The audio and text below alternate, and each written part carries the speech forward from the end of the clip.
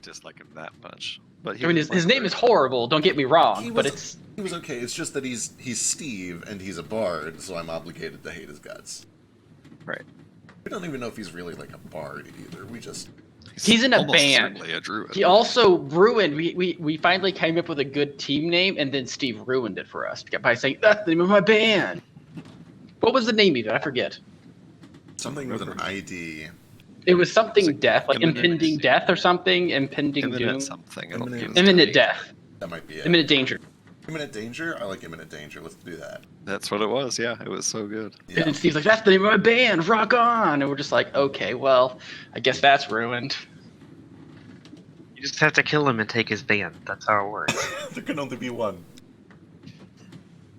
Alright, inspiration goes to... I have mixed feelings about Steve over in IDT. Now that I see him all beat up, I'm like, oh, something happened to him. I feel obligated. He to probably side with him. deserved it. Probably, but what if he didn't? What if we're being really mean to Steve just because he's a little bit better than all of us? Am I missing Hey something? man, don't project too much. Oh, that's... Whew. Yeah, He you're never right. he never contested a performance check against a room. That's true. Or cricket, for the record. Yeah. I'll destroy him. I will smear the floor we'll- with Steve. We'll play circles around that pompous little fuck. I will. That pompous, bedridden, beat-up asshole. I will ruin his life. I will end his career. Oh. He had a plus 20 before his injuries, so. Plus 20. Oh no. I can beat a plus 20. Is that with, is that because he's lore and he's buffing himself?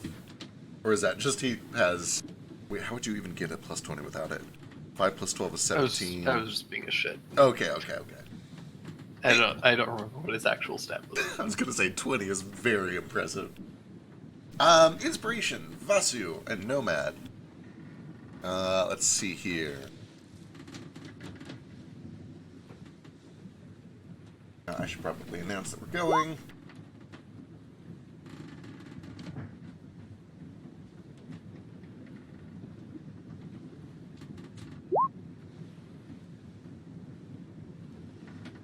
Wow, where did you... What generator are you using for that? Generator for what? Well, Yule says that his porn name is Bedridden Beat Up Asshole, and I just can't imagine where that would come from. Oh no, that You I literally just said said I that. that. just said about Steve. That's how I was describing Steve. Oh, I get it. Wow, that's really something. It's really good. Also, I already have inspiration, so Who won it? I was distracted the entire time. I did and Nomad did. But I already have it, so I'll take who it. doesn't have it? You I'll can have take it. Yeah, get at it. Thanks, Bird Bro. You're welcome. Alright, so, last session was a lot of combat, Jesus. A lot of us nearly died. Yeah, that was something. You guys were back in Salt Bowl. You were there to talk to Joker, and you ran into some gangsters along the way, and got into a fight. And then it turned out that apparently the head honcho of that little group was maybe secretly the dragon that you fought, ran from, fired a cannon at, back over on Cold Hope Island. He seemed angry at all of you, but disinterested in maintaining a fight in the middle of the streets there in public view. So he kind of froze Gale into a popsicle and then flew the fuck away, trying to do everything as quickly and succinctly as he could. After that, you guys spoke with Joker. He got the impression that as long as, you know, he continued to do his work for Mr. White, that he would be okay. But obviously, he got the inclination that you guys were very unwelcome and it was dangerous for you to remain in town. He agreed to work on your new ship, Gale's new design. He said it would take a month. He was pressured into doing it into 2 weeks. We'll see how that goes. But you guys were kind of packing things up and deciding where you wanted to go next. In our discussion after the session between me and Treat, we did, I need to retcon a little thing. It's basically just that as Gale was going through his envelope with the 3 rocks in it, as he opened it up and kind of pulled them out and took a look at them, they all started to play a noise. You hear a voice coming from each of the rocks, but all three of them kind of like start to play at once as you just pour them out and move them around. With all three of them kind of playing on top of each other, it's a little hard to sort out exactly what they're all saying, but you do recognize the voice. It sounds like the voice of Marvel. But again, with all three of them playing at once, it's a little hard to make out what they each say.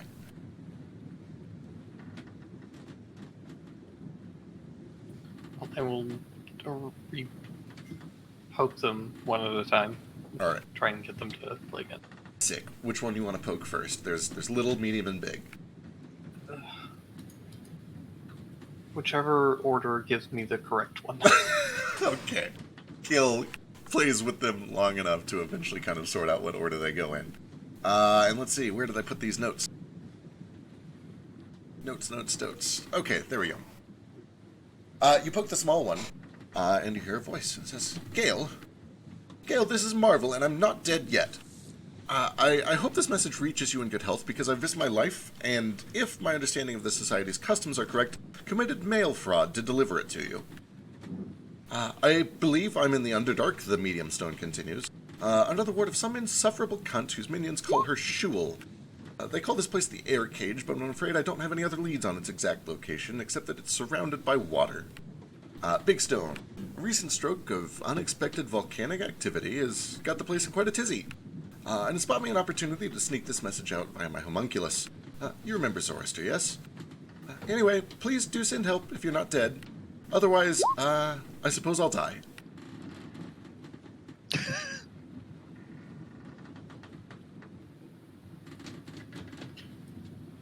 Gale starts to respond and then realizes that he's not actually talking to anybody. Is this in front of everybody, or like Gale alone in his workshop? Yeah. That's kind of up to Gale. Where he would have opened the package up and started to take a look at it. In the bathroom, privately. Perfect. You mean our brig? Gale is a bathroom singer. He's one of those.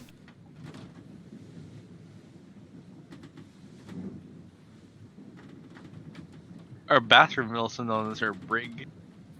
Well, I already love everything about Marvel's voice, so... Yes. Right? He's just so chipper about dying.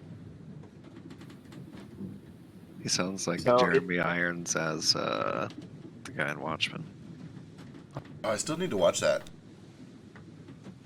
I do It's too. great. That's what we should do with It's Iron. really good. Watchmen? As in the Yeah. series or the movie? Yeah, the series. The series on HBO. Oh, I hear it's pretty good so far. It's amazing. Gotta watch it. So, Marvel said he's been captured by Shul. Yeah, that's the gist of it. Here, I'll just post this.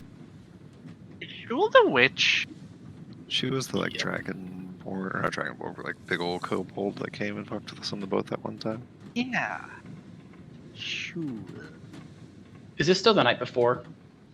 This would be the night before you guys take off, yeah. Before I had my dream. Tuesday night. Oh. It's probably like as you're settling in and having your dream. Or about to have your dream. Okay. What does it take to change Nibbler's form? You 10 need gold. incense and a brass thingamajig, right? Yeah. Or is it special? 10 gold of incense, and charcoal, and special herbs, and then some sort of a procedure yeah. to burn them in. Okay, cool. Cause I have got some of those before we left, since we were shopping. Is this Find Familiar? Yeah, for Find Familiar. I have spare casting components for that. Oh, sure. If you're okay with sharing some of those, I'll pay you back later.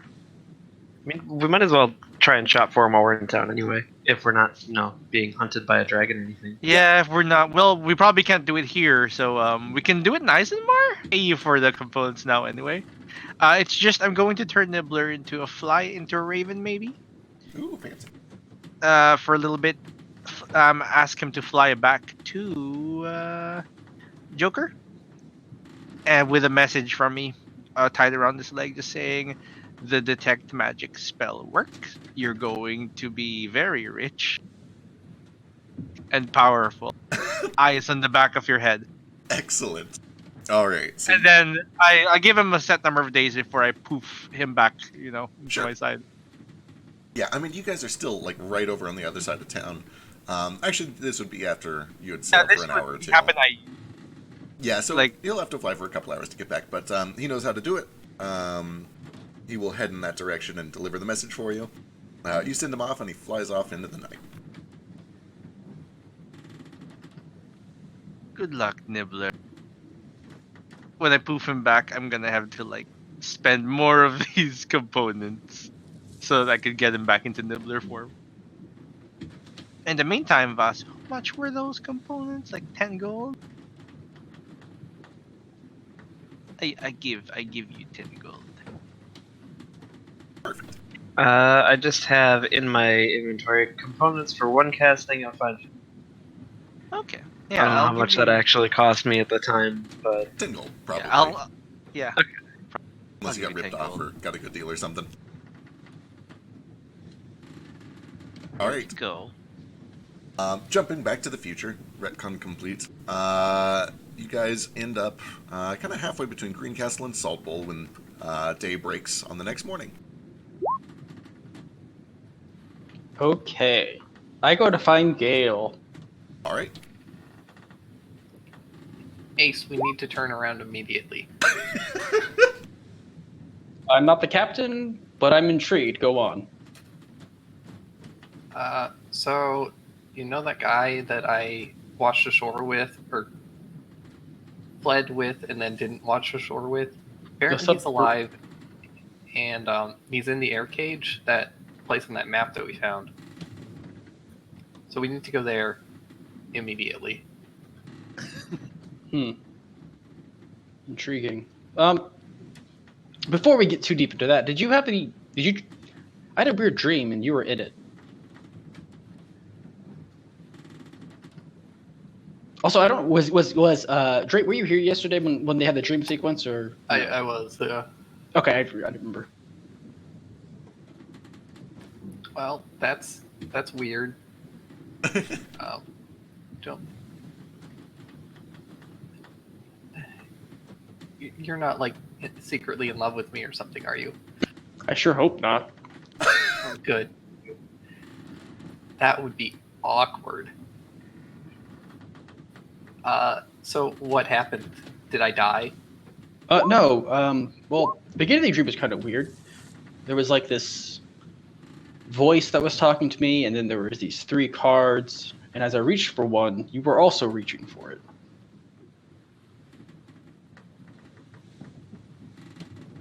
And they'd be locked eyes, and then poof, I was awake.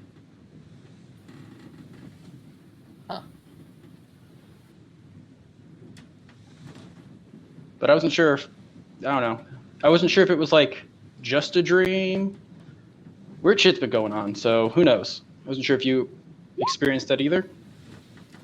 Nope, no dreams here. Then again, I don't sleep, so. Can I insight check this? Sure, go for it.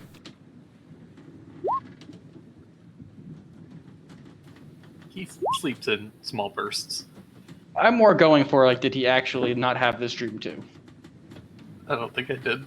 Nope, not as far as you know. Gotcha. I guess All right, you would well- know. So no, you didn't. I mean, All maybe right, I well- forgot. It's a dream, so True. It's true. You only Yeah. really remember them if you are woken up in the middle of them. Well, I need to go find Moat and Bast real quick. Not Bast. I was gonna. What? I just go find Bast. Hey, Bast, I have to ask you a question. No. Hey, what's up? I go find Moat and Elise real quick. Sure, easy enough. Okay, good talk. As the morning sun. I'll comes tell up, Moat about your thing. Thank you. Yeah, Mode is probably starting to wake up, finish up breakfast, while Flake is kind of settling in to get his nap for the day as they change shifts. Easy enough Hey, to Moat. Elise, I have a strange question for you guys. Shoot. Do you recognize this voice? And then I perfectly mimic the voice from my dream and exactly what she said. Oh, okay. Interesting. Yeah, you can do that. You're Kinku. You get that. Boy. Sounds like a neighbor of mine. Oh yeah, that's my grandma. God, I don't think. No, neither of them would know. They don't recognize it. Got it. I had a weird dream, and this voice was talking to me last night. It seemed pretty real. What did it say?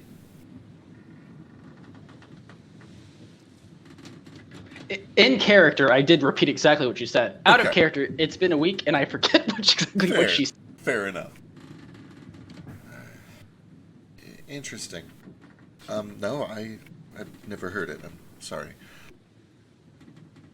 Yeah, sorry, not familiar with that one. The realistic dream thing seems to be going around though. That's cute.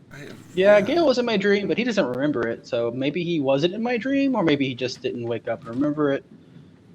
But See, Vasu was in mine, but he did remember it, so I have no idea what's going on anymore. yeah, it's okay. Flick and I share dreams together. Oh, also, Moat. Apparently, we need to turn around the ship. We should probably get everyone together. Apparently, Submarine Man is like alive in an air cage. Like Gale Submarine Man? Yeah, he got a. Yes. I didn't ask a lot of questions. Alright. Go gather everybody up. We got this. Like Ace is like just thinking. He's like, I didn't ask a lot of questions. He's like really confused. He's like, I didn't ask questions for once. God damn it, I was too distracted. Yeah, I'll get everyone. Bunch of questions. All right. One way or another, you guys kind of wrap everybody up together so you can have a big powwow. Flick is looking a little sleepy, but he stays up a bit longer so that he can be part of it.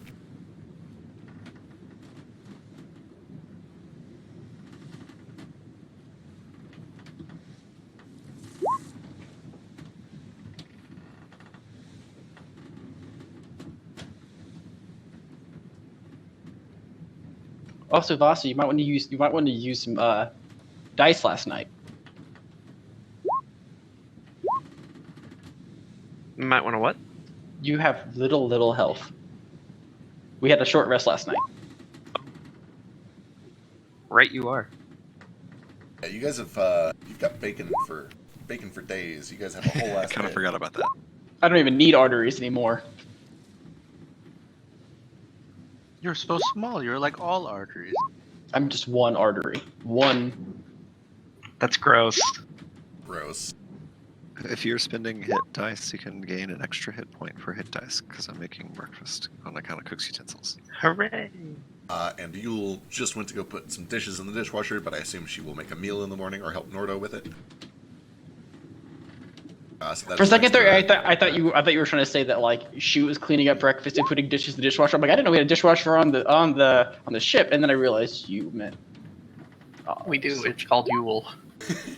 She put the dishes inside herself, and now they're clean. Thank you. Oh my god, did Shu roll hit? Wait, she only has 1 point, right? Or is he a 2-pointer? He only has one. I had Shu selected for like the dialogue thing. Oh, I'm rolling right. off of Vasushi. Gotcha, perfect.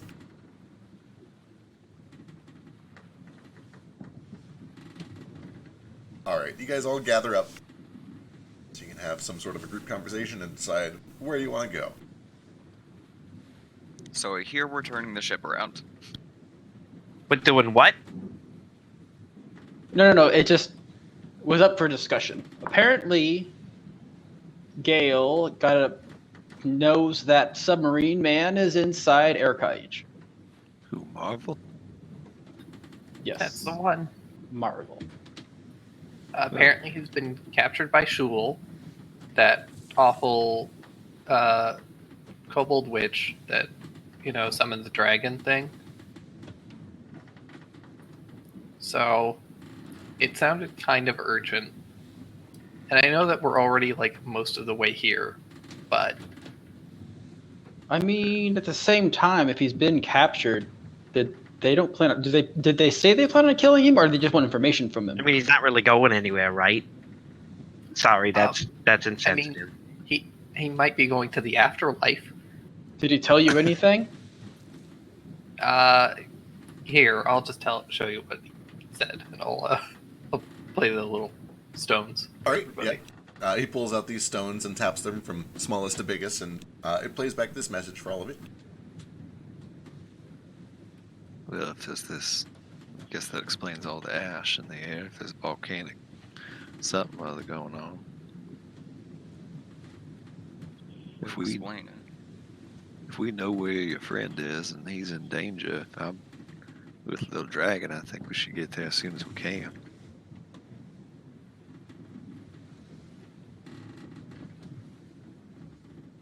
How far are we from Eisenmar?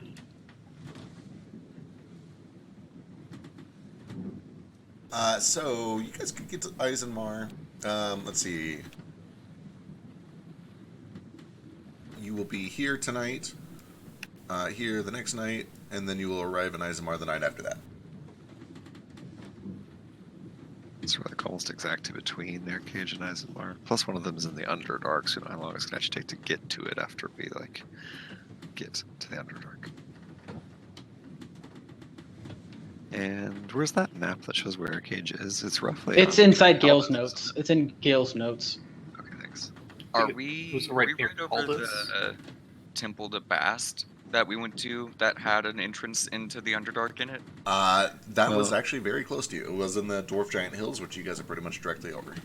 But isn't the place we're looking for is? Yeah, air cage is Seven. almost like right under Caldus, which is we just found that entrance to the that, okay, Underdark yeah. there. That was the cave with the elementals and stuff in it on the Druid Island.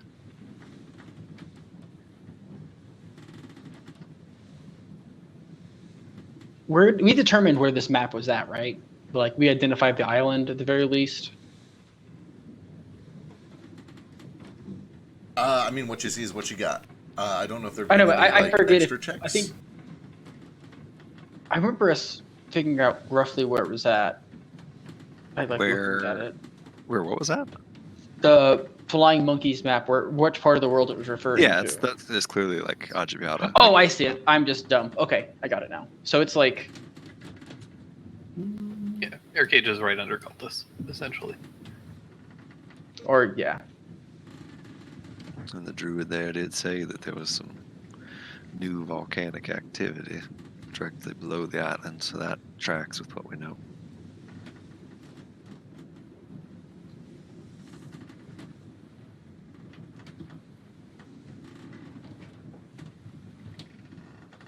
Hey Vasu, do you happen to have anything of anyone from your town? Perhaps Nomad can use some of his magic to contact them?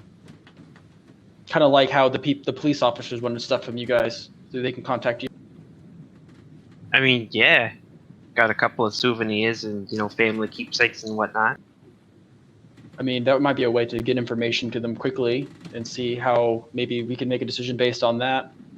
Right. See how Also, dire it is. have I gotten any word back from either of the letters that I sent?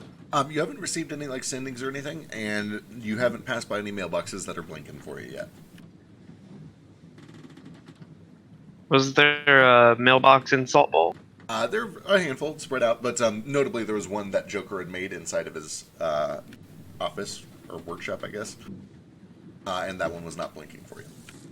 Gotcha. Well, I'm actually typing you up a quick thing in Telegram real quick. Okay.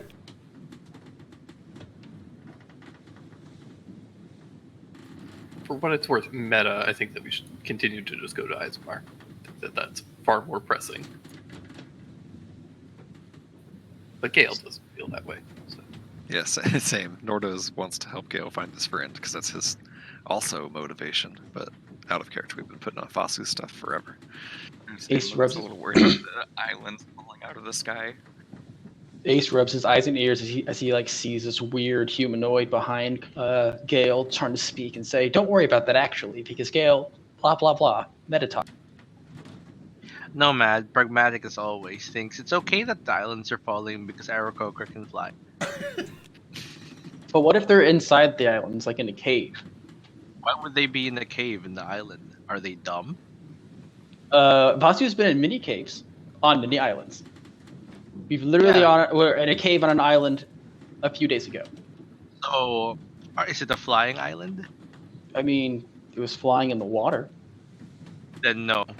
If you have knowledge that your islands are falling, why would you be in a cave inside one? I feel like they probably fell rather suddenly and not just slowly over 24 hours. Yes, but they have information that their islands are falling. Why would they not take precautions? Are they dumb? You mean now? Well, I don't know. What if their houses are below the islands? No, that's not possible. They are a conqueror. They brag about it.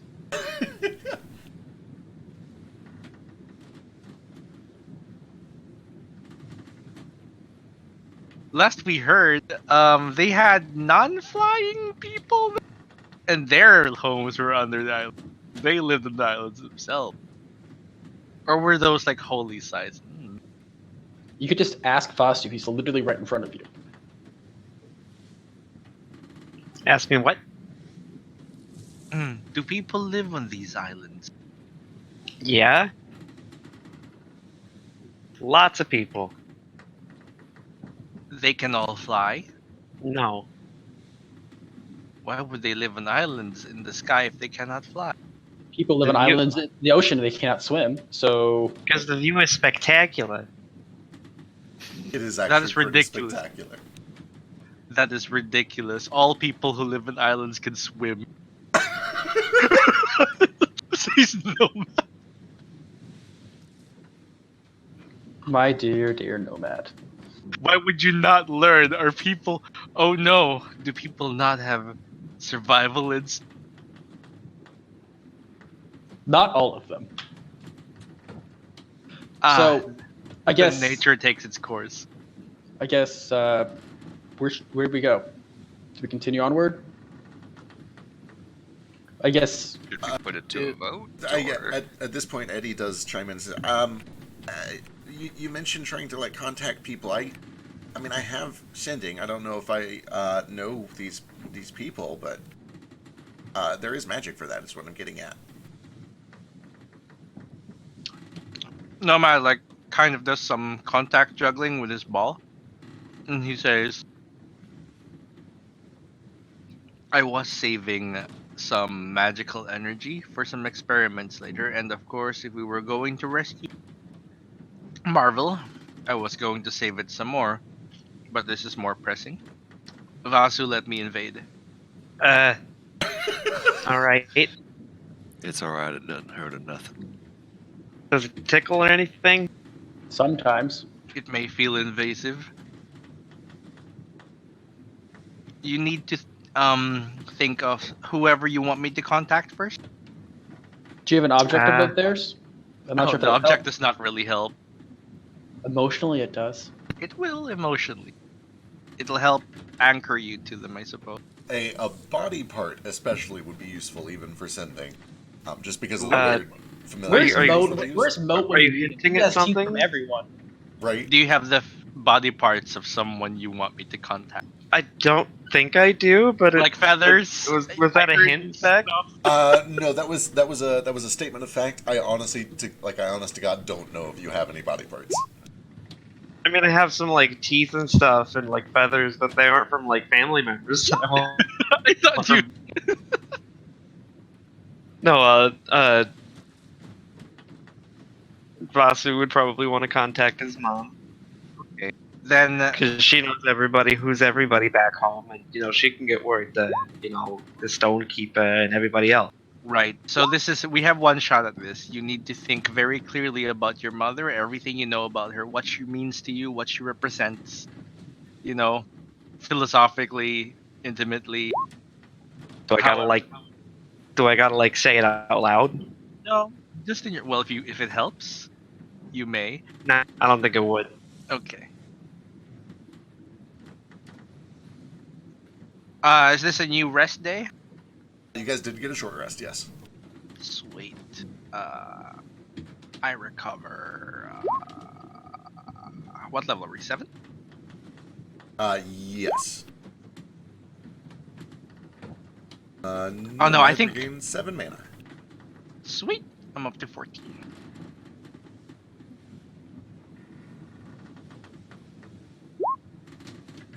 Okay. So, Vasu, we're going to try and think about your mom. Okay. You have to introduce me to her verbally and also think about her deeply. And I'm going to go deep diving here about his knowledge of her from when he was born and how she raised him. In quick summaries, all the way to like the last memory he had of her. Sure. Okay. And the key ones specifically, like you know how everyone's a key memory in their life about one person that tells you everything about them. Like this one time when I broke my leg, my mom yelled at me for 5 hours, and then she took me to the hospital. Do I gotta make up all this shit on the spot? No, you don't even have to actually say Okay. it. Hell, It's just hell, It's like I have not yeah, planned for any of this at all. hell I mean, I know yes her you name. do. Of course you do. okay. Oh well, that's fine. Says you do. Now you do. Someone has to help me kill session time here. Tell us about your mom. Yeah.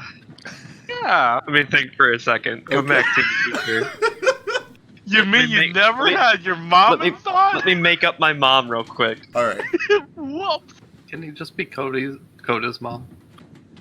Coda's mom? Who's Coda? The One who dies? no, the guy from My hero? My Hero. Oh, I've but never seen this mom. the like animal talking kid. Yeah, I don't remember if we saw his mother You do in very- the anime. Oh yeah, we very briefly do. I thought you mean the hero Coda. I thought you were talking about the little kid that we just met in like the last 2 episodes that we watched. Oh no! And I was like, oh, his mom dies. Spoiler alert. But Yeah, sorry. People But- die in My Hero Academia. lots of them. Yeah. I mean, not that people are dying, just like, you know. Heck, help me out here. What was Voss's mom's name? I'm only laughing because I have to go look it up too. It's Okay. Phyllis. It is Liz. Koame. Pretty sure. Okay, Koame. Yeah, that was it. How do I say that in a New York Jew accent? Yeah, good luck. Koame. Kawame. Koame. Kawame. Yeah. Something like that. I don't fucking know. Hang on a second. First person I thought about was Kwame from Captain Planet. Kwame. Yeah, from Captain Planet. He's the Black Planeter. The Earth guy. He also wore like a speedo one time. It was really hot. Unless he's underage, then it's not. I don't actually remember. I don't actually know their canon age. Oh, okay. We're gonna I always thought they were like adults We're gonna because I was a kid. glaze They over were- that one. Anyway, you know that she's a historian. She takes her work very seriously. She's lived there a long time.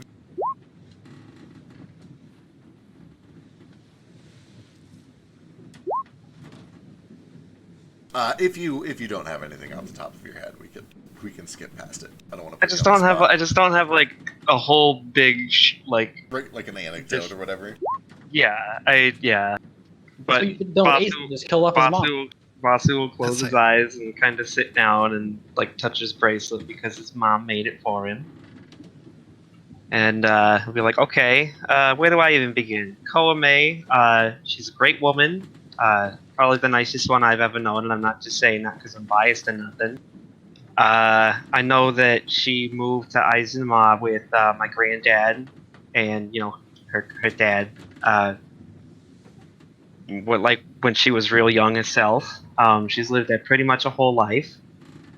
She got really big into the history of the place a lot.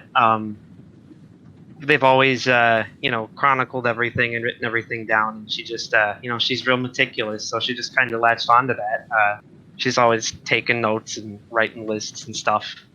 She kind of just fit right in. I mean, you can ask her anything about Eisenman. She's got it on the tip of her tongue.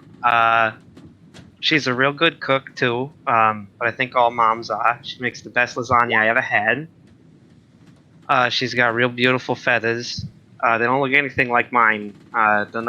The purple, you'd believe. I don't know how I got these red feathers. Maybe they'll change color someday.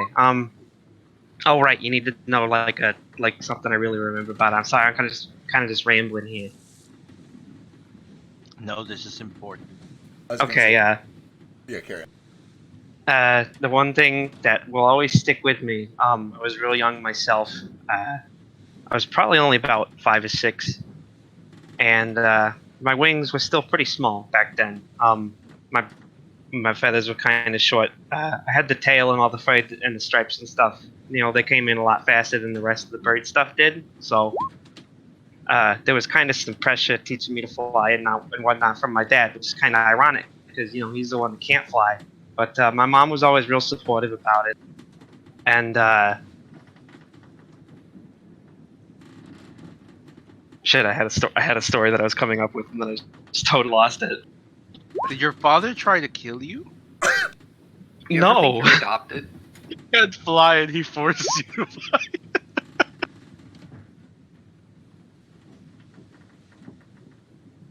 Wait, did you Crap, say his what dad was it? was a tabaxi? I missed something. Yeah, my dad was a tabaxi, and my mom is an Aarakocra.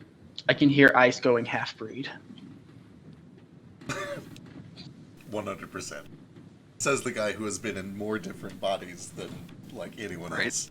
He's on his 4th in this campaign. He's never been in a half body though. True. That's true. That's true. He's consistent at least. Nomad, as you kind of dig in a little bit, are you pressing deep or are you just doing surface thoughts? Yeah, deep. It's gotta be deep, man. I can't just take the surface of his mom. Perfect. I have to get in there, really in her. We're gonna penetrate your mother nice and deep until we know everything about it. Okay, Can so you not? Vasu, as you're telling these stories, at first you don't feel anything, as he's just kind of hovering over the surface for a moment and listening to your initial descriptions and waiting for you to sort of get into sort of a deeper, pensive groove. But once you're there, you feel this prying, you feel this very obvious outside force begin to kind of walk with you through your memories, and as it does, they become a little more clear to you. You're keenly aware that as you are guiding your memories, something is following you. You remember seeing morning skies, purples and violets and blues, that cast these ridiculous and strange and gigantic shadows all over the land, as these stones, just scattered at all altitudes around you, create this maze of light and dark that eventually sort of clears out as the sun reaches noon. You remember seeing the skies just filled with colorful feathers and equally colorful clothing of everyone back in Eisenmar. You hear the sound of music in the distance, lots of pan flutes. You can see smoke from various campfires. There's a verticality to all of these visions, Nomad, that you are not entirely familiar with. There's some verticality under the ground, of course, more than there is on the surface. But it's bizarre for you to have to do so much looking up and down regularly to kind of take in all of these memories. But you see that there is this very gorgeous Aarakocra woman. These purple feathers, she's currently wearing this light yellow dress, and she's walking with 2 children. One of them seems to be the viewpoint that you're looking through. The other one is a little shorter, Tabaxi. He's got sort of this same yellow-colored outfit on with a big white sash that flows all the way down to his ankles and is covered in mud because it's too big for him. And they're kind of just walking along this very idyllic, peaceful cobblestone street.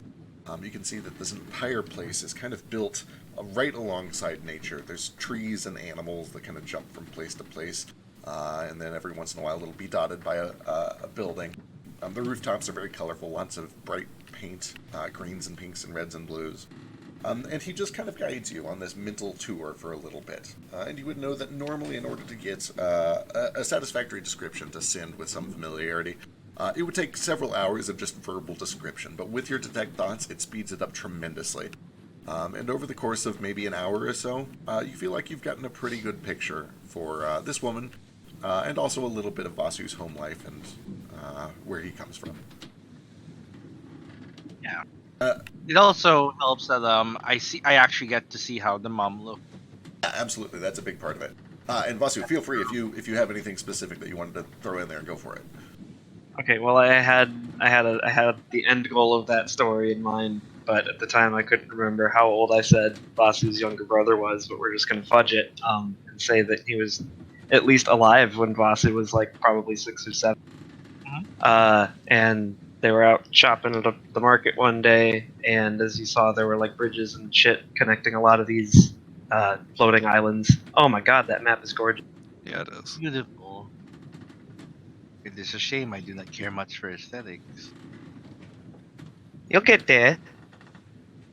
But yeah, we were walking along one time. You know, we were on our way home with all of our groceries and whatnot. Mom was always big in going to the farmers market and getting everything organic and fresh.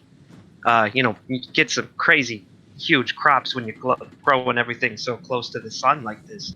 But anywho, we were walking home, and little Dubuque, you know, because he was never quite, you know, big enough to fit into my clothes. We always had hand-me-downs.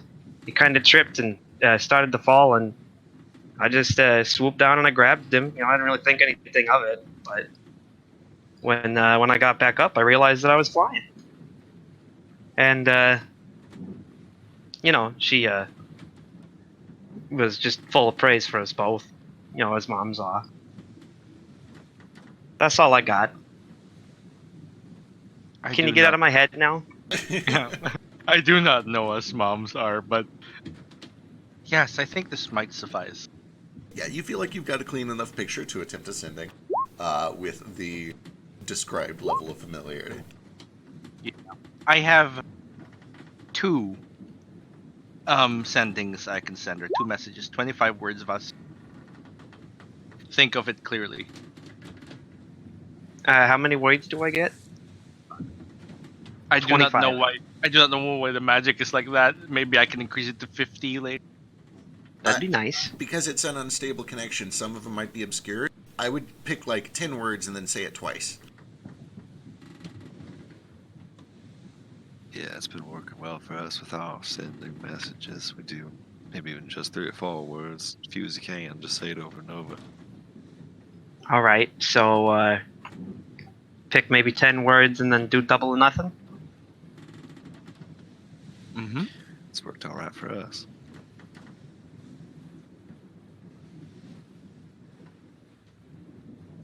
Should one be from Vasu? Those 2 words.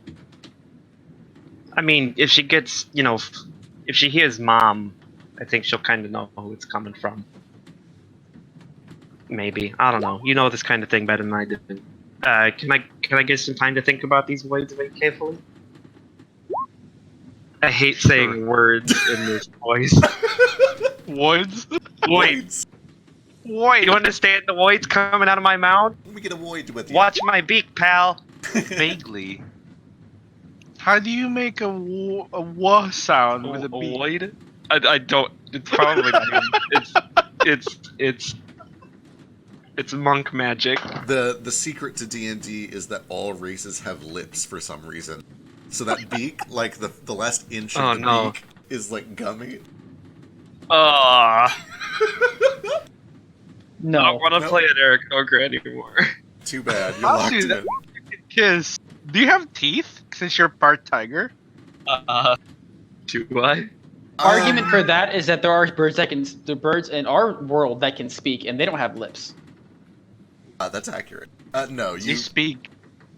you probably would not have teeth, at least not prominent teeth. You might have like a little row of little, you know, kind of those tiny ones. Not- But Like those ones that geese have, but like Yeah. less scary. yeah. I have a mouthful of canine teeth. Only canine teeth. Awful. He's a carnivore.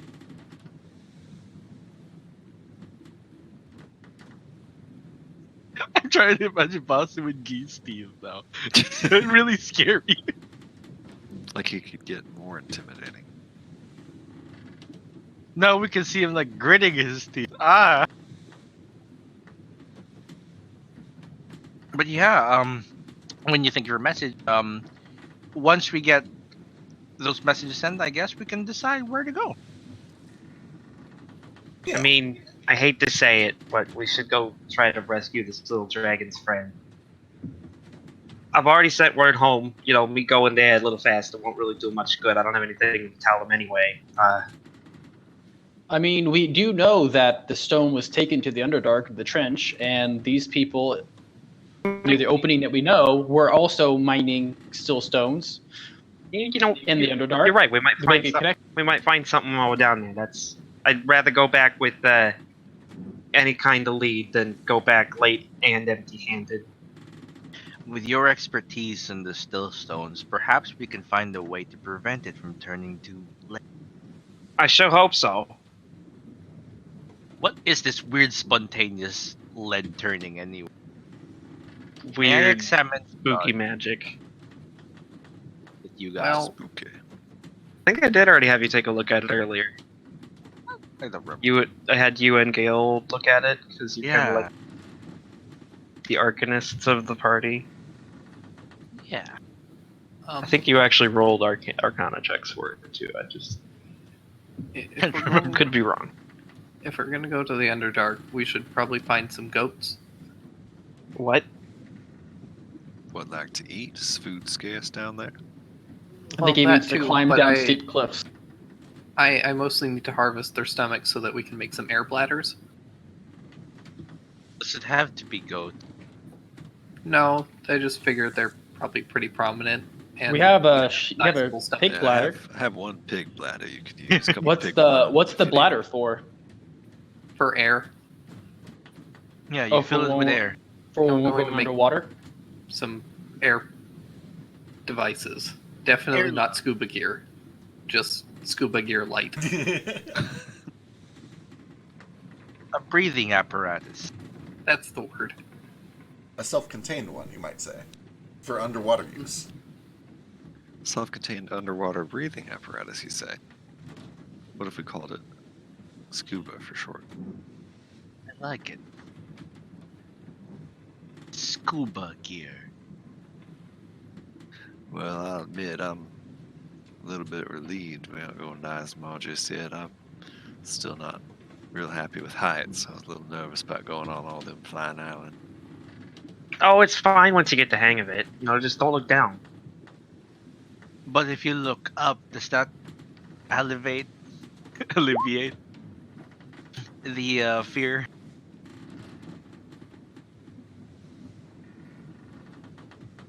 Suppose I could try.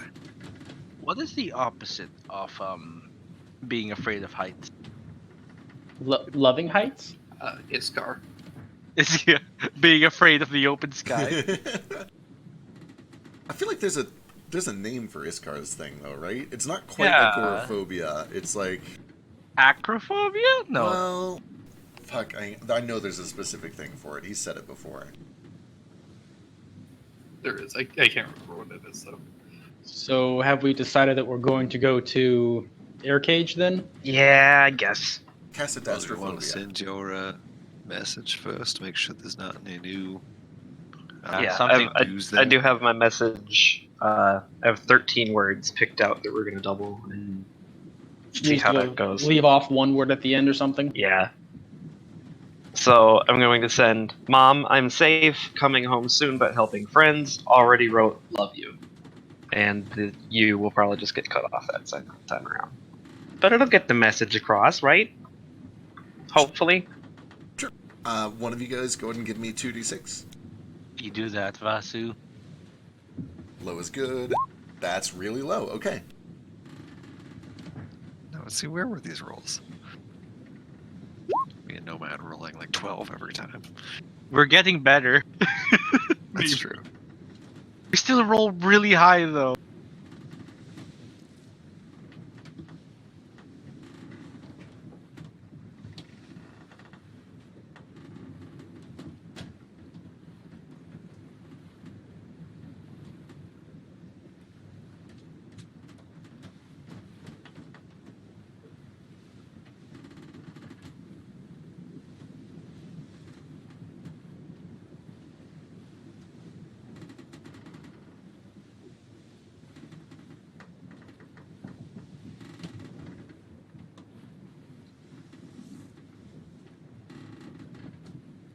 Okay, I think that's 25-ish. NPCs get to break the rules. Correct.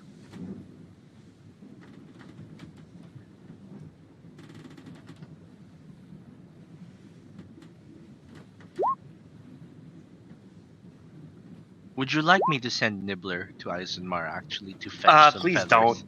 don't. He's mean, a wait. raven right now. Yeah, if he looks like a boy, he'd probably be fine. But, like, Let us tie a note to his leg with your mom's name on it, and a second note saying, "Give me some body parts, please." Maybe a feather or two. A feather works, right? maybe I write the note, huh? Sure. Just make sure it contains those specific things. All right, you get a response. As you have experienced several times. Say it in her voice. Oh Give her a boy. voice right now. All right, if we do this on the spot, it's gonna be New Yorker Goblin Mom. Are you okay with that? I'm okay with that. Thank You said she was beautiful. I knew he'd be. Oh, God. They're investigating. Nearly. Be safe. Tell him I. That wasn't New York Goblin at all. No, it wasn't, because I tried to do the weird static It was thing just too. Goblin Mom. It was just Goblin Mom. She's a goblin Okay. now. I'm sorry. We can take we can retcon that. We can take a race, take a mulligan on her. No, we're locked in. I'm willing. Can I use my inspiration to make you give her a different voice when we actually meet her in person? Beck will forget before we get there, so. That is accurate. I cannot maintain a consistent voice anyway, so it'll be totally different in 2 months the next time it comes Okay. up. 2 months. Well, you know. I hope not. But yeah, okay, that's good. Welcome Tell to him the I world, tell him I giants. X him. What does X mean? Does she hate me?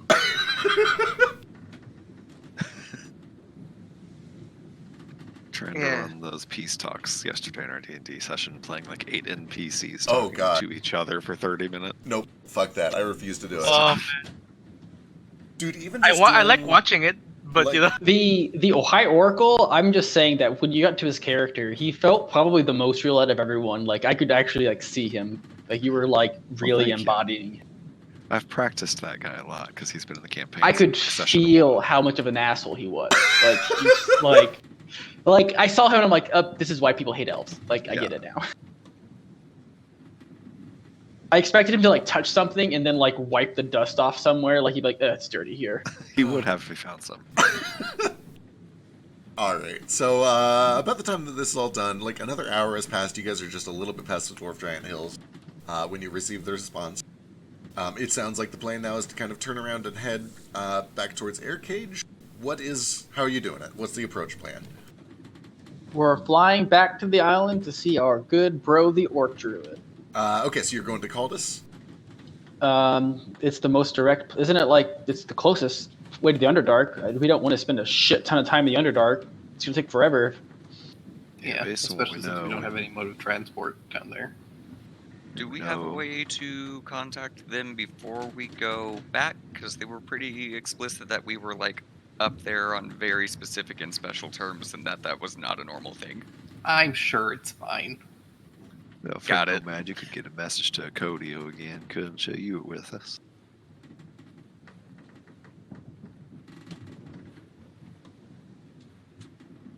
I'm sure he did. Nomad was definitely there. Yeah, it was like me and Moat and you and Nomad. I think were the ones that were Yeah. there. So. No, he's If seen him the first firsthand. mate says it's good, I'm sure it's good.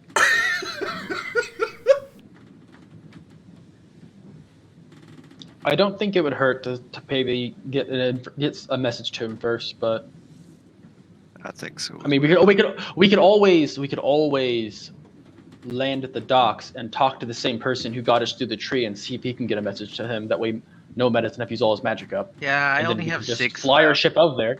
If we talk to him, it'll take us no time to get up there. That's true too. We do have a couple of days voyage still in front of us, so we'll see where things are in a couple of days. Yeah, a couple of days would be nice. Alright. Moat slams the wheel and the ship rocks and begins to turn and head back south.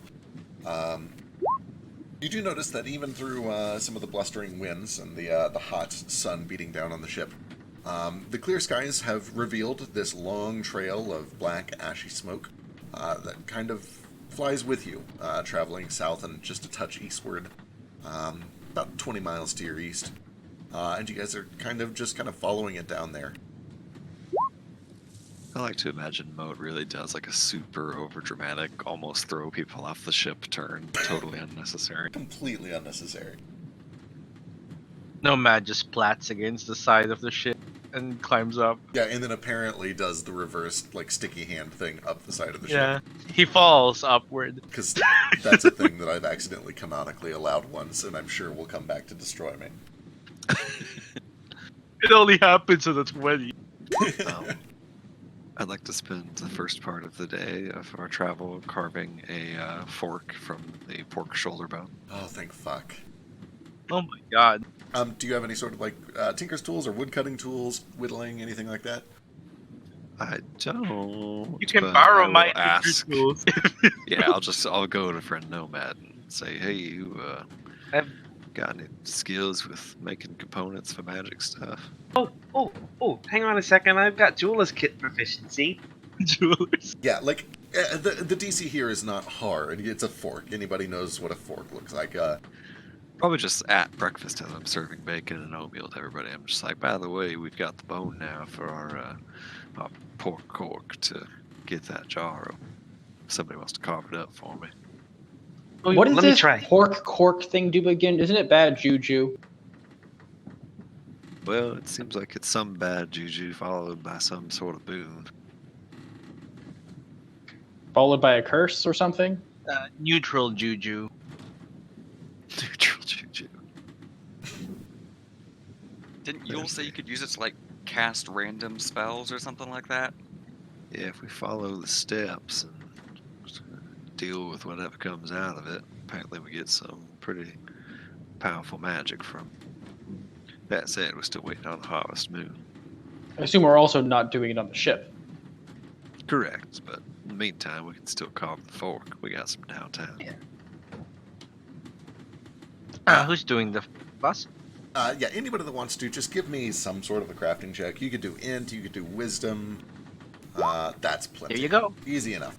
You guys are able to carve a very simple fork out of a few inches of this pork bone. You give it a few hours to dry. You guys would probably, actually, between your cooking proficiency and your jeweler's proficiency, would have the wherewithal to kind of bake it a little bit too, just to get it good and nice and dry, so it's not flexible. But about the time that like 4 o'clock, 5 o'clock rolls back and you guys are back over the Dwarf Giant Hills, you have a fork made of pork bone. How low are we flying? Can I like see down? Do we happen to fly like right over the temple where we got this boat?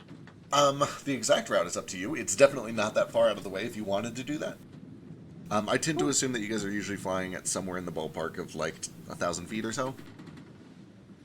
Just as we fly over the region, I'll just look down and see if I happen to see anything of note, more giants or anything. Sure. Go ahead and give me a perception check. What is he looking for? Just looking at the Dwarf Giant Hills as we pass over, like the temple where we found the ship, seeing if there's anything interesting that's changed there. I'll help him look too. Sure. Give me a perception check.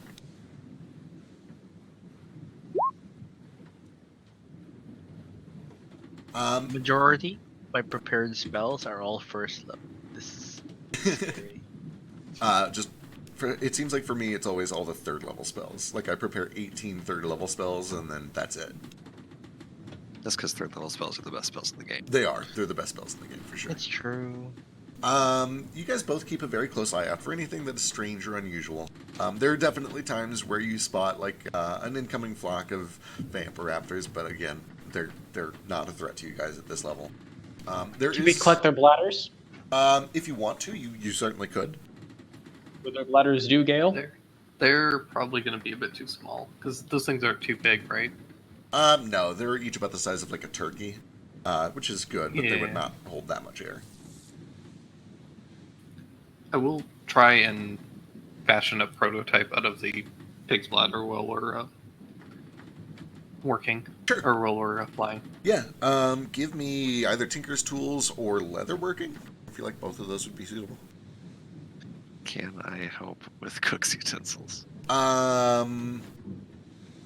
It's a pig part. Do you have survival? Yeah, I do have survival Sure. proficiency. Yeah, between cooking and survival, you can help.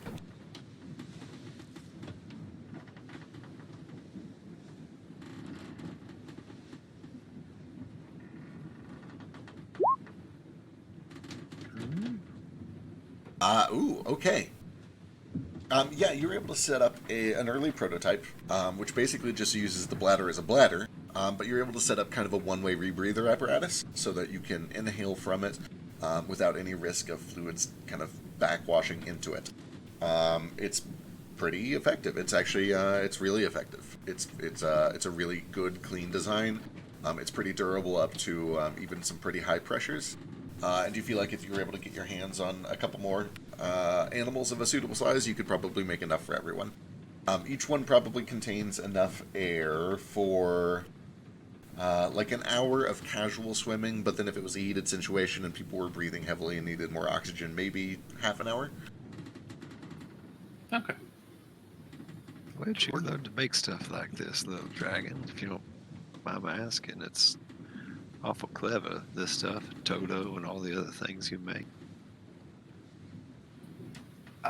I spent 3 months trapped in a tiny boat underwater. I suppose that explains it. You learned all this from Marvel, then? Well, some of it just kind of comes to me at night. Like you have dreams of build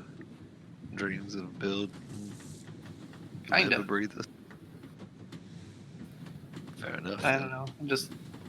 I always just thought of like, if there's something that needs to be done, there's got to be a way to do it, you know?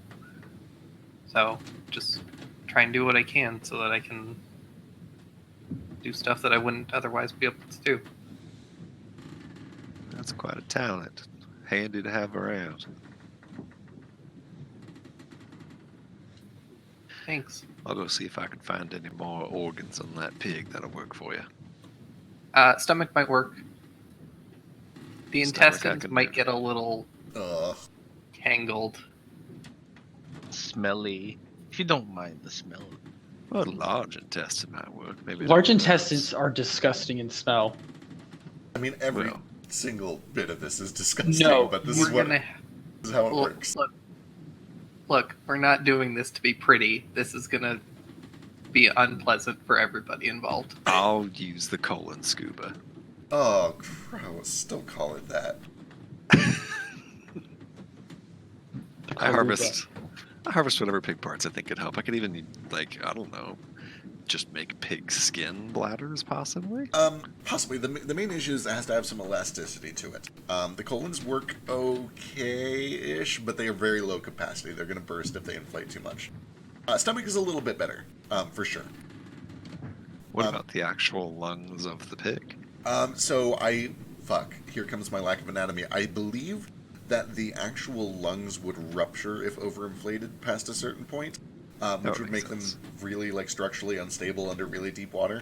I might be bullshitting, but I'll do some research between sessions. That sounds believable. Your lungs literally do explode if you go up to the surface too fast without screaming. Right. So,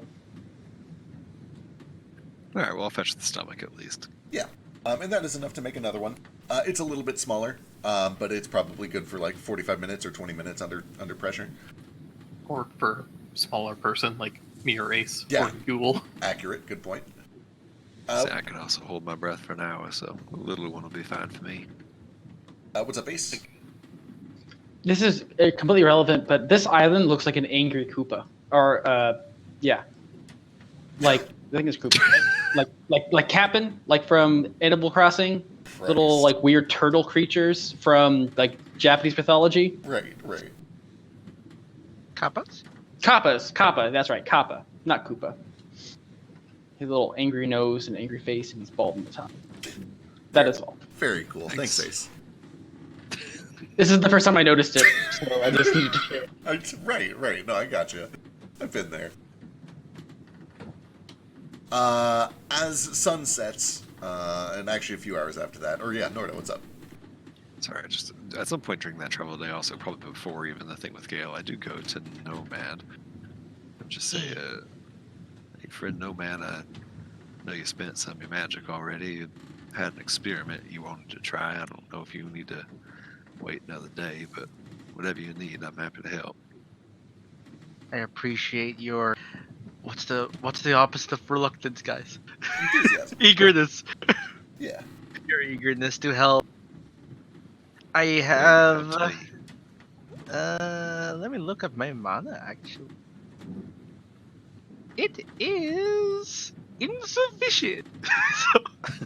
so Nomad says, yes, when I have recovered enough of my arcane juice, we shall attempt one more to see if it helps increase the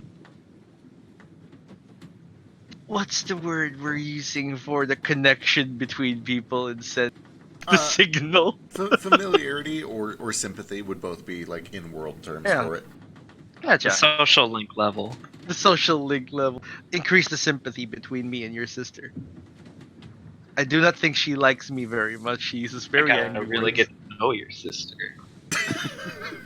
Just like I got to know your mom. Tell me about your dad. I want to Tell meet that. I want dad. to I want to meet that dad. dad. What's that from? The Tim and Eric thing. Oh. I think it's a safe bet that everything like three of us all quote at the same time is probably Tim and Right. Eric. Tim Yeah, and Eric. usually So- Tim and Eric. Just three boys. Okay. But whatever you want to do, I also hate to have you keep spending all your magic trying to get in touch with Leah. I know it's a drain on you, so if you have other things you'd rather do with it, I entirely understand. I have reserved enough for one message just in case. If you had something you wish to tell her. No, nothing at all. I just meant as far as your experiment. If it's all just for my sake to try to get in touch with Leah, then you can do other things. Oh, I assure you, this is for the benefit of everyone. But in that case, whatever you need. And he nods. And goes back to practicing contact juggling. And he's terrible, so it keeps falling. The efforts Nomad has to make to look elegant.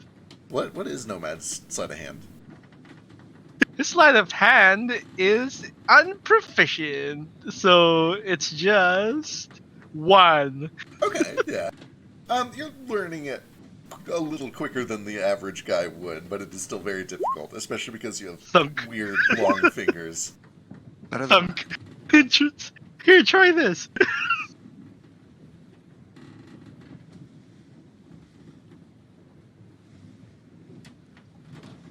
Alright. Night falls, and then a few more hours pass until it gets to about midnight or so. When you spot the lights of Salt Bowl up ahead, people are starting to kind of settle in for the night. Everything gets quiet. Everything appears pretty normal in Salt Bowl. The weather is normal. Nothing unexpected. Any special plans before the night, or is everybody settling into sleep?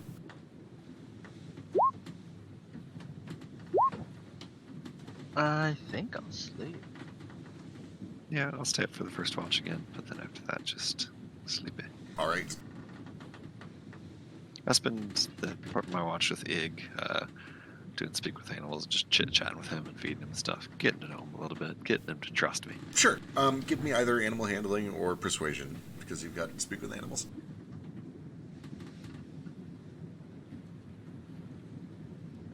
I'd say either animal handling at advantage or persuasion without it. Oh, great. Okay, yeah, it's going pretty well. You are, developing a pretty quick bond. Much faster than a normal person would with just like a standard bird that they can't talk to. Excellent. I'll take a watch too, and then after my watch is done, I'm just gonna take some time and just meditate on the ship deck, just for the hell of it, and Sure. trying to find inner peace Absolutely. or rage, whichever comes first. As you're up there, there is a point where Elise kind of comes out and sees you there. It's like, is everything okay? Oh, certainly. I'm just. I don't know. I feel like a connection to nature, and I guess I just haven't really been listening to it very often anymore. So I'm just trying to, I guess, listen to the wind. I see. Does it say anything? Not really, but it brings me. It makes me feel like relaxed and I guess centered. Centered. She kind of stands there for a little bit, and she kind of just kind of looks out over the sky and closes her eyes a bit. Joins you for a few minutes of just quiet, peaceful thought, but eventually makes her way back inside and back to bed. I probably do it for like maybe 15, 20 minutes, and then I go back to bed. All right. The night goes mostly uneventfully, except for Yule. Yule, you were visited by a dream. The first one in a while, actually. You get them from time to time, but it's probably been a month or so since your last one. Once again, you find yourself... actually, I should make sure you're actually here. Are you here, Yule?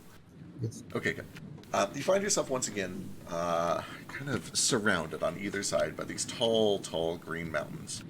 You're nestled in a valley, impossibly green and verdant. There's an idyllic little creek that runs all the way down it. You can see ratfolk kids playing at the stream. You can see little farmhouses dotted throughout the valley.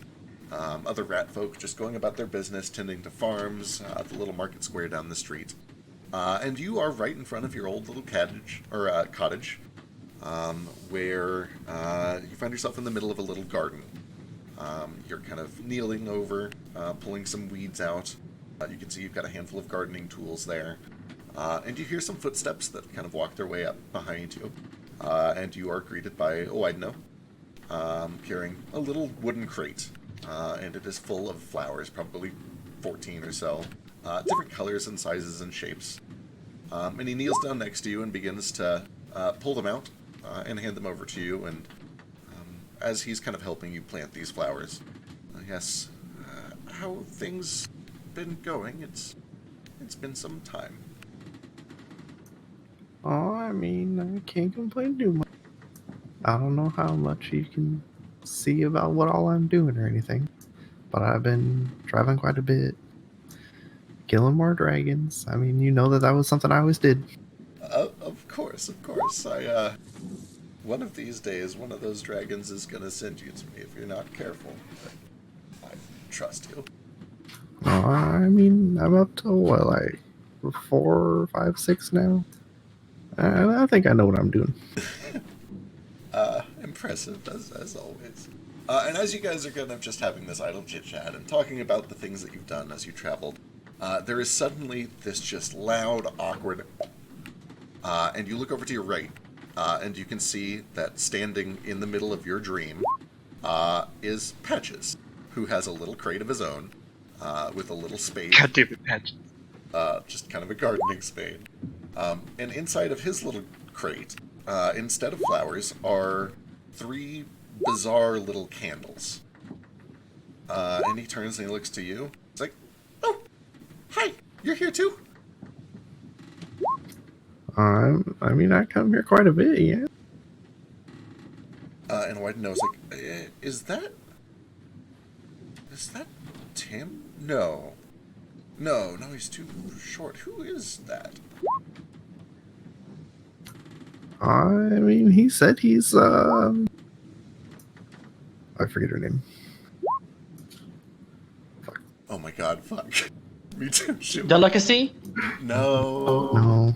Fuck. Oh no. What is her name? We'll pretend we know it.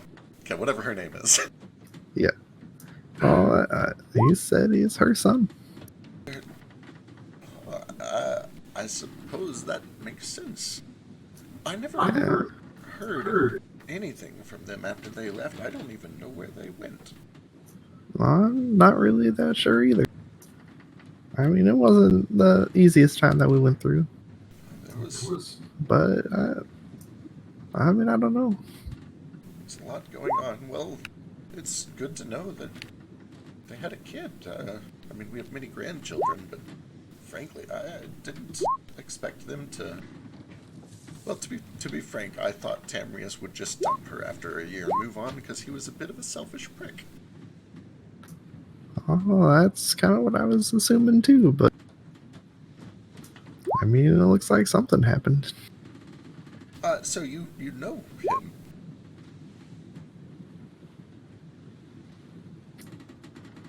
You know who? Patches, you said? Yeah. He's been traveling around with us. He called out to me when we were in that one place, Valdalands. And we've pretty much just been working together trying to find his mom. I don't know where she went, but apparently she's gone missing, and so we're trying to find her somewhere. He kind of looks over Patches. He's like, he's cute, I guess. Short. Are those candles? And sure enough, Patches, as you look down into this little box that you've suddenly popped in with this dream carrying a crate, you look into the crate and you can see that there are 3 weird little candles inside of this crate. One of them looks kind of like a skull, like a rat folk skull, but it's got this cheeky, kind of toothy smile, and it's holding a single bony finger over its mouth, like it's reminding you to keep a secret. One of them is this leathery egg, big, like a dragon's egg almost, that's covered in these thick ridged scales. And running down the middle ridge of each of these scales is a length of tiny spines. And then the last candle looks like a big golden apple, and it's got this single crimson leaf coming off of the stem, which is the wick of the candle. And a white nose suggests, oh, well, there's a few good spots over here. Which one should we plant first? Well, I mean, you know me and my love of cooking, so I think we should do the apple first.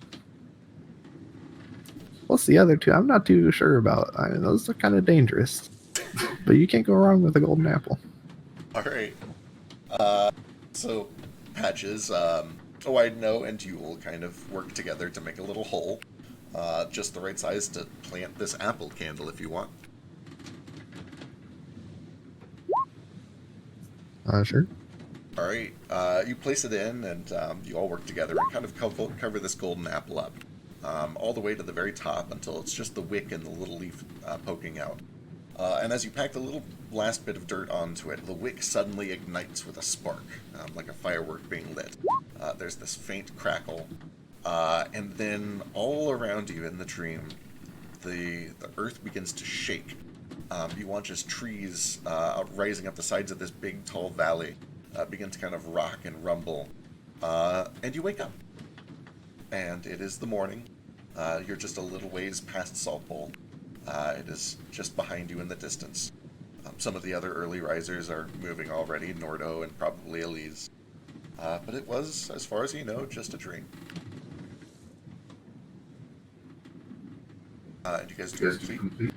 Do I see Patches nearby? Yeah, you probably have to go to wherever he sleeps. I don't know where Patches sleeps on the ship. But he is just kind of snoozing away quietly. Patches, when you wake up, you do remember having this same dream.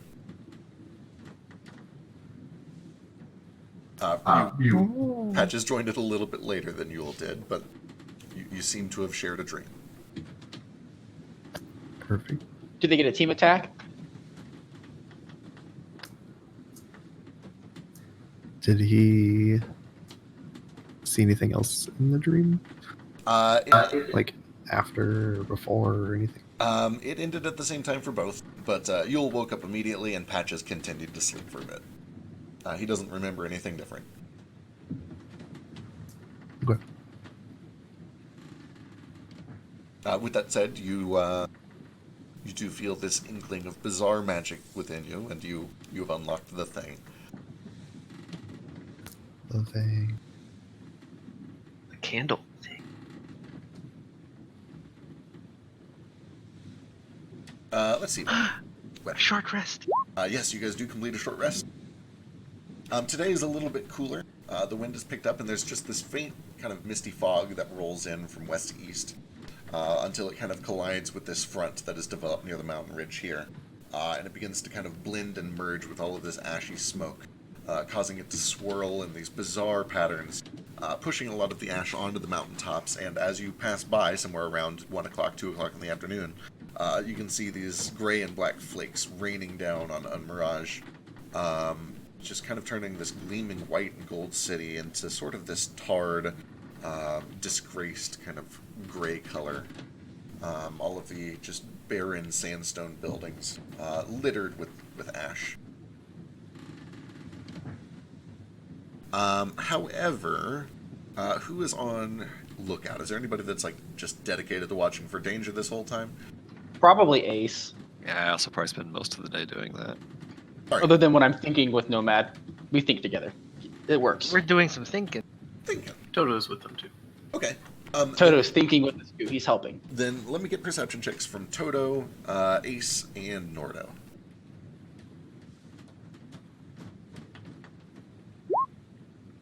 Fuck. Wow. It's okay. Toto's there. Toto can't be surprised. Help us, Toto. You're early help. Woo! Yeah, being on watch is what Toto is designed for. Oh yeah. Nordo and Ace are kind of just enthralled by the way the wind is interacting with this smoke trail, this ashy trail. Toto, however, is built to be alert and has no super strong feelings about cool-looking things, and is able to identify a very long distance away that there are some shapes that are kind of moving within this ash. At first, they look like maybe large bats or birds, which is a bit unusual because even the wildlife is smart enough to not fly through choking smoke. But as he identifies them when they get a little bit closer, from probably about 200 feet away, he can tell that they are serpent-like. They look like flying snakes, kind of similar to the ones that you saw in the arena. They're a little bit smaller than that one was, aside from two of them, which are much bigger. It kind of looks like maybe two brood mothers or adults, and then several that are a little bit younger. But as he is kind of identifying them, he notices that a couple of the smaller ones have these bizarre streaking veins running down their sides that are glowing bright orange. And importantly, none of them seem to be thrown off by this ashy smoke. However, about the time that he locks eyes with them, he does notice that one of them kind of dips out of this ash cloud and seems to kind of peel off towards your ship. You've probably got a minute or so before they show up. He'll start barking. All right. Toto begins to do his alarm bark, which is this weird mix between like a metallic bark and also a bell that goes off every time he barks. I was imagining like Can an it- alarm clock or like that like hazard iPhone noise. Oh god. Can it just be Gur's voice? Yes, I love it. It's Gur. He's Gur now.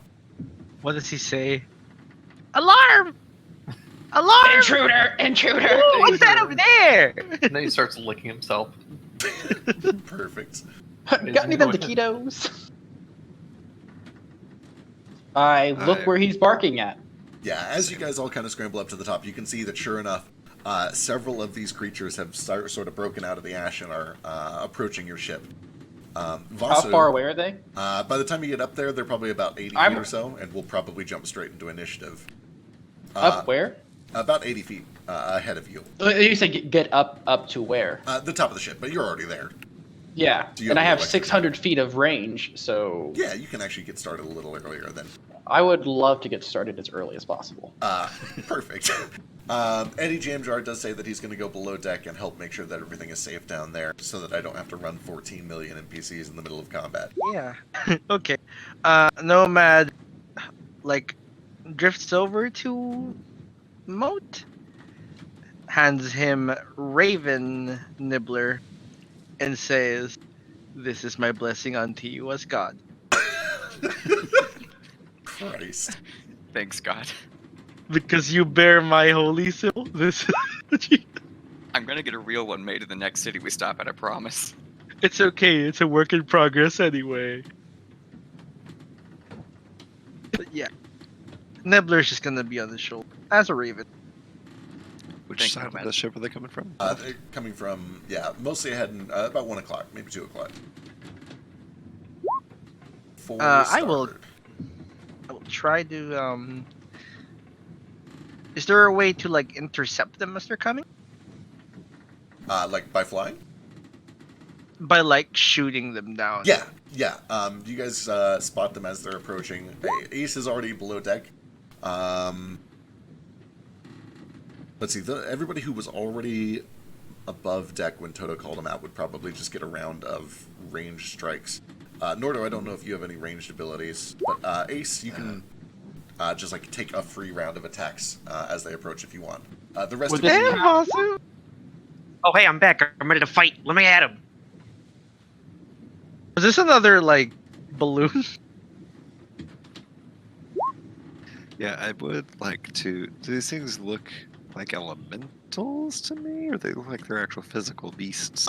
they look like physical beasts, and Vasu is able to confirm that they look very much like the flying snakes that are known to inhabit the hook diamonds, as well as the mountain range to the south, and some over towards like Yara. They're pretty common. They're not like uncommon, but sure enough, some of them, specifically the ones that are marked by these little fire icons, are streaked with these bright orange veins that look unnatural. They appear to be glowing kind of orange hot. It's hard to say whether or not.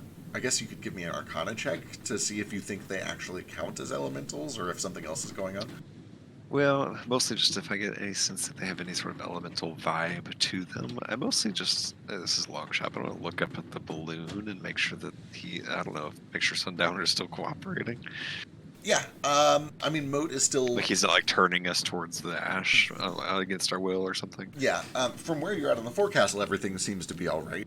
Moat, who's currently flying the ship, you don't feel any sort of like resistance or control being taken from you. It feels like you have, complete control over him.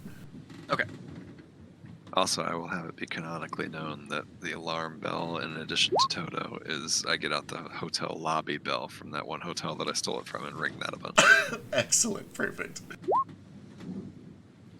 Wow, me being the alarm is no longer necessary. This count as like the first turn of combat where I get both my attacks? Yeah, feel free to just fire away as if you had a surprise round. They're not actually surprised, but you get all your bonuses anyway. We're basically just fast-forwarding through the first turn where everybody's getting onto the deck, and they're flying closer. Who looks the most spooky? That is your call. The crackling ones? You're right. Okay, so I'm going to go for this Flame Touch Fire Serpent. There's a lot of them. I guess I could bonus action mark him.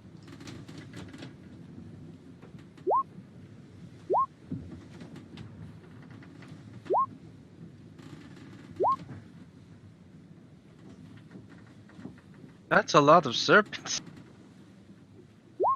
First attack.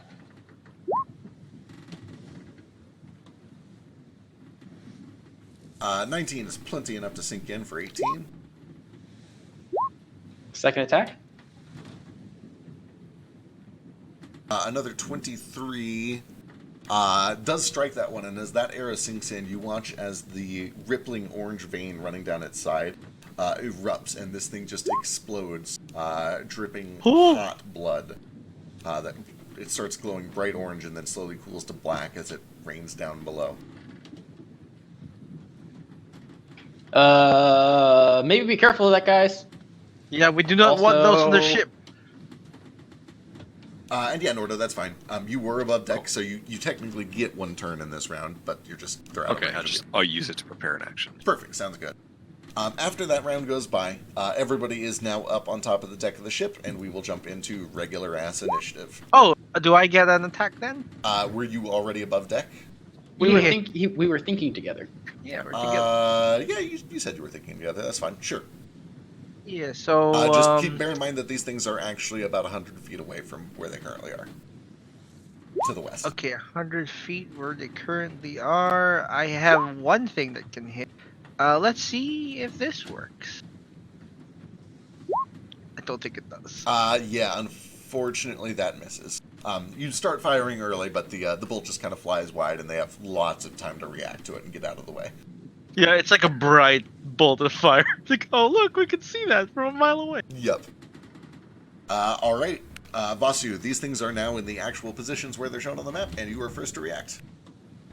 Oh, they are where they're at now. Okay. Yeah. They're your favorite enemies, Vasi.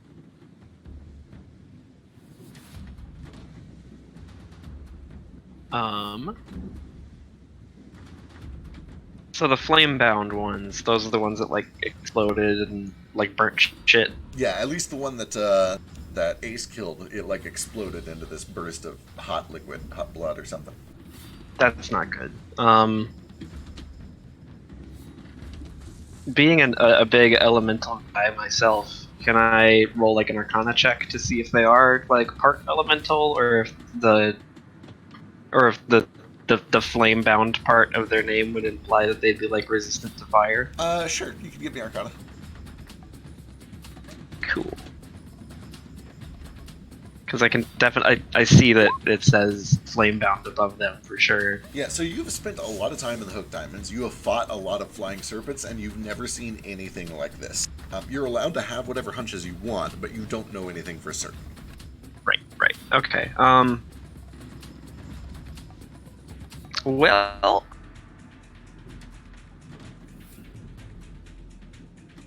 I mean, I was gonna attack that one, but it kind of looks like it's already on fire. So, instead, I'm going to launch a firebolt at the battle-scarred flying serpent. All right, fire away.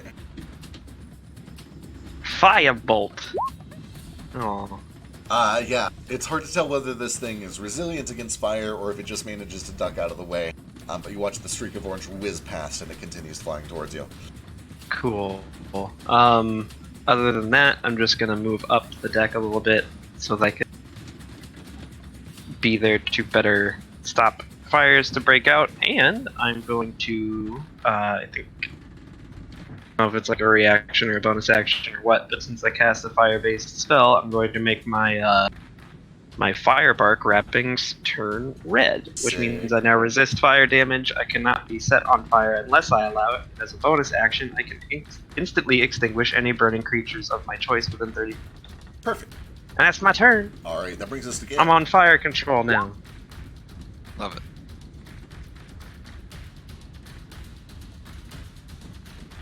Well, I guess I'm gonna shoot things. Do it, you won't. Yeah, I guess I'll first shoot this flame touch and see what happens. All right.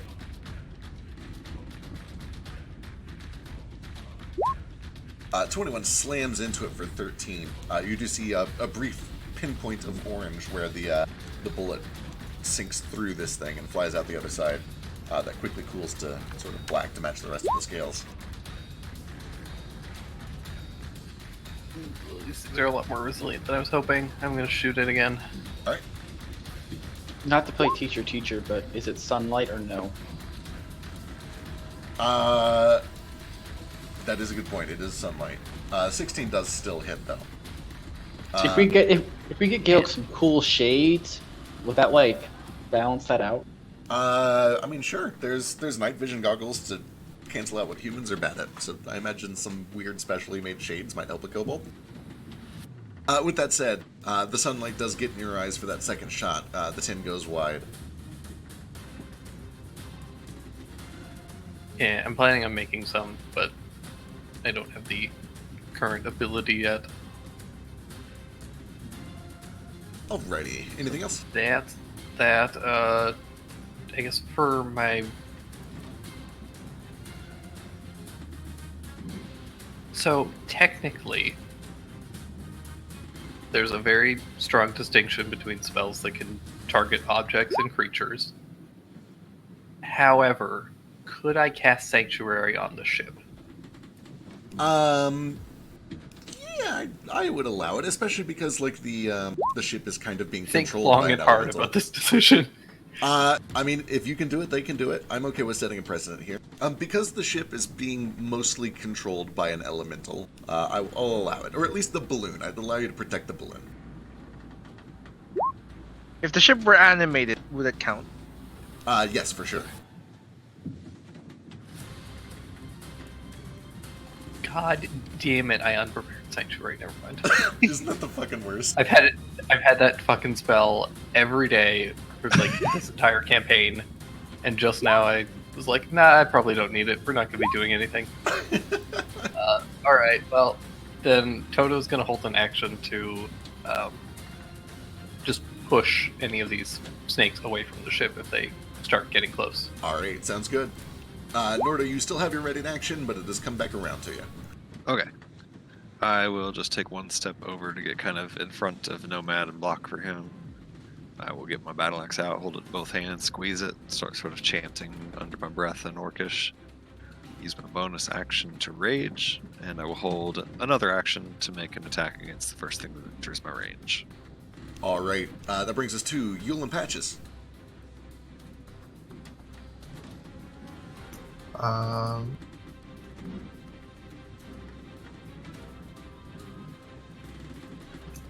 gonna run up onto the upper deck. Alright.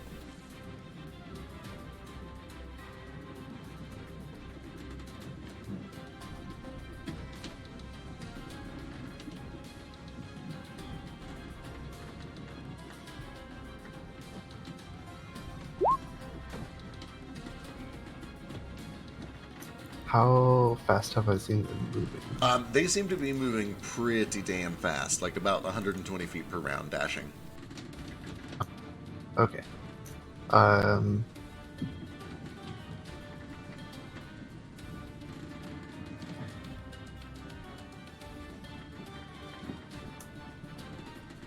want to hold my action to cast a spell until they get closer. Alright, sounds good. Let's see. I really want to make a plugin where you like whisper the spell that you're preparing so that I don't know what it is. But I'll do that some other time. No man. All right. Nordo is here. 7. What is this? Oh, that's Nordo raging. He's on fire. I was looking at. Oh no! Is he on fire already? Yeah. I think Nomad is within 60 feet of flame-touched flying serpent.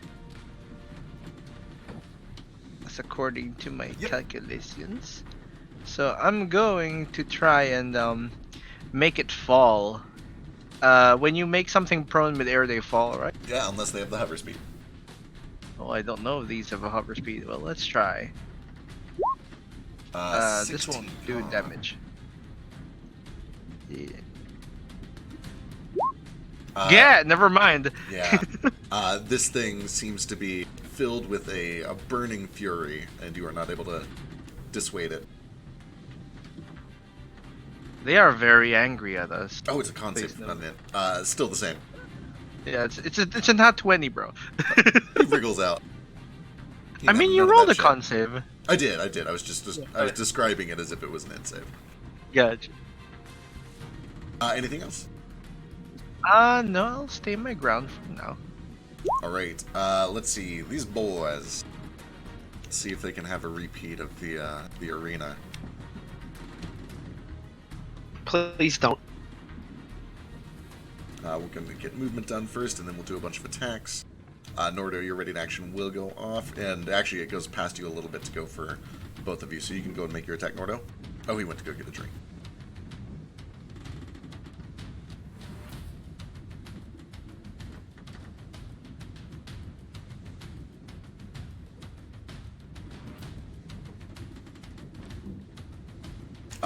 As these things begin to engulf the ship, you do see that they are being followed by trails of this ash. Not quite like thick enough to obscure vision or anything, but they seem to kind of drag the ash along with them to some degree. Let's do a round of attacks. I will save the one next to Nordo for last, just in case he stuns it. Here we go. This is on Moat.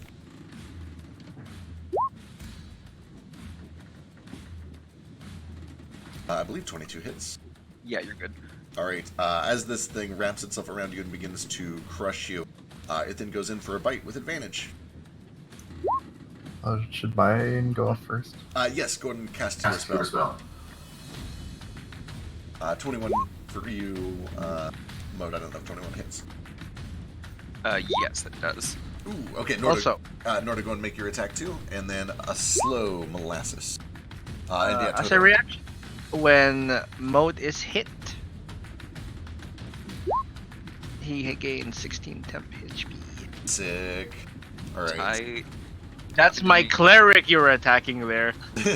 I need a con save for that poison damage, right? Yes, to cut that in half.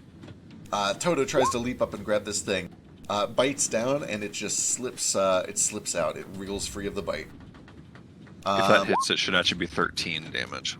16 does hit for 13 damage. Forgot my rage. All right. Were there any other ready actions? I think that was it, except the slow. Right.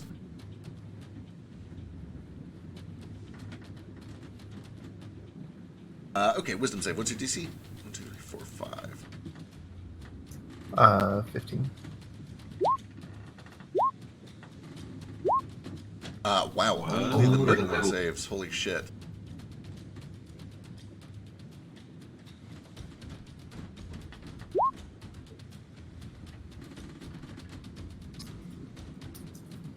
Now, do I want to target Nordo too?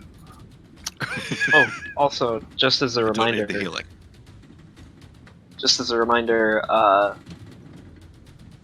I believe Yule, Nomad, and I all have free casting of Chaos Bolt until the next long rest.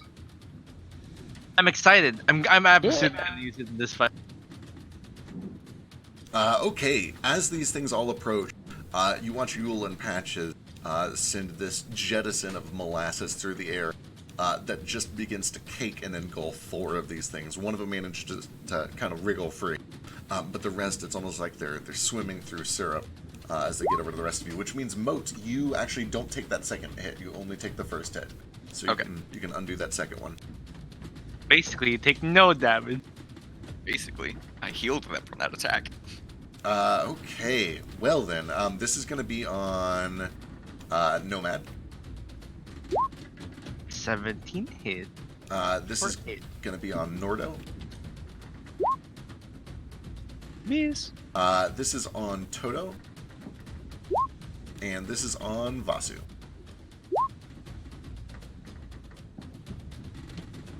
19 just hits. Alright, unfortunately they are too slow to make their second attack, so that is all they can do this turn, but the 4 of them are going to try to save out of it. One of them succeeds, but only the one that is attacking Toto. Yeah, that's a hell of a slow. That brings us to Moat. Alright. I will... okay, if I quicken a spell, I can cast a cantrip as an action, right? Correct. Or is that not true? Okay, I will spend some sorcery points and quicken a Bane.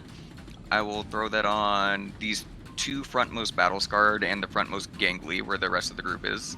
Why are they all gangly and battle scarred? What the fuck? Is my thing broken, or is that just RNG? Weird. Okay. That is what, a wisdom save, I think?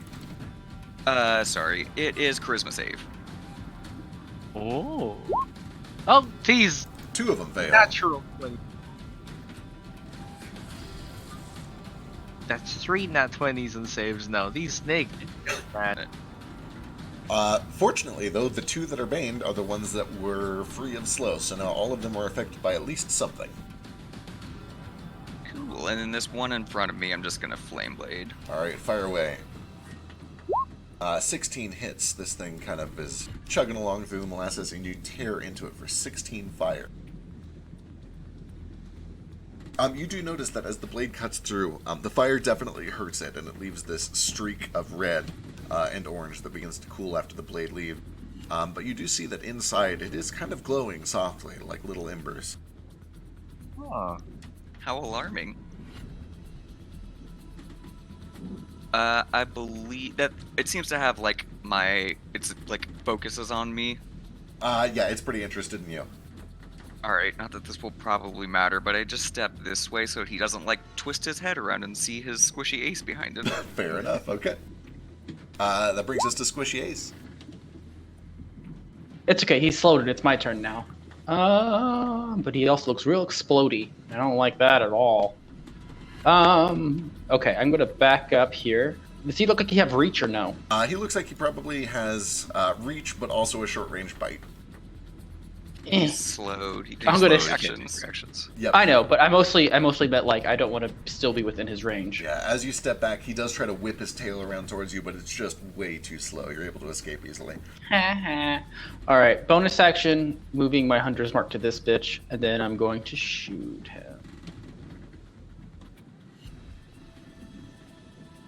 Slow doesn't give me like advantage or anything, does it? That guy's not slowed, but it does reduce their AC. Oh, okay.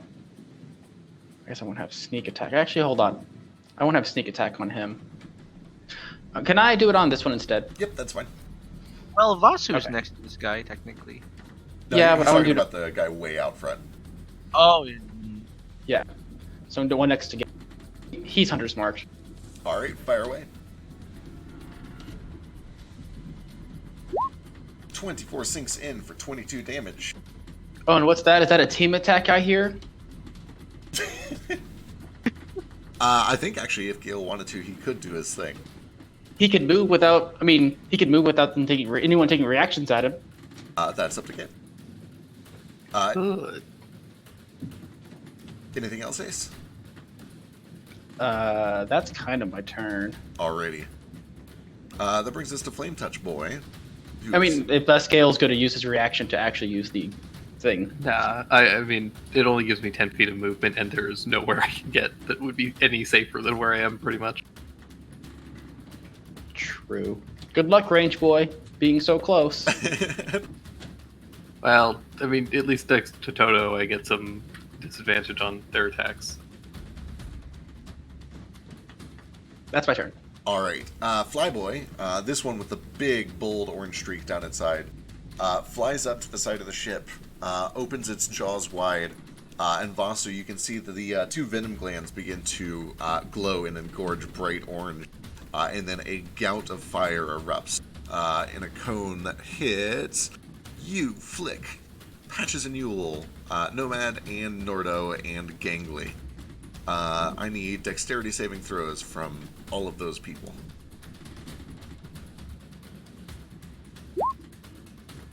Oh no! oh, whoops. Well, you're resistant to fire at least. Fire belches out of his mouth. A 13 is half damage.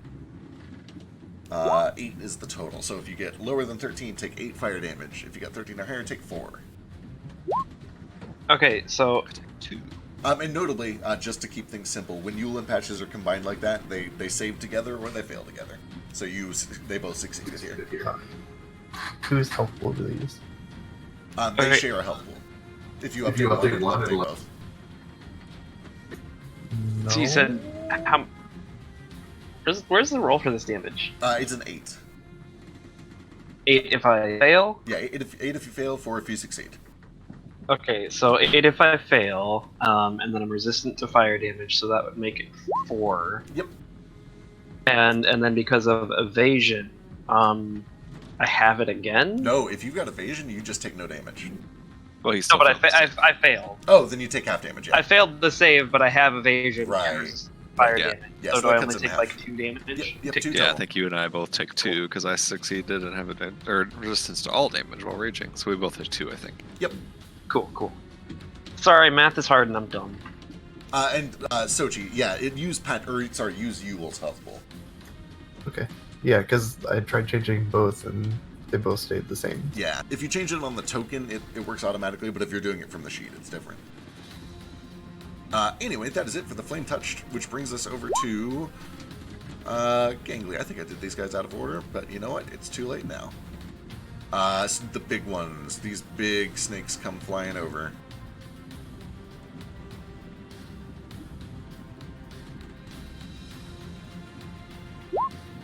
I do not like those. Oh, I'm sorry. I forgot I have temp HP still, so I should give that health back and get my temp HP up. Yay!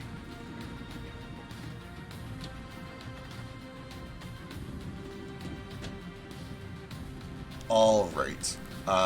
The 'Cause- northernmost one flies its way over to Nordo. We have not had a long rest since we fought the Whitewater gang, right?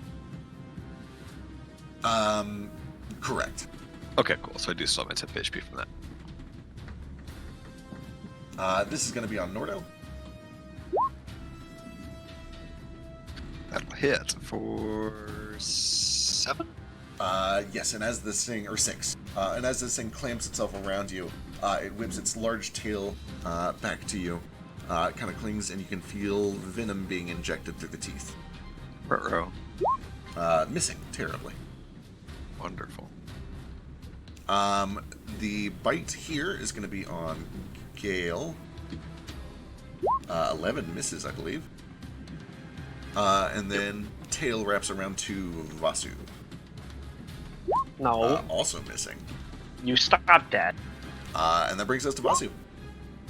Okay, quick question. You said, I know the fire-touched one has like a big orange streak. Does it look like it's actively burning? Do any of them look like they're burning? I know that they're leaving like ashy trails or something. Yeah, from this close, most of them look pretty normal, except for that flame-touched one, which definitely seems to be a streak of some sort of fire or lava or magma or hot blood or something or another.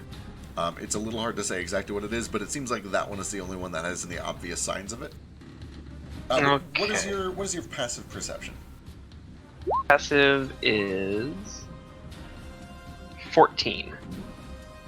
Yeah, that's all you do with the 14. Okay. And yeah, are they up in the air at all, or are they actually? All of them are at eye level with you, except for the big graceful one to your left, which is 20 feet above you.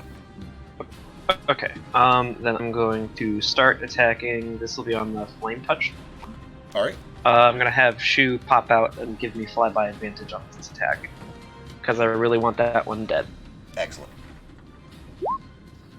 25 lands for 11. You can feel heat inside of this thing. Oh, that's a spicy meatball. 17 lands for another 12. It is barely up. Okay, I'm going to flurry, so first attack is gonna be on him as well. I'm not gonna do it. I'm not gonna do a fire damage kick. I'm just gonna kick it. All right. Spooky ass. Hacha! Spooky. 15 is exactly what you need. Claws tear through this thing, and it drops. And as it does drip this hot magma, narrowly missing the ship as it falls to the ground below. Oh, jeez, get that out of here! And then I'm going to pivot on my heel that I had still on the ground, and I'm just going to bring my kicking leg back down in a cool, fiery heel drop on this one next to the battle scarred one. All right. Captain Falcon's up, eh? Yes, I'm doing my up tilt. Yes. All right, 16 lands for another 8. You are making quick work of this thing. That one already slowed, but now feeling the pain. Brings us to Feel Gale. the void! Gale's up.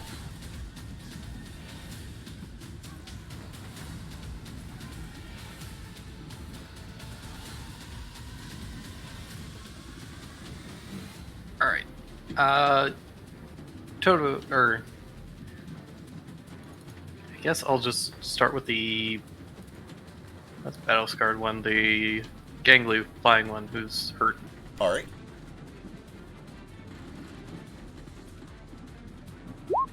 Uh, 16 lands for this thing. You tear into it and cleave through. A big chunk of its tail drops off.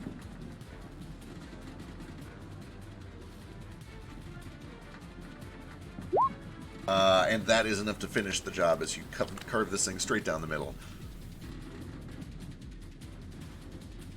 All right.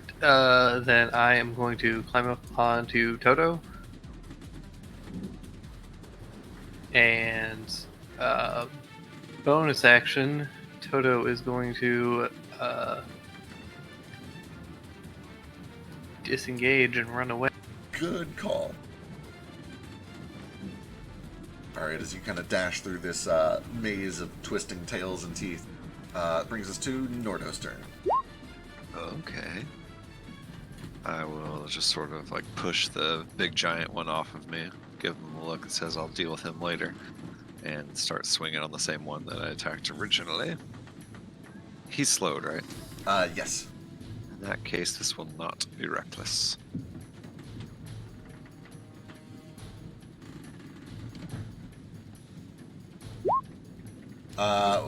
Even with even with the slow, 10 is just a little too slow. Well, balls. I'll go do a flurry.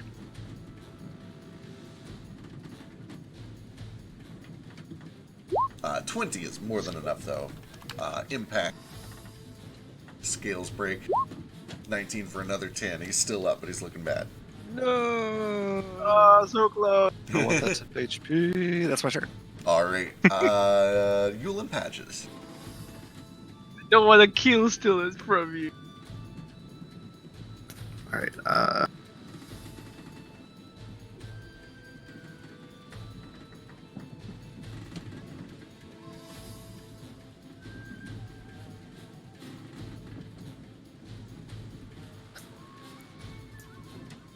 how high above the deck is the balloon? The balloon is about 60 feet above all of you.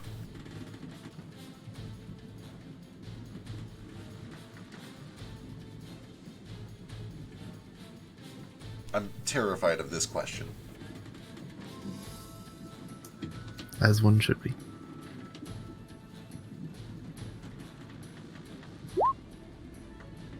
Excellent. Let's see, 10-foot radius sphere.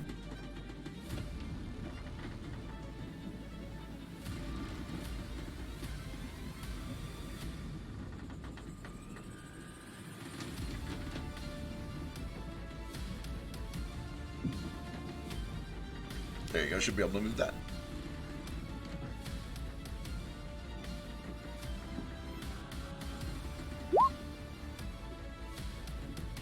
Is that technically hitting both the big ones? Yeah, that'll work. Okay. Alright, so there is an eruption of pop rocks. I need 3 constitution saving throws.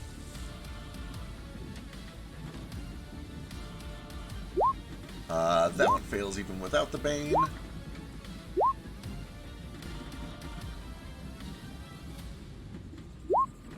Let's see, the southern one succeeds, but the northern one and the smaller one both fail and take the full damage, 13 thunder.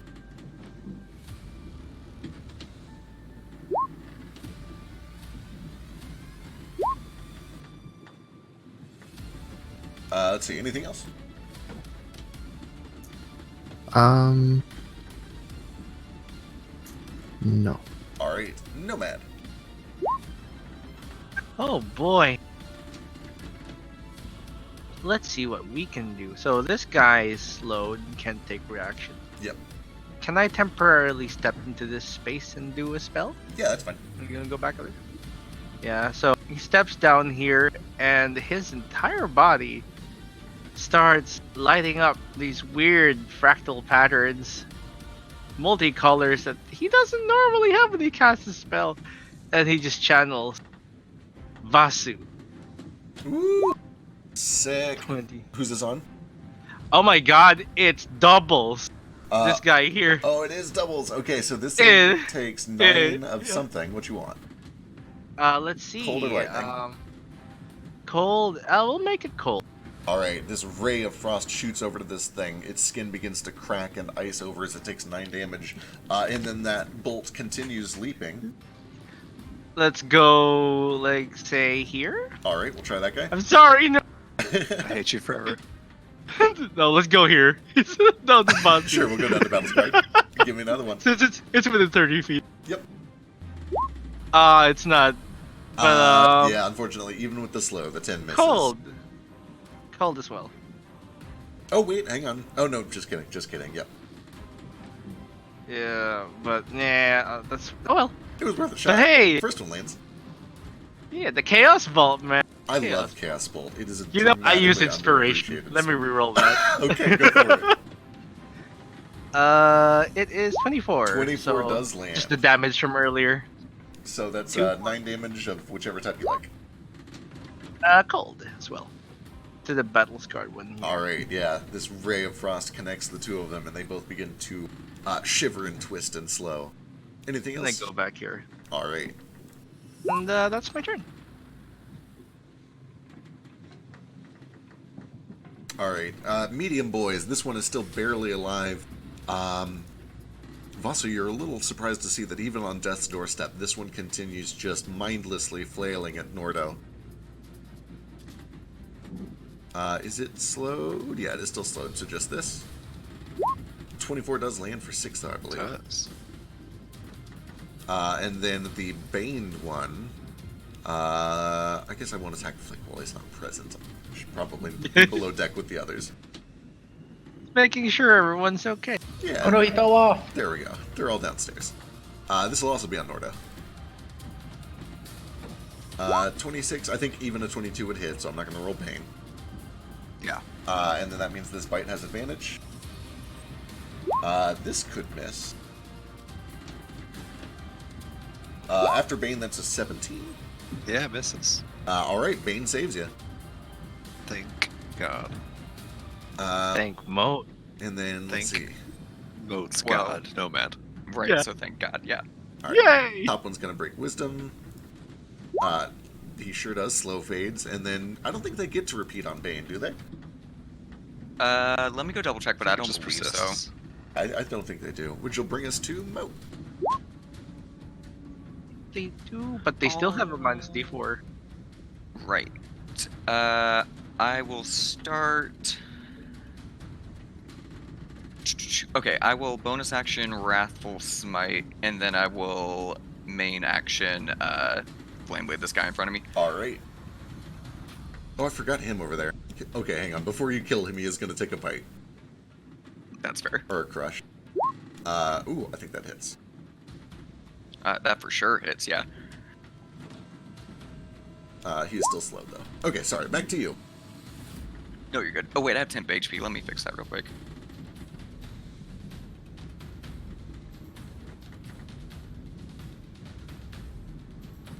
Oh, fuck. I forgot the guy by Vasu, too. Jesus, what am I doing? Here you go, Vasu. Have some crush. It misses. How about a miss, pal? Let's see. White Flame Blade sinks in easily. 27 for 13 fire, and then your smite for another 6. Or, sorry, 16. And then needs a wisdom saving throw. Fails miserably. This thing looks terrified. You see all of this creature's primal fight or flight reflexes start to kick in out of nowhere. It seems confused and unsure why it's doing this. It begins to look very terrified. Perfect. Brings us to Ace. Why?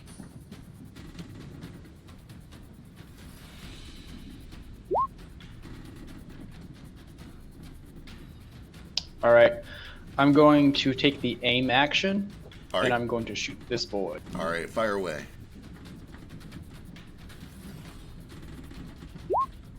Hey, Flick is here, just in time. Flick up. Yep. Oh, look at that. Nice one. Perfect placement, though. Means you're like next. 24 is a solid hit. For 18 damage. And that is plenty more than enough to finish this guy off, and the body begins rolling off the side of the ship as it falls. I cleared the way, Moat. Thank you. That brings us over to Flame Touch, who is dead, which makes it Flick's turn. Wow, that was real good timing. Hi guys. A few of them are slowed and a few of them are baned. Okay, I don't know what these. Okay, I was eating a sandwich again. I'm really gonna miss that sandwich shop. I'm kind of mad we left. Yeah. But You see several snakes that these look two up very here look like similar to the ones that Vasu fought in the arena. I wasn't here for that either. Oh shit, right. The one that one-shot him. Perfect. I like to think Flick just has selective amnesia. Probably. I mean, I do. It works out.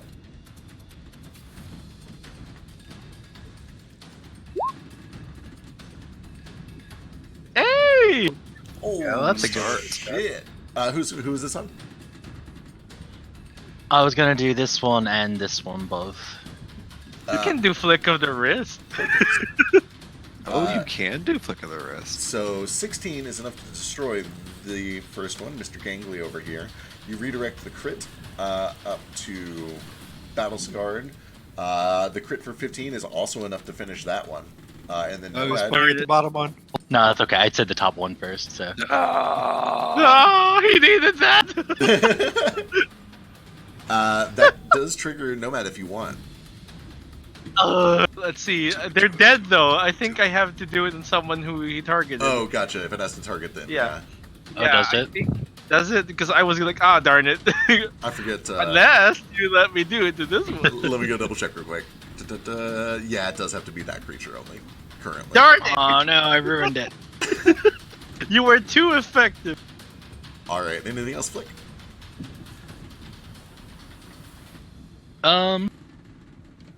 Nope.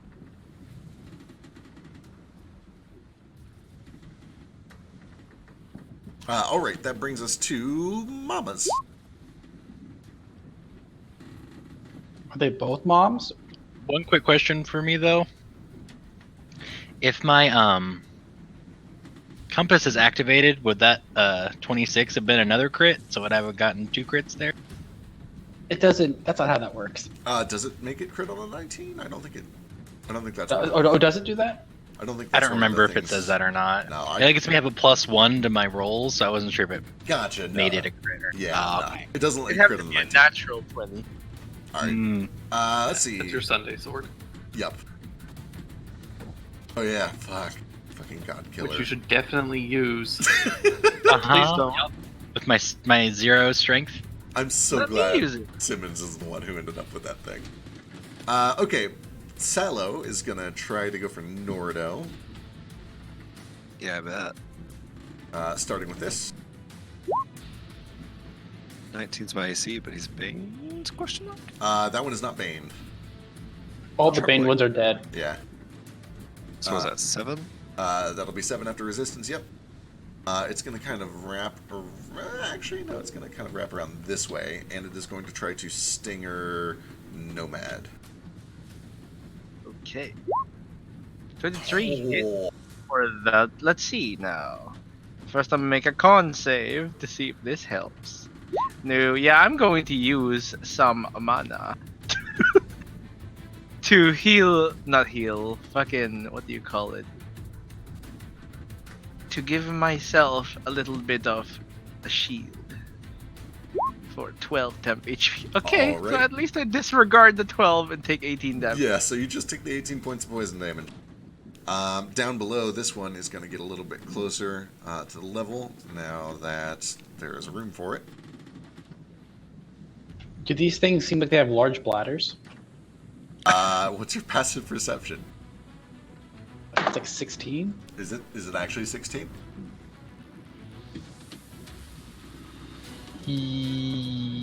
Yes. You do. My passive investigation is like 18. You do notice as these things are fighting, and everybody's kind of caught up in the middle of things, and actually, Nordo, I believe you would see this too, especially from up close, that every once in a while you see a weird kick or a pulse under the skin and scales of these things, like a baby kicking at mama's stomach or something like that. It's weird. Oh no. It's definitely something moving under the surface. More babies. Very troubling. Ticks. They're full of ticks. They're full of ticks. Fuck you guys.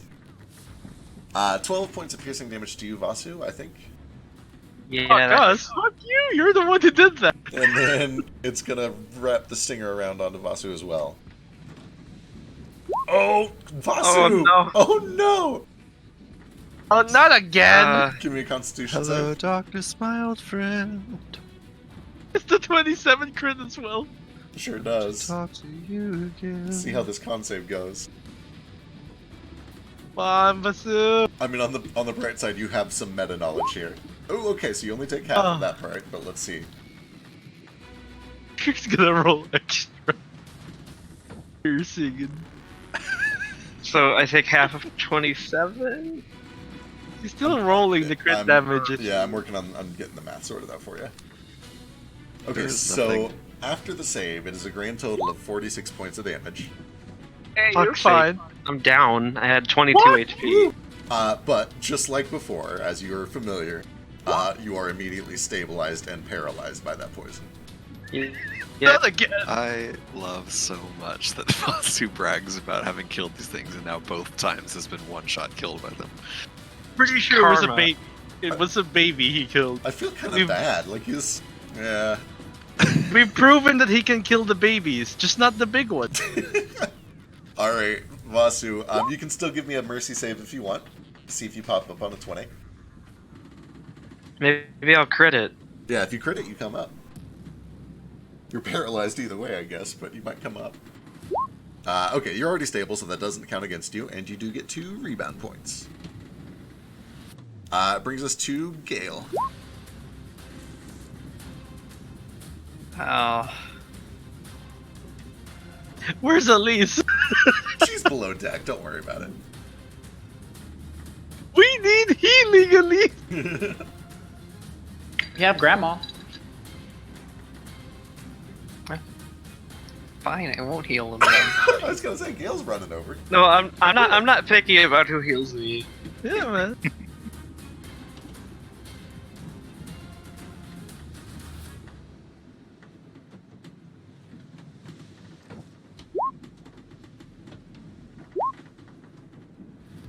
Pull out the big syringe. I'm just like, okay, here you go. Oh god, you're gonna Pulp Fiction me? Yeah, jam it into your chest. Woo!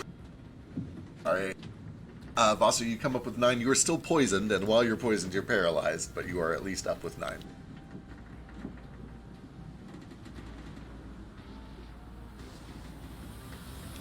Anything else, Gale? And then Toto is going to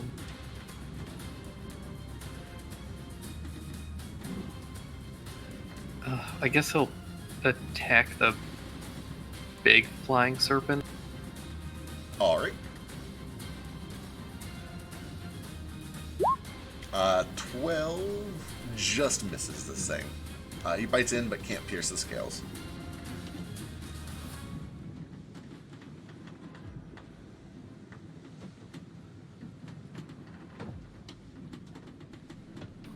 I really got to do something about Toto's attacks. I was gonna say, what's his mod? 5? Yeah, he's only got a +5. Yeah. Yeah, I think that's about all I can do. So I'll just gotta stay here and die. Alright. Guess I'll die. Nordo. Okay, so you've mentioned a couple times that these things are like acting like they are fighting mindlessly, and one was like fighting Moat, and then suddenly started acting like it wanted to be here. Kinda, yeah. With passive animal handling of I think 14. Can I tell at all? Are these things like under some sort of weird? Are they acting naturally? Between the fact that, between the behavioral things that you've seen and the fact that there's like weird lava explosions, you can tell that there's some sort of like unnatural involvement here. You're not entirely sure. Sure. Okay, and then also passive animal handling. Looking at the ripples in this thing's belly, does it look like it is literally pregnant with babies? That one. Give me a nature check. Boy.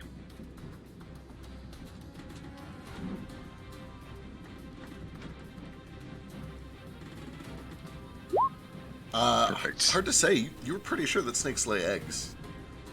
It does seem logical. Well, that still is freaking me out, so I'm just gonna slash at that spot in its belly. Okay, give me an attack. Recklessly.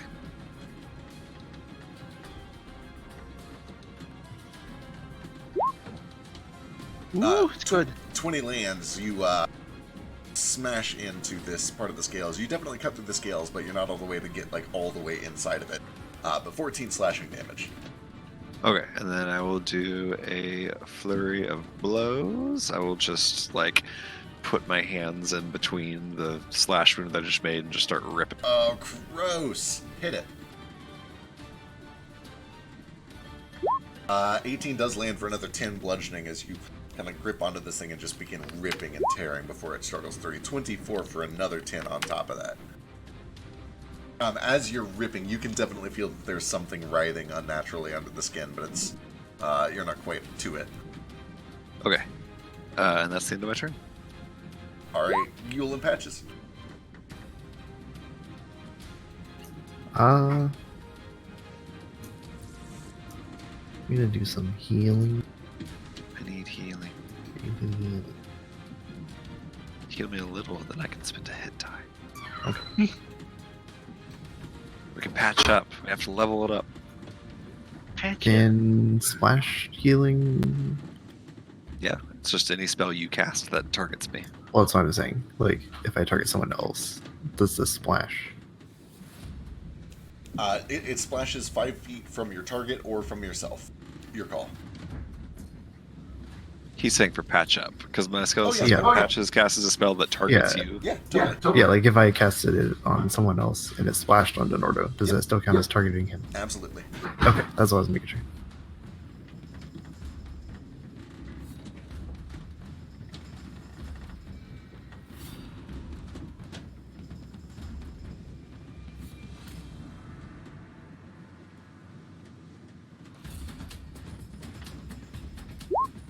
Oh boy.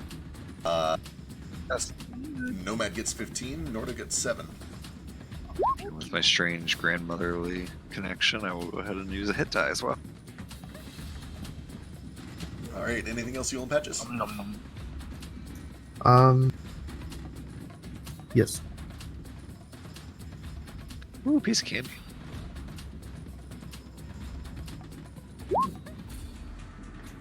I'm gonna give that to Vasu. Alright, Vasu. Totally paralyzed, this piece of gumdrop candy, or one of the weird peppermints that grandmas always have, flies its way under your tongue. But it actually kind of like slowly rubs its way around, like inside of his lips, like over his teeth, very creepily. Thank you. Alright, Nomad. It watches Candy and I'm just like, for what purpose? And then he uses a second level spell slot to call to arms on this feller up here. 20, 27, and that's 8 and 7 damage. 15 total damage to that top one. Woo-hoo. That's about it. That's my action and bonus action. I'll stand here for a bit. Damn, I'm down to 4 mana already. Alright, let's see. This is the cost of casting Sending every day. Yeah, it adds up. It is. Okay, Battlescarred down below Vasu sees a paralyzed target and has to take advantage of that, right? Please don't. Here comes... Disadvantage. Disadvantage because of Totem. Which cancels out, so this is just a straight roll. 23. Misses. Does it? Yeah. For a total of 11 points of bludgeoning damage. But it is... And I'm down again. Excellent. It is still slowed, however. So it cannot follow that up. It's going to try to save Wait, it. how are you? How are you down? Only had 9 HP. Any attack that hits a paralyzed creature is an automatic crit. Within 5 feet. Within 5 Within feet. 5 yeah. feet. Gil, did you cast Cure Dire Wound or just regular Cure Wound? Regular cure wounds because I don't play with that shit. I have like 30 spells that I have to memorize. I'm not also memorizing the fucking. You don't have to memorize it. It literally has. like shit. There is a macro for it if you want. I literally just copy pasted the macro. Here, I'll do it for you. Yeah, I was going to say, somebody roll another d8 for Vasu. Vasu, you're up with 1 health. Congratulations.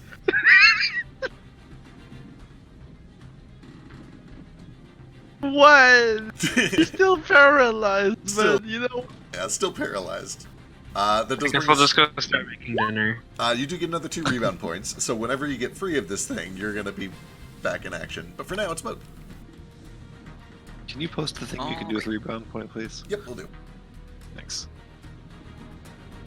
How many rebound points has he accumulated? So He's got 4. Which I believe A is lot. his max because of proficiency. Oh, max for proficiency. That's pretty good. Do we have I will, combat music? Mo posted it. I missed it. I'll go back and find it.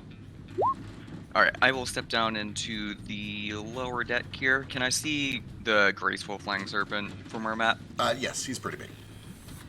Alright, I will cast a spell on him. He needs a wisdom saving throw. Sorry, my spell macros are all kinds of fucked up right now. Crazed in his eyes, he seems uninterested. You are right. Okay, I will finish moving the rest of the way up then. Oh, what the hell, Flick? You were an 8, right? He was 9. Yeah, 9. I think you have to go to just go to your spells. I think you have to check. You have to select the little boxes. I was like tweaking them earlier and just like over tweaked them and didn't fix them. Anyway, that's it. That's all I got. All right, Ace. How large is this graceful serpent? Probably about 35 to 40 feet long, tip to tail, but it is huge, like mechanically. Give me 1 second.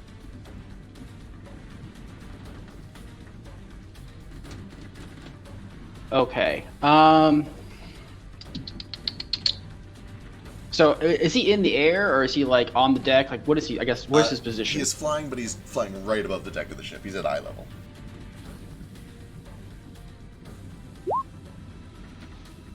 Never mind. It's stupid. I won't do it. Be fun. Well, hold on. Okay, I'll do it then. I'm going to aim at him, and I'm going to.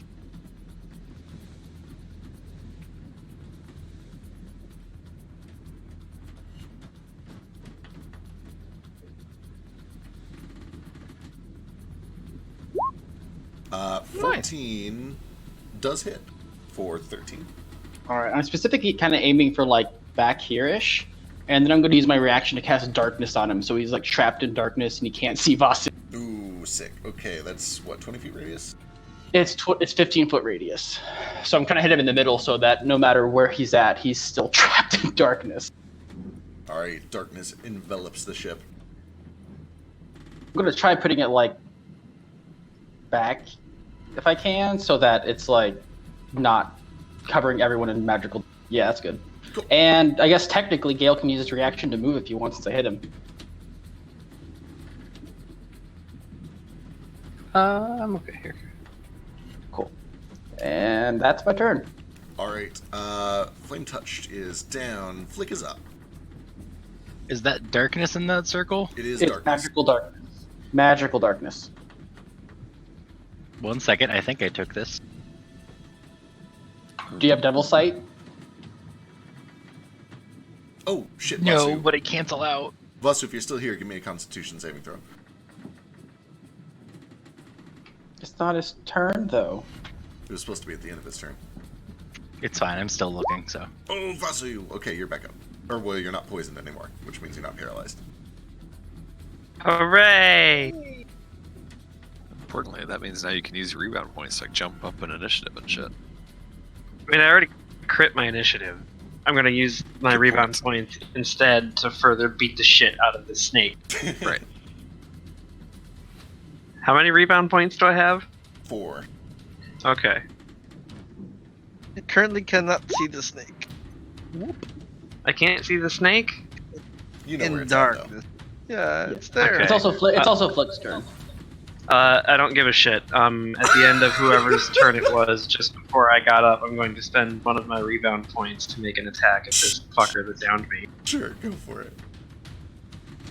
I'm very petty! Yeah, darkness. Alright, well, I'm gonna cast Shadow Blade, because that'll cancel shit out. Hell yeah, Will. Stand here. 1 second. I don't have a macro that doesn't fucking use Booming Blade with it, so that's You can Booming Blade with Shadow Blade. Yeah. not when I cast Shadow Blade the same turn, though. Yeah, you can. No, yeah, you can. It's a cantrip. cantrip. Okay, okay. Oh yeah, dude. Shadow Blade is the best fucking spell. And by that I mean Booming Blade is the best fucking spell.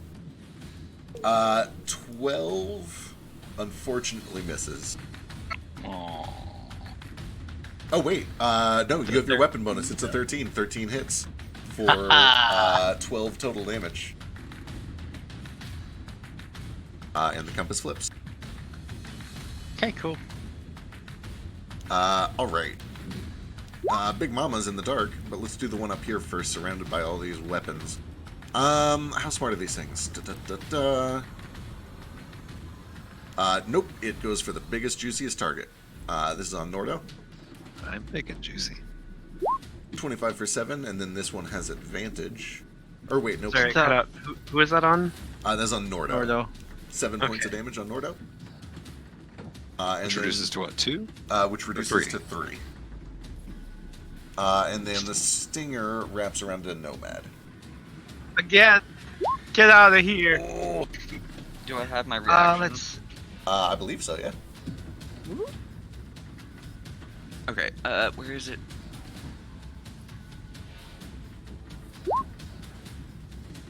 Oh, what's this? Oh, sick.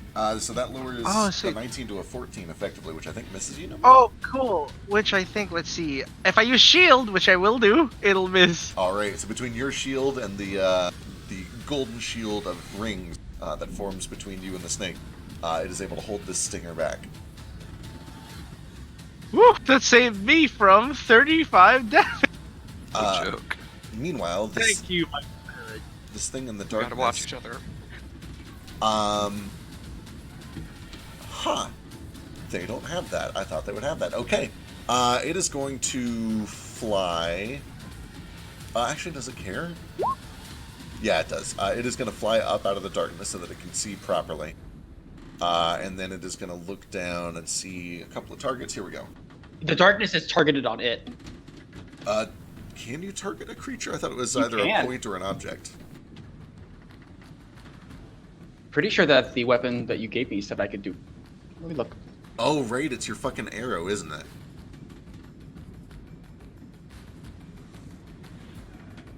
Just follow. Yeah, centered on the target is what the item says. Yeah, that's why I shot it. All right. As this thing tries to fly away to get out of the darkness, it finds that the darkness is moving with it, with the arrow embedded in itself. It's not smart enough to try to remove the arrow, so it is going to flail randomly. Let's give it a luck check. It just, you see this orb of darkness just randomly flying around trying to get its bearings. Which brings us to Vasu. The moment Vasu's turn starts, well, never mind. He's fine. Never mind. Is this battle scarred one still at eye level with me? It is, yeah. It's also still slowed all this time later. Please die. Oh! Yeah, eat shit. How does it feel? It feels. I told you I could kill one of these things. Vasu leaps up for this thing, grabs it by the jaws, and just rips, splits about 2 feet down its jawline until this thing crumples off the side of the ship. Keep the bladder. Throw it on the ship. I do that with my spear somehow. Okay. Also, like the one that Moat and I killed, it fell off the ship, but it was like right here. Could it have stayed Yeah, on the ship? if you guys wanted these things to stay on the ship, you could do that.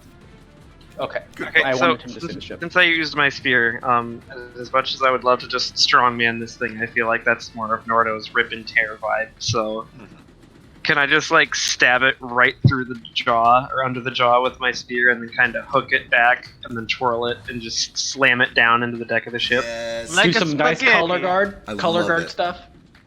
It's like some color guard stuff or like a Fire Emblem crit animation. There's a lot of spear Yes. twirling going. Fuck yes. It's like ribbon twirling, except with an entire fucking snake. You bring it Yes. down onto one of the rope anchors, and there's just an awful crack. Cool, and then I'm going to yank my spear free and fly over here. Is this one also at eye level? It is. Cool. Here's the second attack on it. Come on, crit. I'll have Shu come out and give me advantage on this. You already have crit anyways. Oh, do I? Do you? How's he? I don't Oh, think never he- mind. That's the last one. Never mind. I thought he already rolled. Never Oh, mind. gotcha, yeah. 26. 26 for 12 does land. How's it look? Injured, but still going. Okay, I'm going to flurry. Hacha! 17 lands for 9 more fire, Hacha! and 21 for 11 more. This thing is up, but most of these scales now have started to burn and flake away. It's now very obvious to all of you up close with this thing that there is something kind of pushing and writhing under its skin. How almost dead does it look? Like anywhere from 1 to 3 punches. Okay. I'm not gonna do a key point to apply more damage, but I am gonna try a stun strike. All right. Constitution Give me a saving con throw. save. Big fail. No, this thing drops, and as it becomes incapacitated, actually, I don't think that does it. It just kind of begins to kind of drift and glide. The wings lock in place. Everyone, please remember, Nordo needs kills. So greedy. That's why I left it alive. Appreciate you. Gale. Since it is stunned, I'm just gonna run. Where's the staircase to go below deck? I'm at 1 HP. Yeah, it's in there. Yeah, over that way. Okay, I fly over to the door and I'm like, okay, you guys got it from here. I'm gonna go find Heal Mom. I'm gonna close the door behind me and like slump up against it and just go look. Ali, Perfect. medic, Doc, come on, man. All right, Gale's up.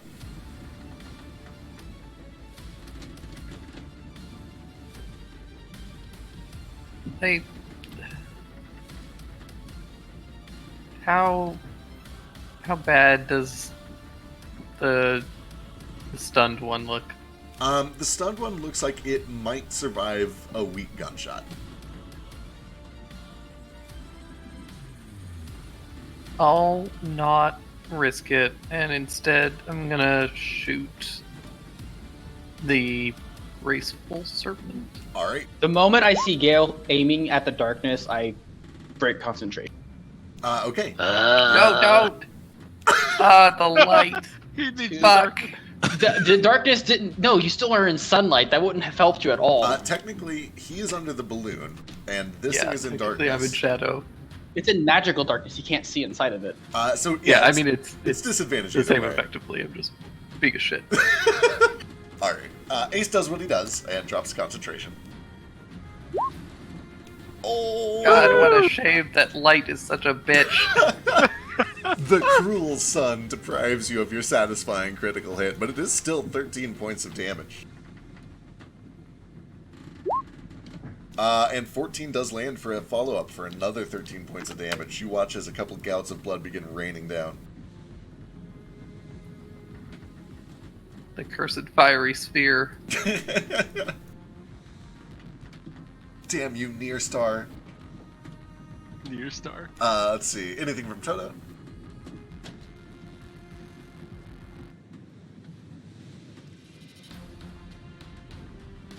No. If Dodo kills Alright. us. He can help.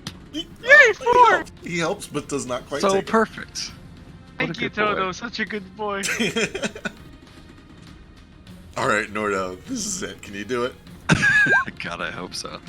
So Bossy stuns this thing, and before he flies away, I give him a nod and say the orcish words for much obliged. And then I'm gonna swing on it.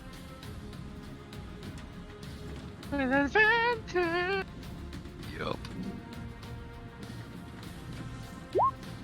That is enough to do it. You grab this thing with your battle axe, pull it over towards the ship, and just begin hacking and tearing. Actually, you Excellent. should tell me what you do with this thing for reasons. My plan was Oh, to no. just decapitate it. Just a big wide swing. It's probably way too big to decapitate, but just one like big gash around like the neck. Yeah, most of the bigness is in its length. Like the head of this thing is probably about as wide as you are. So with a real good strong hit, like a 14, you're able to get the head most of the way off as this body just locks up. And as it does, you watch as the flesh begins to split and kind of burn away down the middle. And several just glowing orange snakes, about the size of like a normal ass snake instead of this thing, begin to kind of peel and burst their way out of this thing's body. But their underdeveloped downy wings are not enough to carry them, and they kind of just rain harmlessly down to the earth far below. Excellent. Ace laughs at them. And as some of that smoky embers come out from the smoke, starts to like gather around Nordo and like sink into his skin, and all use touch of death. And then well, don't have a whole lot else I can do. I can't hold a bonus action, so I guess I'm just gonna walk up here and kind of stand in front of Gale and wait for this thing to come over here, body block for him. Alrighty. You will pay. I guess I'll do patient defense. Excellent. Okay. 4 of these things survive the weird premature emergence, and then they fall and take 100 points of falling damage and die. Yule and Patches. Can I catch one?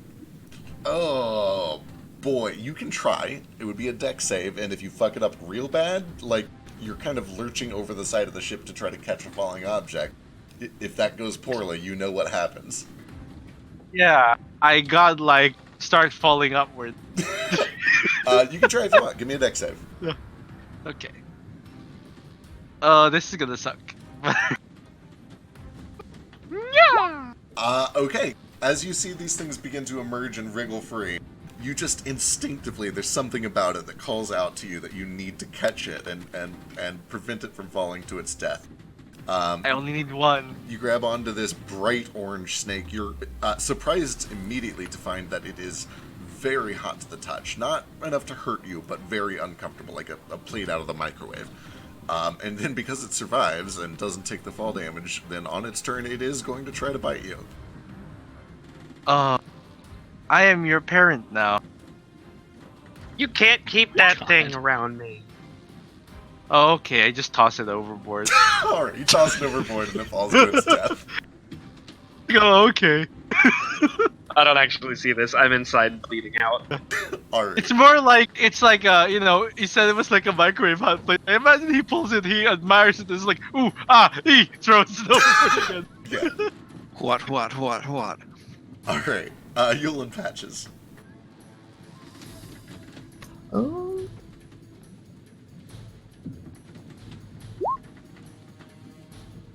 Your own body heat killed you. I am sorry.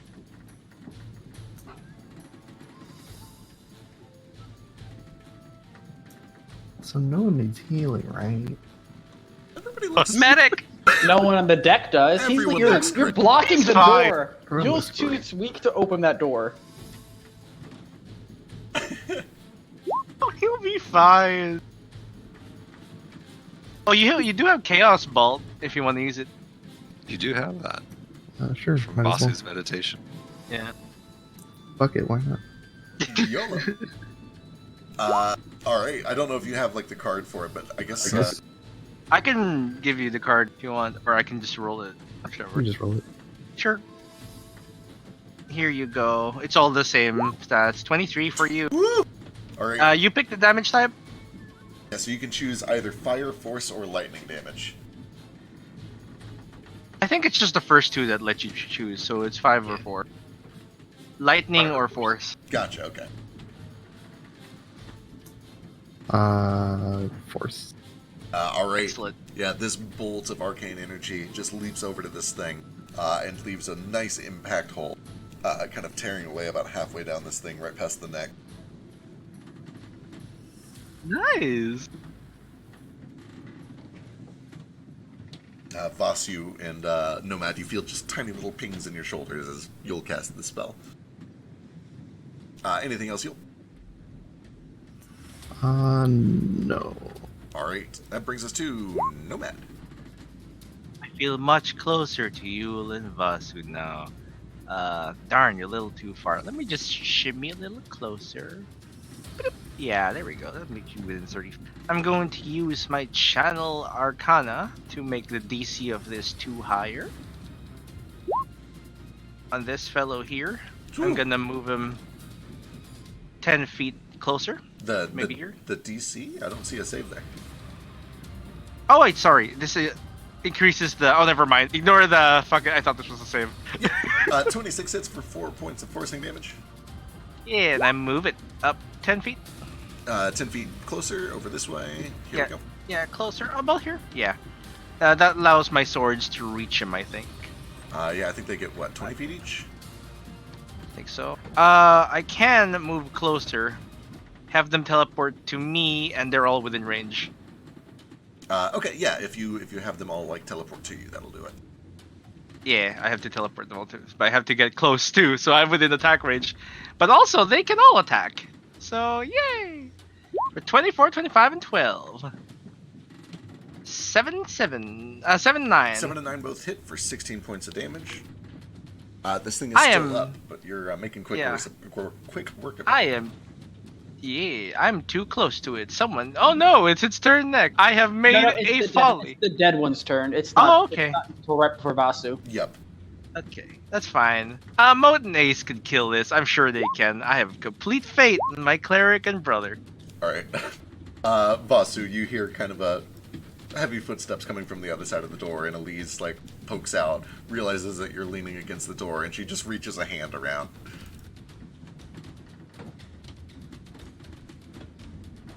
She's giving you a nice reach around. She's giving you a great reach around.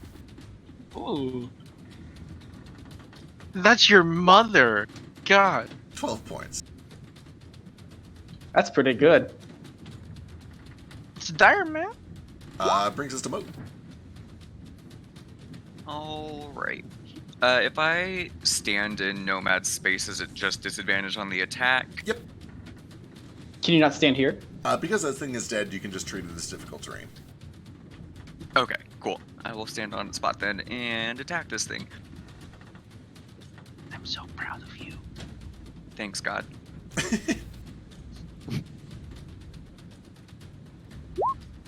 22 lands for 13 points of damage. And I believe that's all I'm going to do. All right, Ace. I'm aim and fire. Oh, yeah.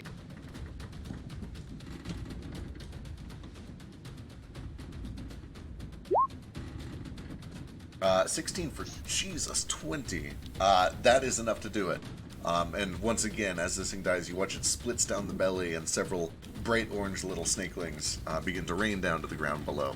I like to imagine that as I shot the arrow, it pierced literally all the babies inside of it too. It definitely catches several of them, and they go flying off like an orange tree. Come on. Aw, I wanted to do target practice. If you run real quick, you can try to hit one before it hits the ground.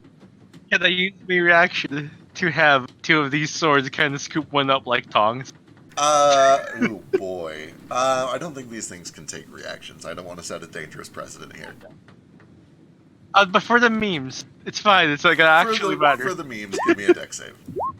Okay. It's like I won't do it when it's actually important. Yeah, you kind of catch one, and it wraps around it real quick and starts biting at the sword, and then eventually kind of falls free. Oh no, it fell off again. I'm like, hey, let's bring it over. Let's examine it. No, you can't keep that thing. Vastra, I was worried about you for a second there. I wasn't worried about you for a moment, Vasudeva. I was kind of worried about myself, I gotta be honest. I was a little worried. I wasn't sure if that would work. experiments. I wasn't sure if that was going to work, but I'm glad that it did. Where did they come from? Where did they go? It came from the ash, all the smoke, and all that from the volcano. It seems like they came right out of it. Do I see any more of them in the smoke? Give me a perception check. Can I also assist in helping looking? Sure. Yeah, go for it.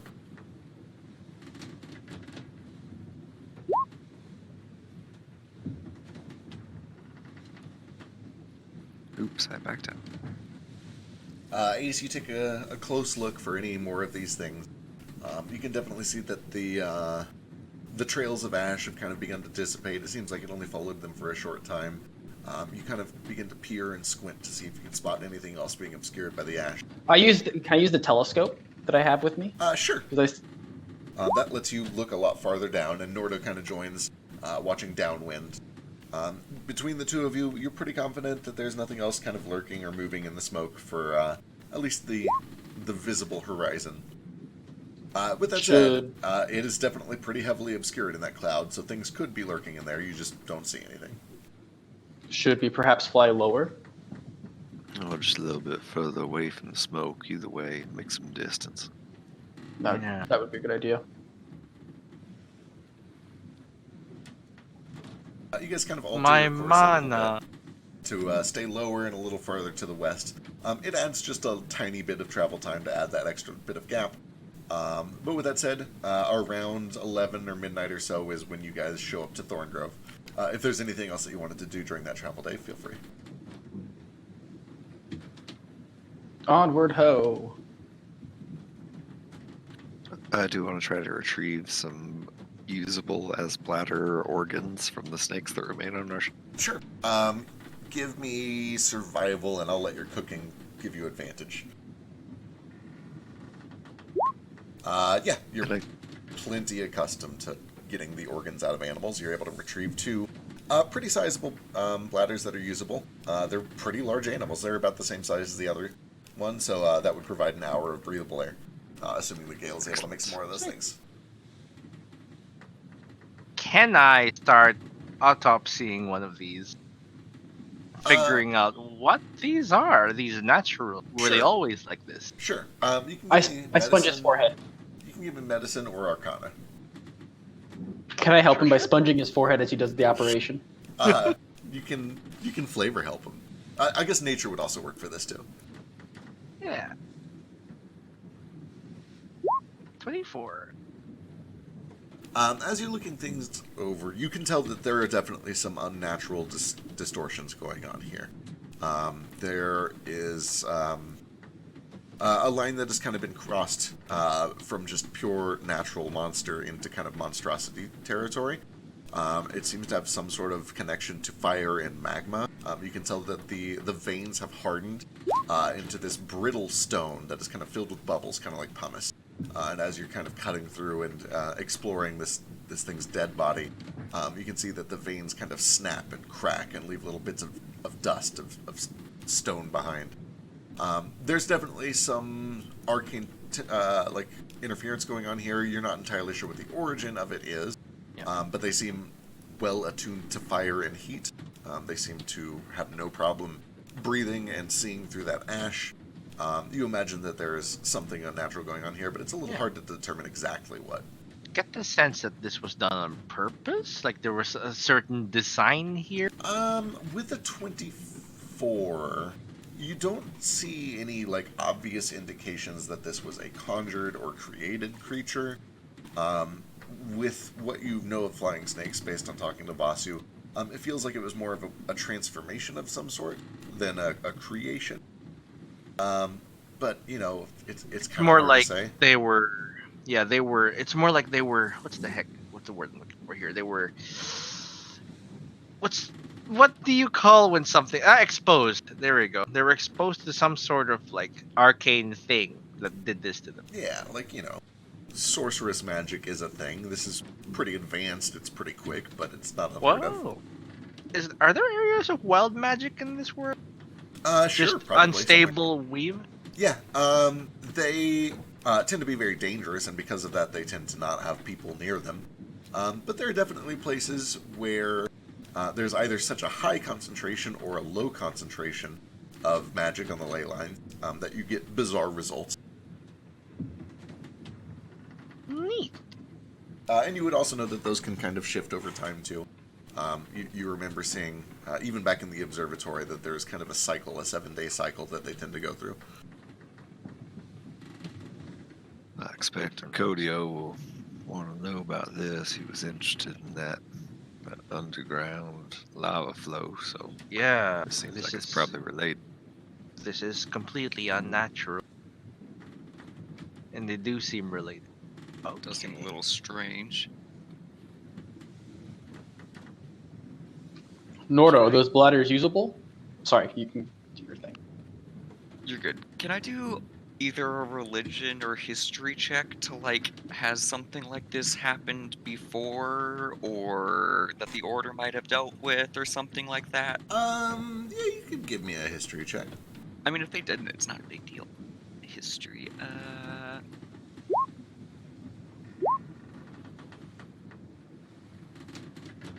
I mean, you would know that there are probably actually... There are lots of incidents where there is some sort of a magical disaster or something of that scale. And as a result, it either produces monsters or turns people or beasts into monsters. You would know that anytime there is a massive overflow or surge of magical energy, that it has a tendency to kind of corrupt or transform the things that are exposed to it. You probably don't remember like any super specific examples, but you've heard of things like this in your training. Okay. It just doesn't sound like crazy. This has never happened before. What's going on? Pretty common stuff. It's definitely very weird, but it's not like unprecedented. Cool. Again, like sorcerers are a thing. Just being exposed to large quantities of magic can sometimes imbue weird powers or abilities into things.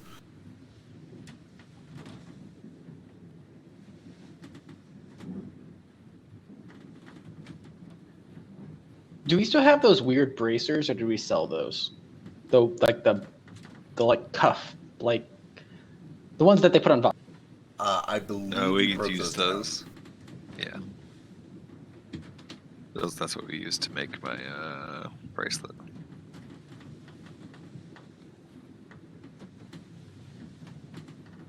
But take the ladders to Gale for curing and making scuba out of. So how much gold do we get from the snakes? We pick their pockets. You search their I pockets. do, on the off chance that it matters, I do pick their stomachs in case they've eaten anything of value. Yeah, they might have. Who knows? Okay, sure. Give me an Can I collect investigation some check. more teeth too? Absolutely. Easy enough, they pop right out. I take the feathers and the down feathers from the baby. Okay, sure, yeah. What did you want me to give? Investigation. I Should guess poorly. survival might also work. As you kind of cut open the stomach and you try to make sense of what is there and what has been digested and undigested, one of the first things that you find is that these things have not eaten in a pretty long time. Their stomachs are actually fairly empty. You do find that one of the smaller ones seems to have the skeleton of some small creature. It looks like wildlife, maybe an armadillo or something like that. The bigger one has a lot of... actually, both of the bigger ones have a lot of like kind of bile and just stomach acid, but not a lot of substance to it. They all actually are much emptier than you would expect looking through. But nothing... Interesting. No coins, no magic weapons, nothing cool like that. It is odd, didn't quite add up. They weren't acting very natural in that fight either. Any of this make sense to you, Moat, since you know about elements and such? Sorry, 1 second. Mild disaster. Okay. Oh no. Tiny disaster. Okay, it was really tiny. It solved. It's not unheard of. I mean, it's not normal. It usually means that there's some kind of magic leak somewhere, but it's not unheard of. I mean, didn't Marvel say that there was a weird eruption that was somehow causing a distraction all the way where we're going? So, Yeah, it doesn't I seem like mean- unprecedented fallout for what was described. I mean, obviously where this eruption is at is probably leading to the Underdark, but it seems like the way stupider way to get there.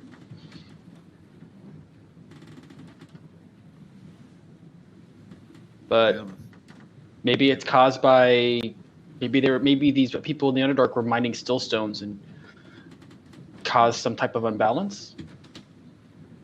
An explosion maybe that broke open a path to some underground magma, and these things maybe came out of there. I don't know. Might be. Guess it's time to get to work. Yeah, maybe Akodio will know more if he's been studying it since we've been gone, asking the Earth about it and such.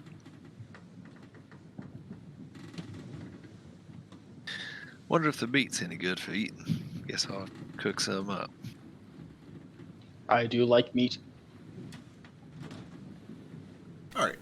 Make soup. Yeah, you kind of start working with it a little bit, and Voss would be able to tell you that they definitely have venom, but they're not inherently poisonous. It's safe to eat. It's a little gamey. Can we harvest the venom? You could certainly try. They do hurt a lot. Let me see how many bodies were left on the ship. Two, I think two. So yeah, you guys could give me 2 attempts to harvest. That's a dexterity check with either nature or poisoner's kit.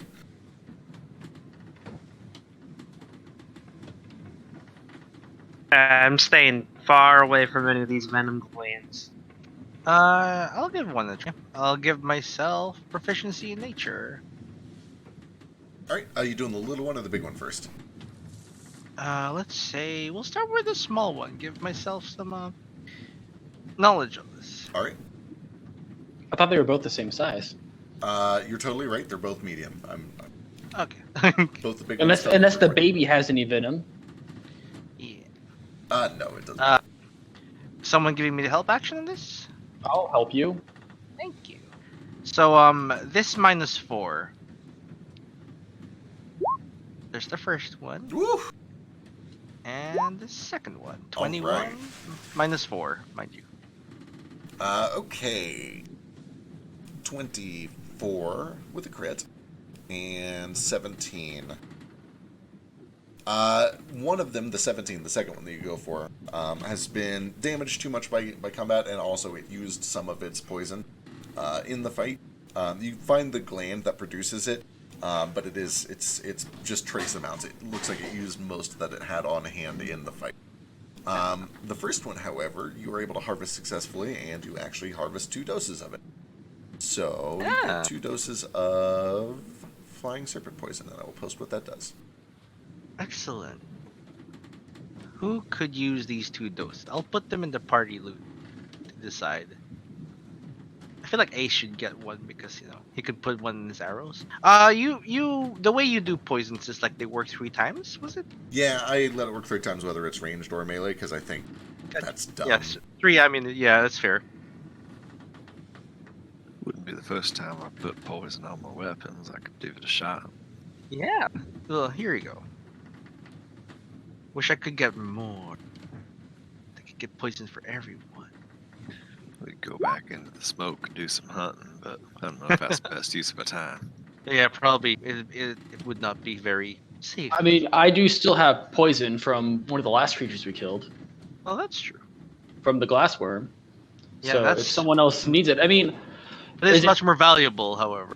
does anyone else, like, I guess, not have so much going on in combat that they can actually apply it to their weapon? Because I can, it's just...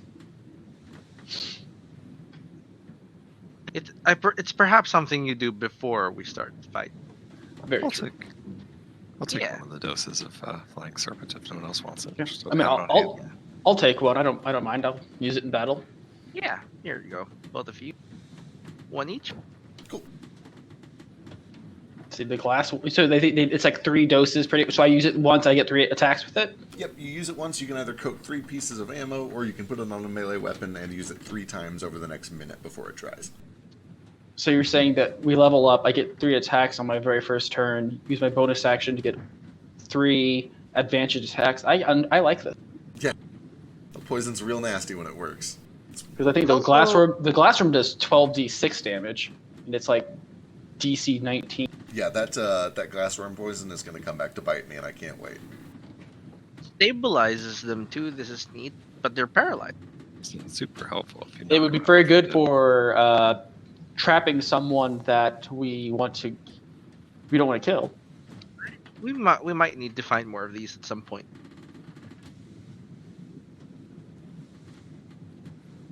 I suppose I'd like to recommend as we wind down this evening, maybe we keep our distance from Thorngrove. I don't suspect they'd be looking too kindly on us when we get back there. True. Can we turn one of these snakes into a sleeping bag?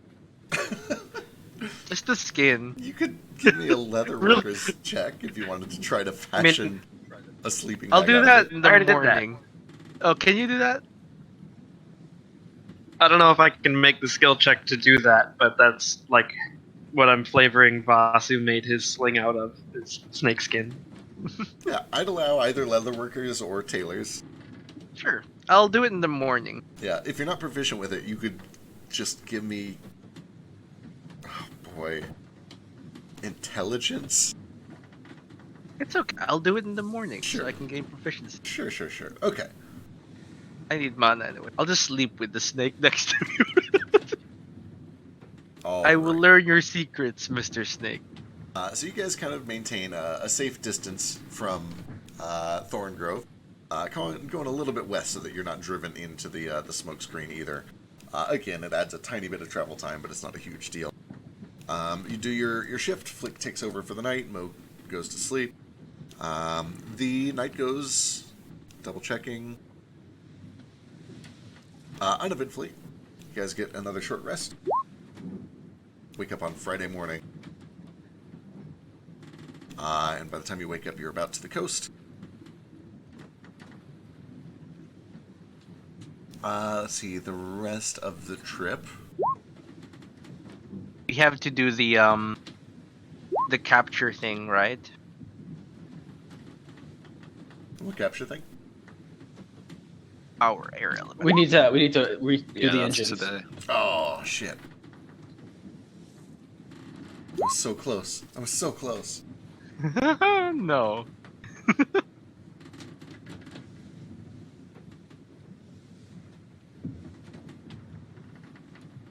Hopefully it's last time. Alright, if you guys are firing the engines, this thing needs to make some saves.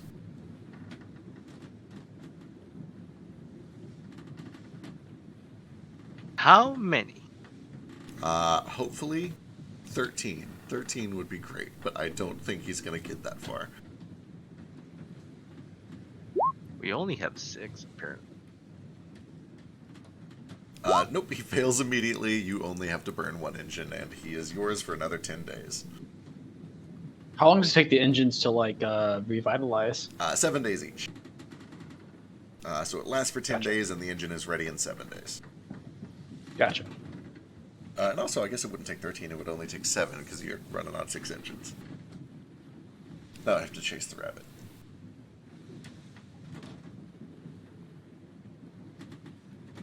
He succeeded the first time. Let's see. No, he he's, failed. he super fails. Okay. With that, the rest of the trip goes uneventfully, and around 3 o'clock in the afternoon, you see land on the horizon. You approach the harbor, or at least the edge of the island. It's kind of up to you if you want to go to the harbor or if you want to just try flying straight up. We discussed going to the harbor. Yeah, Also, I'm yeah. going to use a spyglass to see if I can spy into town and find that one guy who took us to the tree as we approach. Alright, as you approach, you pull out the spyglass. Sure enough, you still see the kind of lumber yard. You can see that there is not an auction currently being held, so it's kind of quiet in the city today. But you do see that he is still there. He is kind of overseeing things. He's currently actually doing a little bit of work, cutting some wood. But everything is as you left it on Caldist Island. Red Bark. I'd like to send Ig to go just back up to the middle of the island where the little lake is, where Kodia was, and just take a look and then come back, and I'll do beast sense while he's doing that. Okay. If he's willing. Yeah, you've developed a thing with him. You're able to convince him with a little bit of food. He is less intelligent than like a familiar would be, so it takes a little guidance for him to know exactly what you're talking about. But with that said, birds are inherently good at tracking, and he is able to perform it. You throw up a beast sense so that you can watch along the way. And you watch as he kind of sails up to the top. He gets colder. You can see mist kind of rolling off of this thing.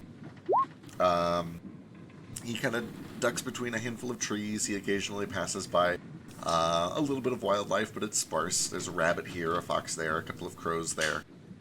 He does a circle around the Caldera Lake. He finds a little cabin. He can see that there is smoke coming out of the smokestack. At one point, as he's kind of flying around, he does pass over one of the druids that seems to just be performing some sort of a magical ritual in front of one of these trees. But eventually, after 20 or 30 minutes of exploration, about the time that you guys get done docking and going through customs and paying off all of your minor fees, she does swoop back down to the docks and rejoin you on the ship. Excellent.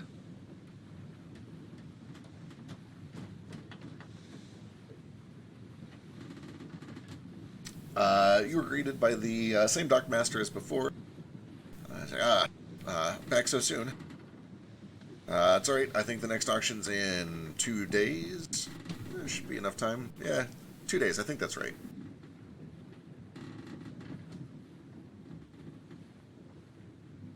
Much obliged. Anyway, welcome back to Red Bark Port. We were actually wondering if you could get a message up to the High Druid. You'd have to speak to the druids themselves. Over at the cutting yard, there's usually at least one there. I think someone's there right now. I just managed the docks. Okay, you just clearly know more than we do. Which way? Which direction is that? He points you off, kind of to the right once you're at the end of the docks. You have to walk a couple squares through town, past a couple of taverns that are all pretty dead and quiet inside. You do find that there is a small group of probably other adventurers. They look kind of like a ragtag team that is just kind of hanging out in front of one of the taverns. One of them is smoking, a couple of them are drinking. And eventually you find yourself back at the lumberyard. You are met by the red-headed manager, who seems to recognize you. Ace, yeah, what's up? While we're walking around, I want to do my primeval awareness and see if I can sense people. Like if I still sense like 5 people. First off, down below, but also up on top. Sure. You take some time and you focus while the rest of the group is going through. You kind of have to be like guided a little bit as you focus your senses elsewhere. I hold Nomad's hand. Yep. But after you've attuned, you kind of speak with the earth. You feel the wind. You can sense that there are still. There are actually only 4 people up top right now, and you don't sense anyone below you currently. Also, just for like meta stuff, I actually can engage in other activities while traveling. So Yeah, that's right. and remain diligent. So I probably wouldn't be able to. Yeah, rangers can do 2 things at once. It's the craziest shit. But I'll still hold Nomad's hand. Sure. All right. You are greeted by the red-headed druid. It's like, welcome back. That's sooner than I was expecting. Did everything go okay? I never heard anything about it. Yeah, it went pretty well. We found out some interesting things, and we might need to go back down there. It looks like we found a entrance to the Underdark down there, and we kind of need to get down there. Oh, Underdark. And it also looks like there was an eruption north of here that may be related. We're not sure. I've heard, actually, some people sailing in from the Emerald Company were talking a storm about that. Apparently, it's kind of ruining the city. Good. Curious. I'm glad people are looking into it. I mean, I don't know what's going on, but, well, you know, it can't be good, right? Yeah, we just don't want to trespass. We prefer it if we were allowed to. Right, of course. Give me a moment to make sure that's okay. Hang out here. You know the drill. Make yourselves comfortable. And once again, you see that he kind of talks to a couple people in the lumberyard, gives them a heads up, and then begins flying off in wild shape to get permission. 20 or 30 minutes go by. He eventually returns, says that he's gotten permission, walks you over to a tree, opens a seam. You all step through, find yourself this time a little bit closer to the caldera. You can see the little log cabin kind of maybe 40 or 50 yards off in the distance. What's up, yeah? Sorry, before we leave, are there any like shops here? Yeah, Before we sit through? it's kind of a small kind of Cracker Barrel kind of town, but they've got one of each of the basics. Does anyone sell a piece of jade and possibly some honeycomb? Honeycomb, definitely. And you can get that for a negligible fee. Jade, probably. This is a very mineral-rich. Go and give me a luck check.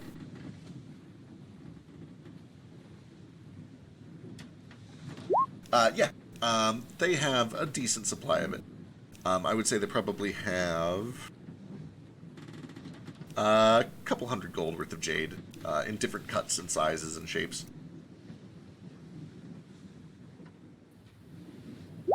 I guess for now I'll just grab like 100 gold's worth.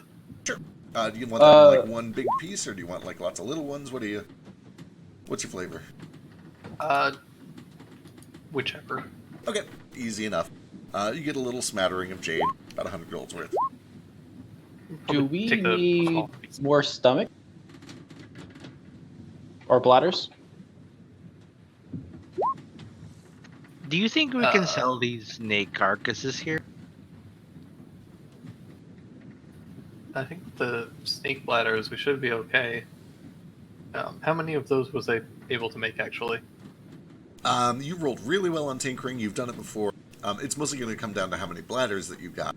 and I believe you guys got 2 of them out of the snakes that were usable. And the stomachs are usable too, you said?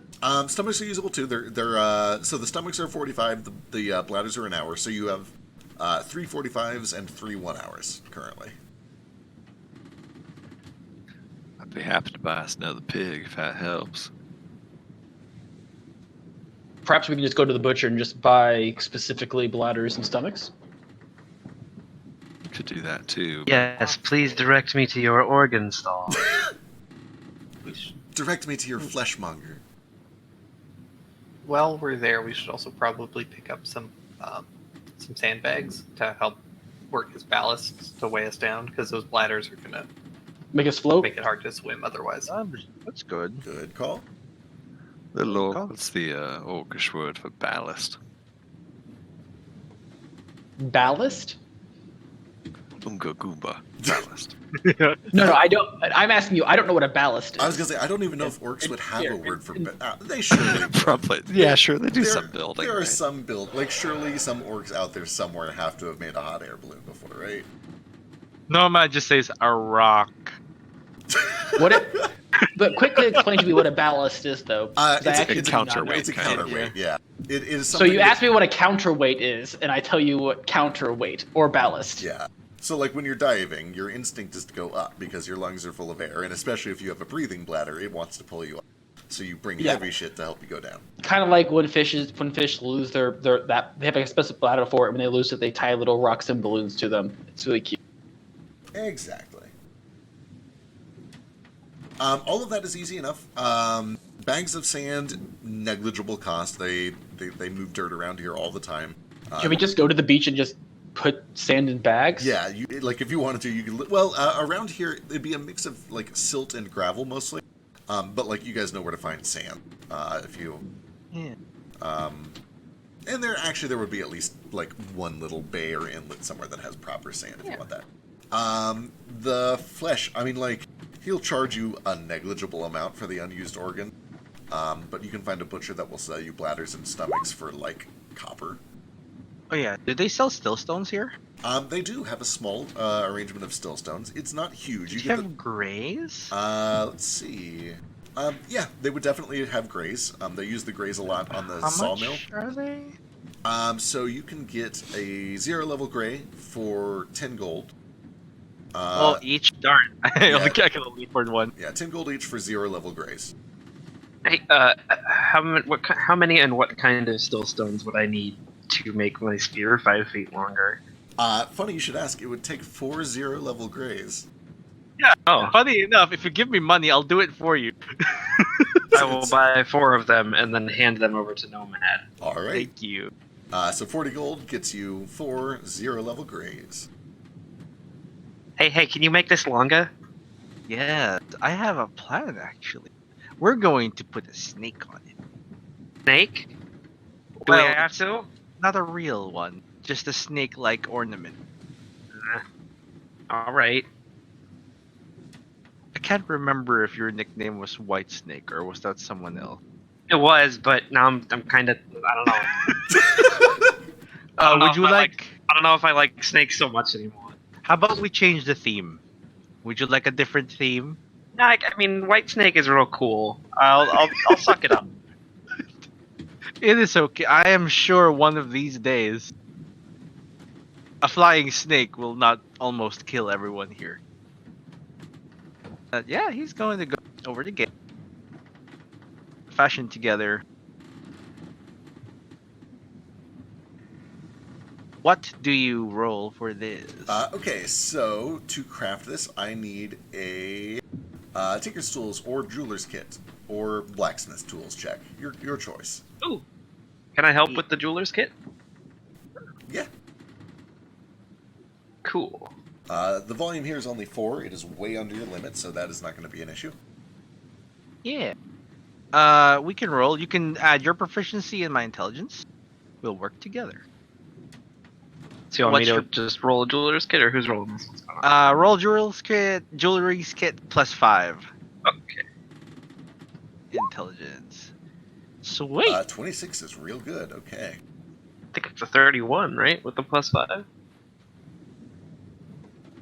Is that how that works? Yeah. Okay. So does that have your int built into it, Vasu? Yeah, that's my dex. Yeah.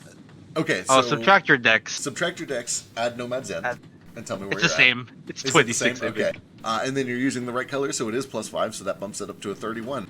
The Huzzah! item behaves better than expected. Ooh. Is it longer than 5 feet? It might be.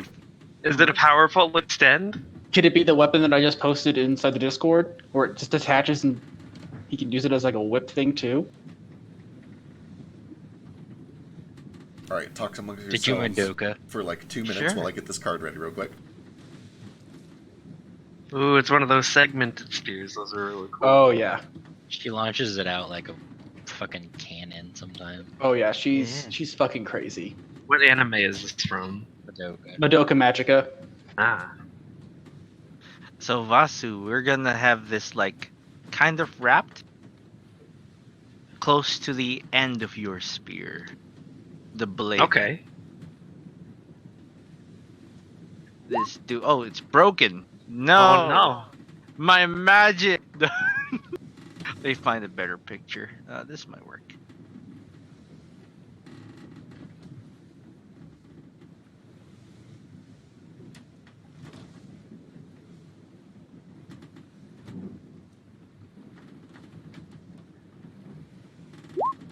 So it's kind of like this, you know. Just you clasp it around the end of the shaft. Okay. It's going to take an hour of working together, but because attaching this is an hour work.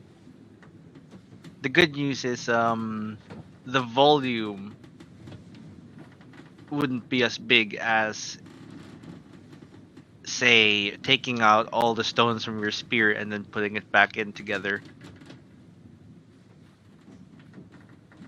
It's a hacks, if you will, but not. Oh, too is this big. one of those life hacks I keep hearing about? I do not know what those are, but maybe. We'll just pretend the snake is like real white. Oh shit! Actually, it's a much better snake. All right, Vasu, you get the proud owner of a reaching blade clip. Let's see, Moat, what is up? Can I find someone to make me like a decorative bracer that has Nomad's holy symbol like emblazoned on it? Yeah. Like if I just took someone a design and was like, "Hey, can you make this?" Yeah. And this is when Moat loses all of his paladin powers. So finding somebody to make a bracer, not too terribly difficult. There's a blacksmith in town. They say that if you, they have other orders that they're working on, but if it's a rush job and you're willing to pay for it, they could probably have it done by the morning. How much for a rush job? For a rush job...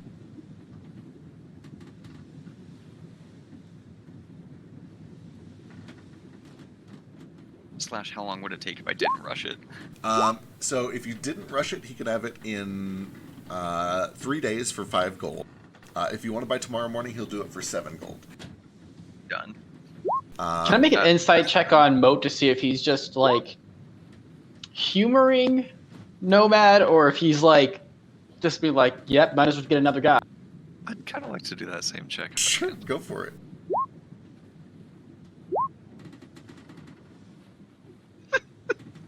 Also, Boy. while they're doing that, real quick, Vasu, you would know the original volume of your weapon is 12, and that thing adds another 4 to it, so you are 16 out of 17 on that weapon. Oh. Yep. So I can't add anything else to it right now, but that's probably okay because I've got the reach. I've made it a +1 weapon. Does that mean that okay? So it's a +1 all the time now, right? Yep. So if I activate the fiery spear thing, does that make it a +2 for the hour? No, so the bonus only applies if it does not already have a bonus. Ah, Unfortunately. But that's hey, okay. you're- The additional fire damage and the cone is still really cool. So yeah, I like this a lot. Thank you. you are Yeah, that's very why welcome. That's my insight check on Moat. Yeah, so with those insight checks, I guess Moat Give me a deception roll if you feel like it, or whatever you find is appropriate, and then answer them. Okay. I would have liked to have bought it all myself. Yeah, tell them whatever the fuck you want. God, no. Even with that, you get the sense that Moat just thinks that this is important to Nomad, so he's kind of just doing it as like a show of support more than like he's actually thinks Nomad is a god. I nod with approval, but I also am skeptical. I'm like, I like you're supporting him, but also like, don't stroke his ego too. Don't encourage this. I know what it all means, so I'm not too worried about it. He In the thinks background. everyone is God, not just himself. Only those who believe they are God, like himself. Hey, while we're on the crafting screen right here, Sure. we have this Hammer of War's Weariness that we've had forever and ever and ever. I don't know how crafting works. Would we be able to move that enchantment to my axe, hypothetically? Absolutely. If no one has ever going Yeah. to use that thing? Also, how do you know what the volume maximum is for a weapon? So it's determined by the artificer that made the weapon.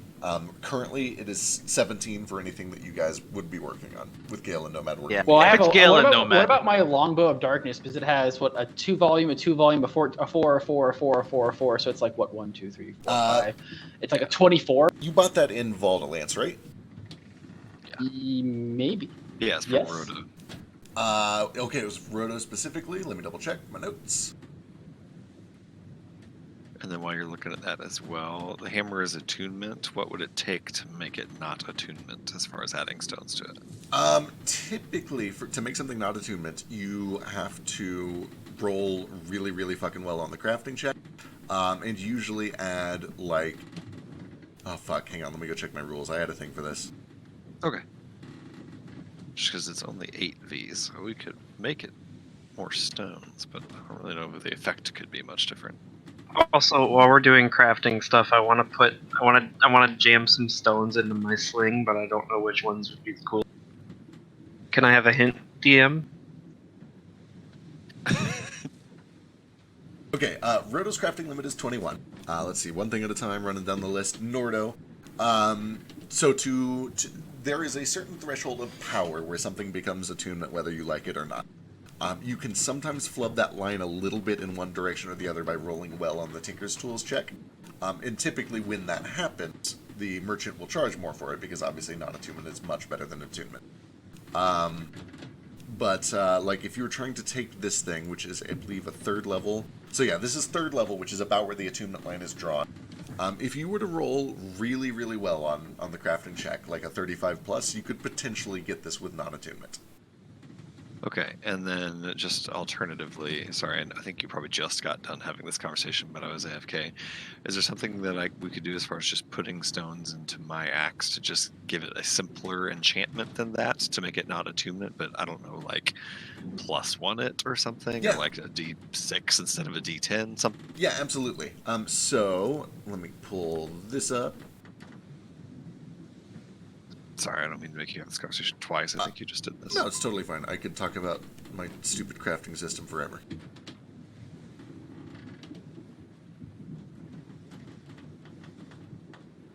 So By far my favorite crafting systems yet. So a +1 weapon normally takes 4 stones that are rank 2 each. Adding like a 1d6 of elemental damage takes 4 level 1 stones. So like the exact damage amount would depend on the crafting roll. So if you crafted really well with 4 level 1 stones, it could maybe do an extra d10 of damage instead of a d6. With 4 level 1 stones, if you did the extra d6 of damage, is that going to be attunement then? No. No, not with 4 level 1s. That would be pretty safe. Could you get the same effect by using 1 level 3 and 1 level 1, or does it need to be 4 level? Yeah. Effectively, what I'm asking is this hammer has a level 3 stone in it, so to avoid like having to use our actual stones, just take a level 3 out of it, put it in with maybe another 1, and then Yep, with a single level 3 stone, you could have a permanent 1d6 damage. Excellent. Without attunement? Whether or not it took attunement would depend on how well you rolled. It would be difficult to make it not attunement. Even though it's effectively the same result, the fact that it's a more powerful stone would push it over the limit. I'm with you now. Okay. Let's see, who was next? Somebody had a question. I was pondering what to jam into my sling. Oh, geez. Fuck, man. I don't know. What do you want? You want cool, flashy elemental damage? You want, like, longer range? I wanna imbue it with the power of wind to either make it like maybe have like a longer range, or like I can sling rocks like around corners or not in a straight line, or like the rocks ricochet or some shit like that. Yeah. That would almost certainly use a bunch of, I believe they're white stones. For like 4 level 1 white stones. Can I make an argument? Sure. Okay, could I, because we have so many green stones, could I craft his sling to imbue his rocks with unintelligent life so that they can control themselves in the air? Oh my god, I love it. Heat-seeking stones. Huh. So, okay, that's fucking rad. I admit the wording is weird. Unintelligent life kind of refers to like plants and fungus and animals and stuff. And rocks. But sure, this could be, you know, there's fungus that like seeks heat and stuff. Sure. Interesting. I'm just saying we have a lot of green stones and nobody's using them. You guys do have a lot. And of I'm not green playing. stones. I'm not playing a rogue that would use poison. So I mean, otherwise I would use the shit out of them. saving them up and then like combining them for later is. We have a lot of friends. Also, if I am going to use green stones, I will point out I already named my sling Snake Eyes, so having like poison damage or something involved with it would be really fitting and Oh, cool that's too. pretty cool. I could do poison damage. Yeah, Like poison- poisonous heat-seeking seeds that I fling at people, like a leech seed, Oh, Take your nut. fuck. a There- leech seed slingshot. Okay, here we go. Leech seed sling. Yeah, I'm on board. Here we go. Heat-seeking leech seed slingshot, which, for the record, is impossible to say. Fuck yes. It's what? Impossible. Did you say to impossible? Impossible to say. Heat-seeking leech seeds. Oh god. Right.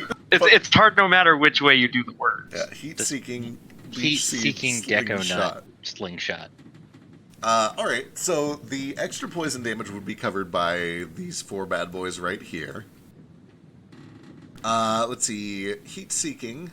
Boy, what is heat-seeking? Okay, hang on. I need to think mechanically of what heat-seeking actually means.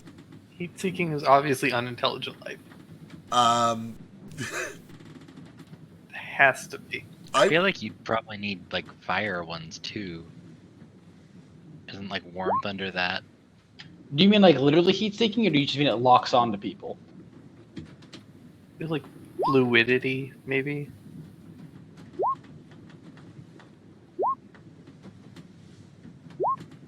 Okay. Sure. Alright, I like this concept. The better you roll, the cooler the concept would be, but it would effectively allow you to fire around corners or slightly bend them if you were firing at a target that you know is around that corner. And the better that you roll, the more effective that result will be. To get that effect, you would need...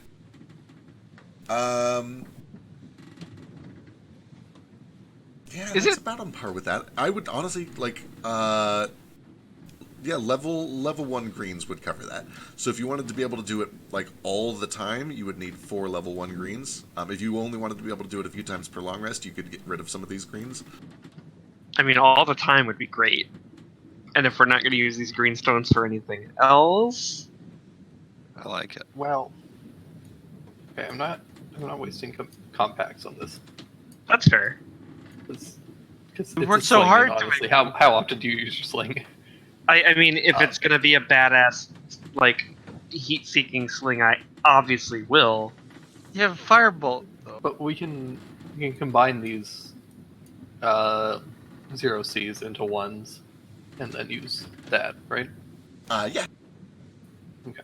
Then yeah, I'll try and do that. All right. It's It's kind of weird to me that a part of the creation process, an artificer has to argue semantics with the item. Sorry, those red ones are mine. I was pulling those down. You can Oh, do that gotcha. for the next project. Okay, so notably, if you want to always have the d6 of poison damage, you need all 4 of these little ones, these little green ones.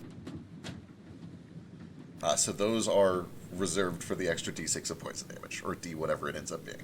I mean, they're not really necessary. I'd rather have the heat-seeking or possibly ricocheting bullets than poison damage. Then in that case, you can try merging them. Do it. Do you want me to merge them instead of doing the damage? Yeah. Then yeah, I'll try and merge them. All right. We I want flashy or flavorful effects than more damage because I'm bad at this game. All right. Agreed. Vasu, roll me 4d20 twice, and you're looking for low. I'm looking for low. Yeah, you want low. Yeah.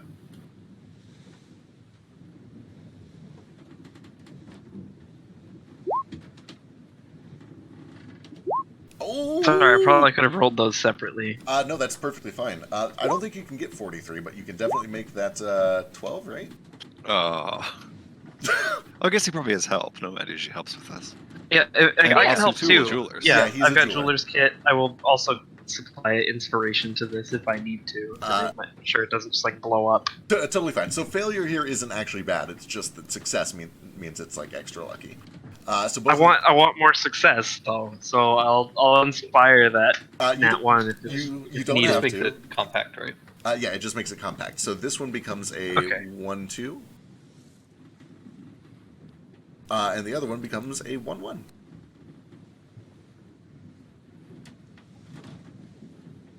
And now, you've successfully avoided using your compact stones by using a compact stone. Let's do it. Let's just pump everything into this thing. All right, here we go. 4 level 1 1C stones. Go ahead and give me a Tinker's Tools check. If I add some more of these in here, out of curiosity. So 4 stones is what it typically takes to make an effect like permanent. If you wanted to add a new effect, you could add some more stones, but adding more stones wouldn't like it would make the effect more permanent. It would just be volume bloat. It wouldn't do anything for you. You have my assistance either way. All right. So, you just need Tinker's Tools check. Yep. All right. I'm gonna guide myself. And you have help. 15, 19, and they are the right color, so that bumps up to 24. The item behaves roughly as expected. 28. 28. Gonna flash a genius. All right, 28. The item behaves as expected. What does that mean? I will write up exactly what it means as you guys talk amongst yourselves. Oh boy, oh boy, oh boy, oh boy, oh boy, oh boy. So, on the subject of talking amongst ourselves, we have enough redstones just in our inventory. I pulled them down to the bottom to basically make my battle axe do a d6 permanently and not take attunement, and then we could basically pay ourselves back by just taking the gem out of that hammer and just have a 3C redstone. Anyone's thoughts on that? No? A 3C redstone, you say? Affirmative, and then I would just use up our 1C redstones to give myself a... Oh wait, shit! I keep forgetting. I don't care at all about red. I need orange. Red, and I already have a emotion 3C and anger or something. I think. Yeah. It is blood, vitality, strong emotions, and energy. I mean, Vasu can work with anger and strong emotion too. It's just not as obvious as the fire. But I don't want to hog all the gems. I just took all the green ones, so I'll let someone else worry about that 3C. It just seems like because the hammer currently uses a redstone for its effect, so it basically probably just get the same effect, but we would just use the 1C stones or something similar to it, right? What's this hammer? I don't know if I hammer, remember. we got it forever ago, back in the Dwarf Giant keep, and you Oh yeah, activate that an hour. Is it For an the hour, it War's doesn't do Weariness one? psychic damage. Yeah. Right. It's basically just trying to get a similar effect put into my axe, but not require attunement, which I can do by using the 1 sea stones instead of using these 3 sea stones from the hammer. Oh man. Gotcha. Yeah, I can give it a shot. Let's make our friendship bracelets. Vex says we need a pink or a blue. We can also make them friendship hats if they need to be bigger. Sure. Just wondering. Feck has disappeared for a bit, so. I have. I gotta write this up real quick. Sorry. Yeah. It's the only thing we When would the have heart, to when do. when in the hell did we get this weird jar of dirt? I'm just reading this, and I'm scared. It's amazing. That's It's what we why have he to made work the on. fork. I'm gathering that now. Was this a session when I was working? No, it was in the belly of the glassworm that we fought, the one that like almost killed you, I think. There was a whole experimentation phase where I think a lot of us work here and Yeah, Nomad we also and we identified it the next session we were gone, I think, but we found it that session. It was right Okay. at the end of the session, so you might have passed out. Possibly. But anyway, for my axe That's thing, a we would just need to shame. merge this 0C with a prismatic, which sucks to waste a prismatic on it, but it is just a cantrip stone. As a video game hoarder, I refuse to be partake in That is the right choice for the record. The cantrip, the fact that it's a cantrip is like not a big deal, but the fact that you could merge it with another one and potentially get like a 1C prismatic, it has a lot of potential. But you guys do you. I should not be commenting here. I should let you waste your resources. I wouldn't let him waste Posse either. snatches it out of Nordo's hand and it says, "No, we need to hold on to that one. Look how shiny it is." It's very shiny. What other... Couldn't we combine Posse it? starts rubbing his cheek Yeah, against that's it. true, I guess, because it doesn't have to be the same color, right? It just makes your check easier if it's the same color. Yeah. So we just hope that this ends up as red, and if not, then we just, it'll be fine.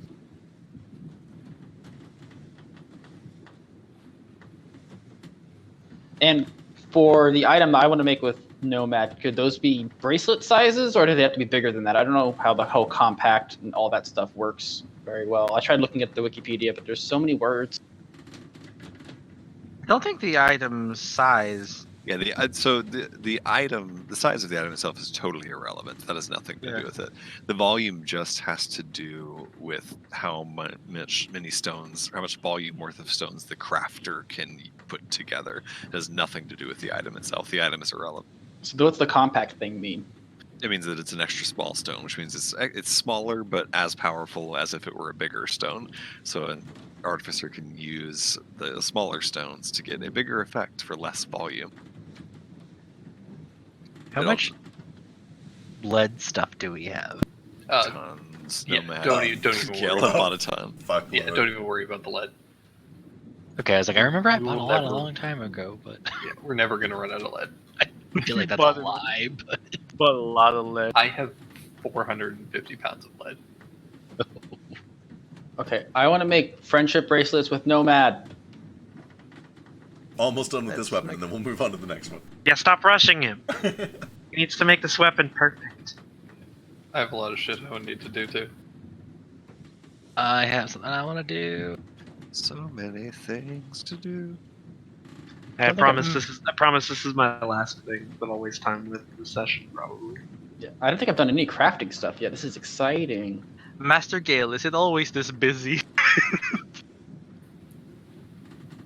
Yes. Only recently picked up the skill. Alright, so now we need to brainstorm a cooler effect than just 1d6 extra damage for my axe. What should it be? God has cursed me for my hubris. You could make it fear. Or what's the gemstone you're using? Red Get that life for- steal, bro. Red for emotions, You could vitality, use etc. lifesteal real The problem bad is- with your well- shit HP. I agree, but now I have like so many other like class features to deal with that problem that I don't really need it out of my weapon anymore. I mean, you could maybe use it to cause fear, strong emotions, and blood. I could, but I do also get fear as a class feature at Monk 6. Oh, But that's still later. Wait, I mean, what's you- this about fear at class at a monk thing? What? Or is this your It's a, subclass? yeah, subclass. Okay, I was gonna say I know you can Life end fear, but strong I think emotion. monks could cause fear. It's a life I mean, and strong emotions. you always could. It has energy. Maybe you could use it to make it so you recover key points back. I thought about key Ooh. points or rage points coming back too would be nice. But also, If you I kill feel someone, you like get rage points. I also never run out of rage points or key points for that matter. But you could use them a lot more than you do now. True. You could flurry of blows and also do stunning strike or something. You could. Well, red stones are what? Energy, life, vitality. Yeah, vitality, strong emotions. Yeah, there, you energy. can use it so that each time you crit, you impregnate your target. There we go. That sounds horrible. Crits cause pregnancy. It's This is a it's nomad weapon, not a Nordo weapon. So not only do you kill them, but you also abort your unborn child. That sounds horrible. I feel like probably just more damage is my best bet, as much as I want a Probably. fun, interesting effect. I know it doesn't kill them. It's just when you crit, and then the turn later, the abomination child bursts out, dealing more damage. Then promptly dies. Should I modify my saber, considering I already have it, or buy something with the throne property so I don't have to add the throne property? Don't you have daggers?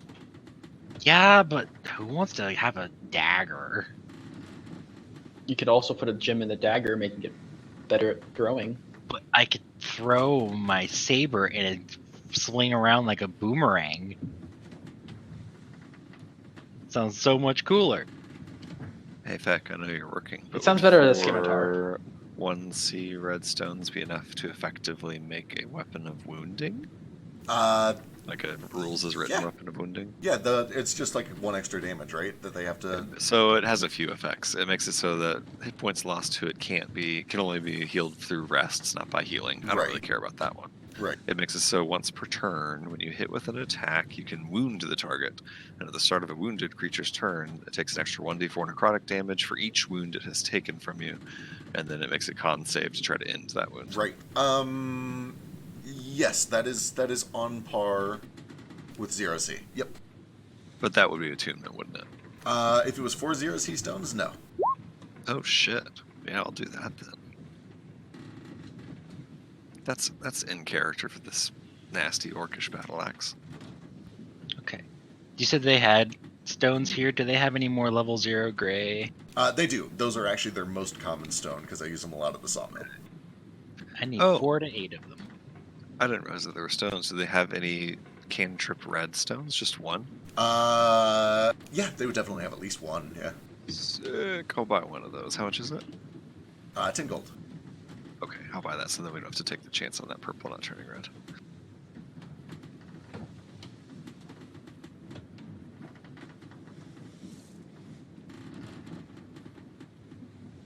Not to be a bother, but this might take a little while for each weapon. Gale has marvelous. I'm assuming in our 3 days of travel is when this all actually happened. Yeah. Yeah, that's fair. You guys had a lot of travel time. The first weapon, the sling, took 4 hours for reference. Oh, that's not so bad.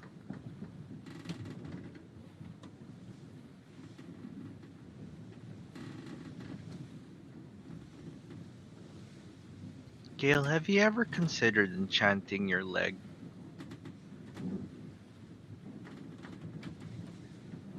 Rocket kick. Yeah.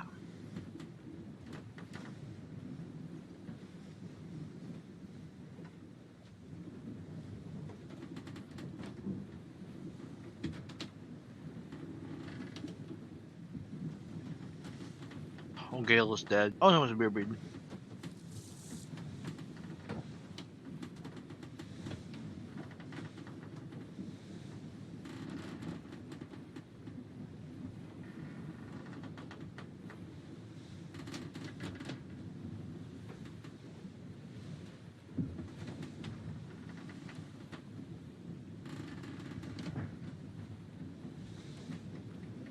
Okay, who's next? What are we working on?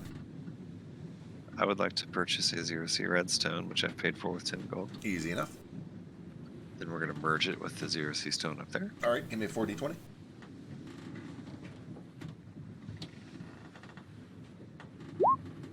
That is out of his range, so it goes up to a 1-2. And And then we're going to use that with the other stones over there in the crafting window to turn my battle axe into a battle axe of wounding. Okay, sick. Perfect. Go and give me a Tinker's Tools check when he gets back.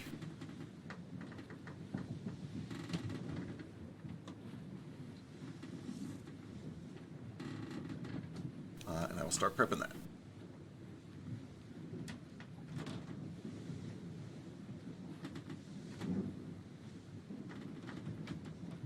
Would they have a kukri here somewhere I could buy? Maybe. They're used for cutting through brush mostly. Give me a luck check. Okay.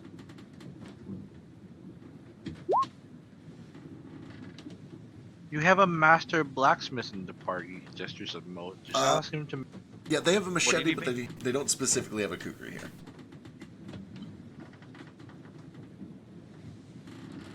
Yeah, ask the master blacksmith who just went to a different blacksmith to get something made. Oh, you simply do not have the time to make these things. You're so right. Or forge. It's true, time or material. I guess I'll just throw it all on a dagger for now. Lame.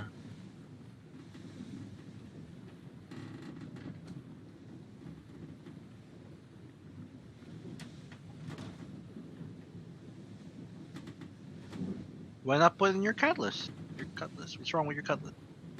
Can't throw it. I mean, you can give it a throwing property. I know, but that costs more stones, that's more money, and more lead powder. But we don't care about lead. Also, you're Mm. loaded. I'm slightly loaded. I kind of sent off some of my money earlier. Oh, where? You know, places, family that's dying.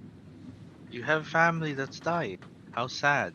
Yeah, my mom's not doing too well. She's been sick for quite a while now, and they were running out of money for the doctor, so I just kind of sent them a big wad.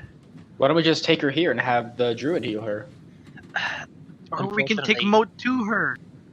Well, we've tried healing like that. It's not. It's a strange sickness. It doesn't heal like that. Trust me, I've tried.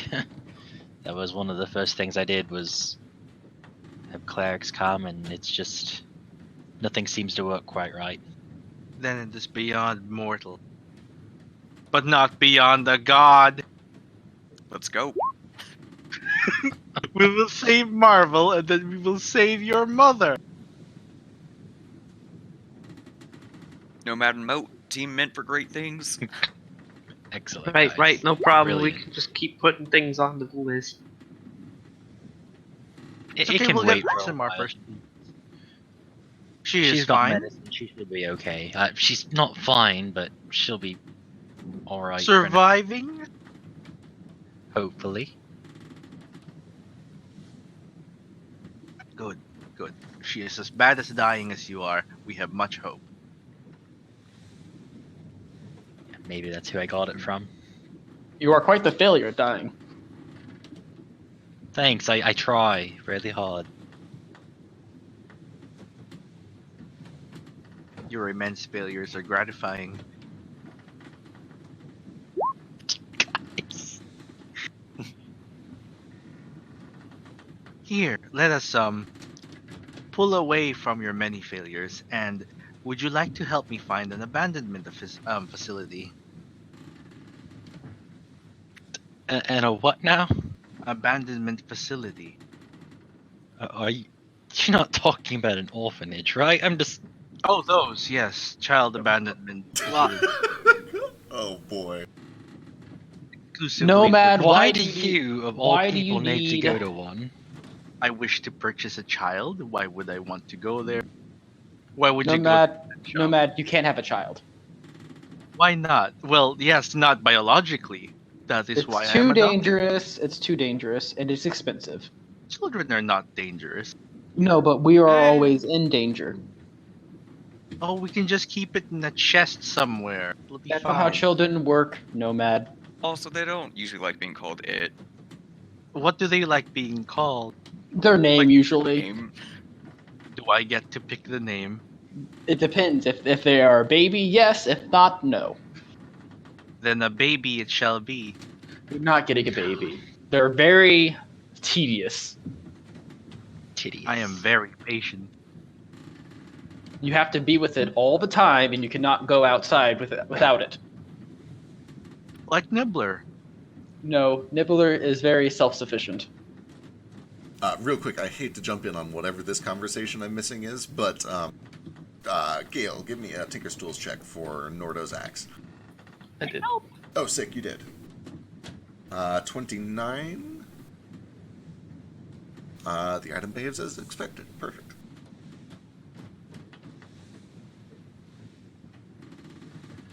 Are you making these from scratch, by the way? Yeah, of course. These pixels? How are you Oh, making no, these fuck pixels? no. I bought a big pack of, like, sprite graphics. Gotcha. I had to pull back away from the screen to figure out what that was. Like, oh, okay, I see. It's like a cleaver. Axe. Hatchet thing. Are Nomad and I up next?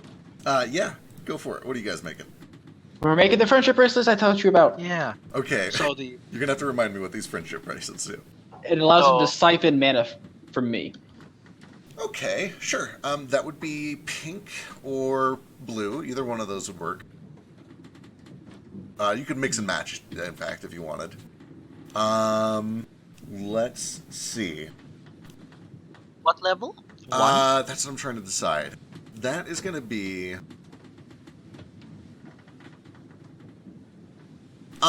okay, you could use any size that you want that is 1 or greater. The size of it and the number of it are both going to determine how much mana you can siphon per long rest, so it's kind of up to you.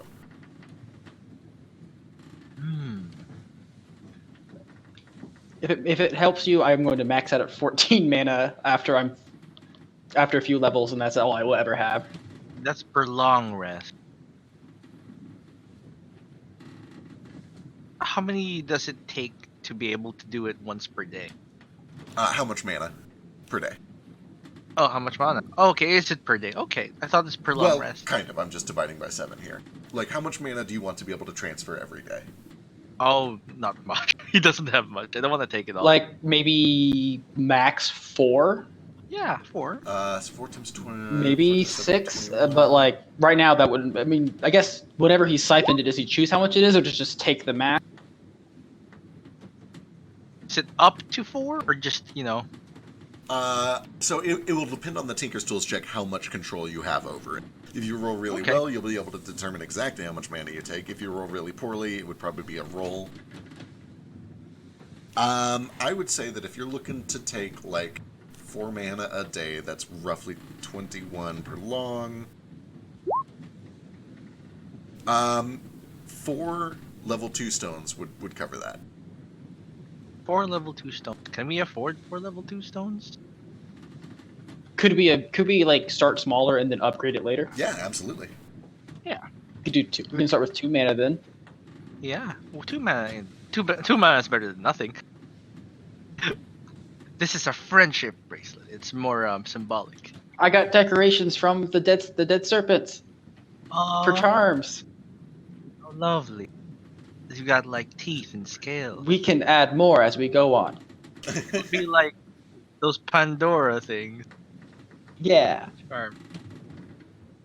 So what about if it was just 2 mana a day? 2 mana a day. You can either do 2 level 2s or 4 level 1s. Roughly. Again, it'll be affected by the Tinker's Tools check. Yeah. So let's go with 4 level 1s because that sounds like we have to buy those gems first. Those.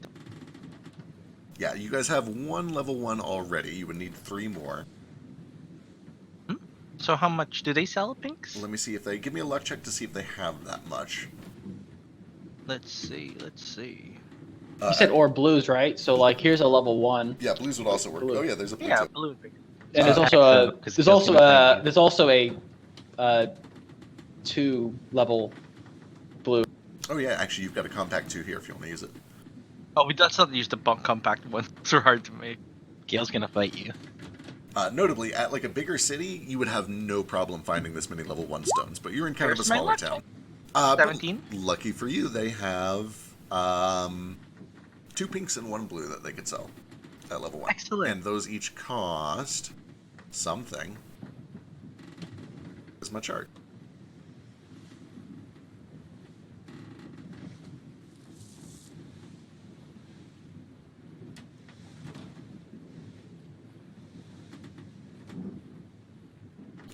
Those are 21 gold each. I have 36 gold. I have No matter. 20. No, I have less than 20. How much do you have? I have 60. I have Why are you also 36. broke? How much Because do you guys need? I have 36. I think we have enough. Okay, I think we have enough. Yeah. We only I need think to buy 2. Was it going to be 42? So if you give me 6 gold, I'll use up all my gold, and that should be enough. Okay. There we go. So I just took 36 gold out of my inventory. Take 6, and then we can do magic. Yeah. Alright, the magic happens. Someone give me Tinker's Tools, probably Gale. Sure. Do I need to do? Okay. I'll help Gale. Can I help? Because it's an accessory, I would let you help with jewelers, yeah. Yeah, 25. 25. And D4. I actually need to double check. I don't know if you're able to use guidance on these things, but either way, that is a 30 minimum. He's really good at guiding. 2 people working together can mix and match. Buffs only count if they're up for at least half an hour of the crafting session. He can keep casting it though. Can someone else keep casting it on him? If someone else keeps casting it on him, yes. I will argue that he Okay. can't, like, stop working every 60 seconds to guidance himself. Gotcha. Well, I don't know. I don't have guidance. But if somebody else in the party has guidance, that would work. Does anyone else have guidance? I don't. Votes AFK. I don't know if he asked her about that. Oh, I wait, feel hang like on. Sorry, I just got back. Whatever. What? Elise might. Hi. Do you have guidance? Please. Does Moat have guidance? I do not have guidance. Aw.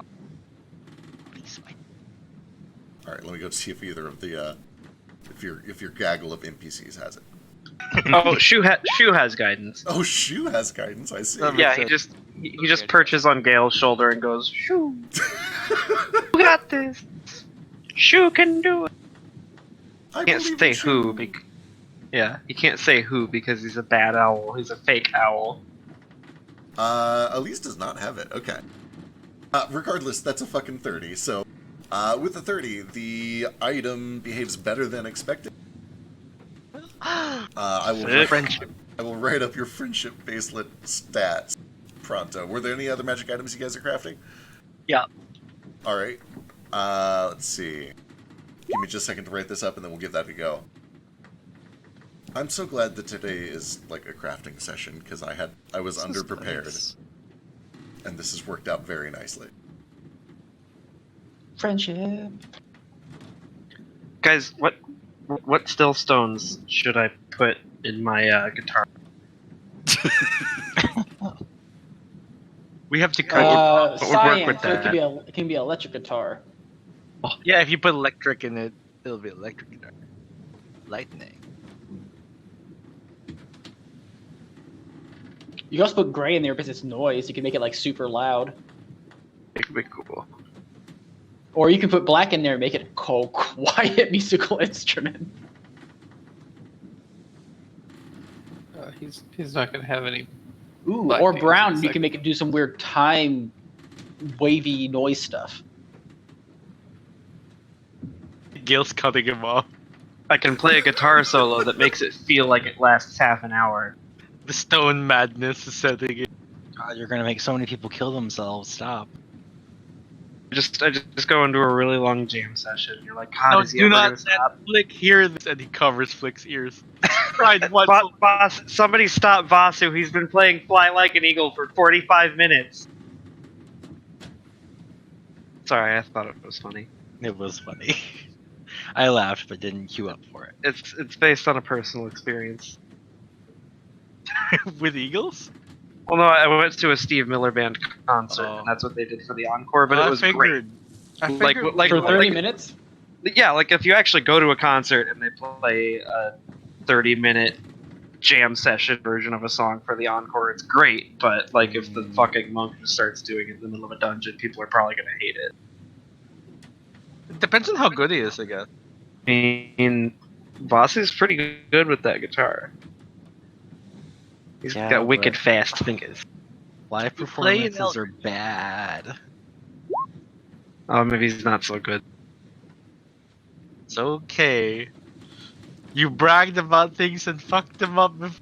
I always do that. That's That's my this MO. party. This party is that mode. Oh, I'm a master Hey, blacksmith. Out of nowhere, nor knowing his blues or whatever this is. Alright, there are Mana your Siphon. Mana Siphon bracelets. There are 2 of them. Ah. Flick, what are you making? I'm gonna make my dagger have the returning property, do bonus cold damage on hit, and be able to cast Ice Knife with it 3 times per long. Woo! Okay, so, let's see. Bonus damage on a hit will be 4 level 0 white stones. Those are 10 gold each.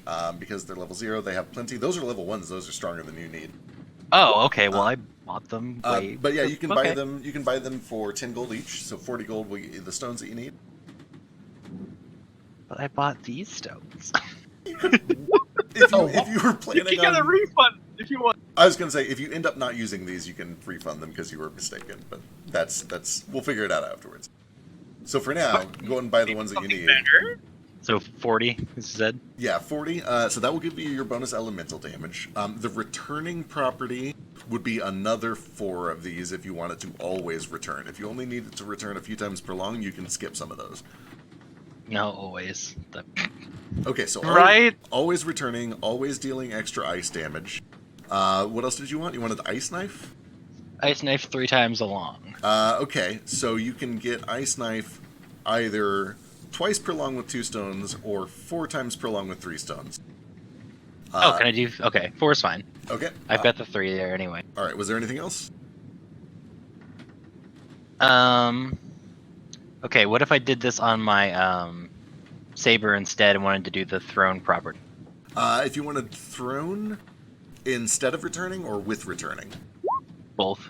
If you also want throne, then that would be 4 gray level 0s. And again, those are just 10 gold each, so it would be another 40 gold. Okay, I'll do that instead. All right, I do need to check and see what that limit is at, because you're getting Ooh, pretty okay. close, but I think that might still be under. You guys are up to 17 now. I believe Psychic is pink. I'm pretty sure pink is Mind and Thought. The battle, or the axe that does psychic damage is red. Gotcha. Or the hammer, I'm sorry, the hammer that you gave us. is That's a red. good point. Red is like strong emotion, so that would also probably count. So let's see. Okay, Also, So real quick, 4, 8, 12, 14, 16, 18. You are 1 over your limit right now, Flick. Oh. Okay, I'll just do it on the dagger and get rid of the throne property for now. All right, so no throne. Save yourself 40 gold. Wait for us to like get stronger. I was gonna say the next time like proficiency bumps up or whatever, they could do that. Oh no! Oh no! What did it give you guys? Oh no. Oh no! Oops, you accidentally deleted a magic stone. Here's a replacement. Yeah, where did they put the replacement? I don't see the replacement. Oh well, you guys got a free stone somewhere. Congratulations. It's a compact. All right, so that brings you down to 14, which is with. Oh, I think it's up in the top left corner. Oh, there. Oh, this yep, you're right. Gray. Good call. Good call. I set this up so that you have to pull them all the way into the corner to delete them, so that you guys don't accidentally like delete them, and we have to like honor system it.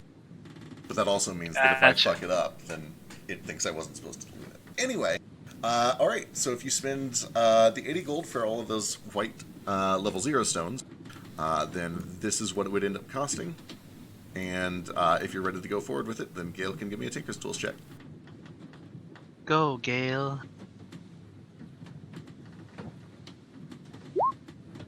Oh, my 35. goodness. That's Hot 35, yeah. The item behaves much better than expected. I wish that was on my saber instead. Holy shit. Oh well. All right, and that's just 30, going on Sorry. this is 36. going on a dagger, right? Yeah, yep, because I couldn't get a kukri. All right. Was anyone else doing any other crafting today, or is that it? I might if I can buy some cheapo stones here. Yeah. What color are you looking for? either we said like red or pink would be like psychic damage or like fear or something, right? Yeah, fear I believe is I- black, but psychic damage could be pink or red. Okay. I think I'd just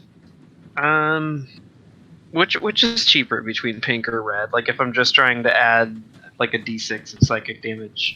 Same price. Here they're the same price, yeah. Okay. There's one more Well, pink left, I think. Or red- did we buy them both? Yeah, you do. Oh, yeah, there was one more pink, and you guys have a level 0 pink still. Do they have any reds here? Yeah, they would have. Give me a luck check. Also, notably, if what you're wanting to make relies on you buying stones at this town, Gale has already done his crafting after arriving at this town for the day, unless we're going to the next day. That's up to you guys. With a luck 10 check, they have one level 1-2 stone, or level 1-2 volume redstone. Okay.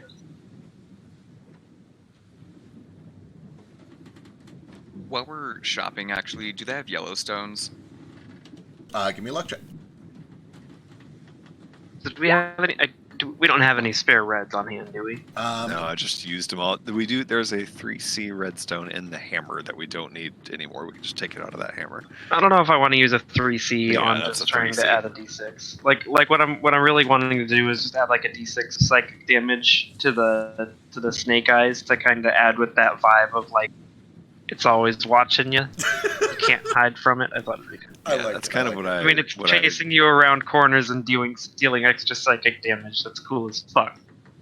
That's what I sort of speculated doing with my Blood Axe, and you needed 4 1C redstones to do that.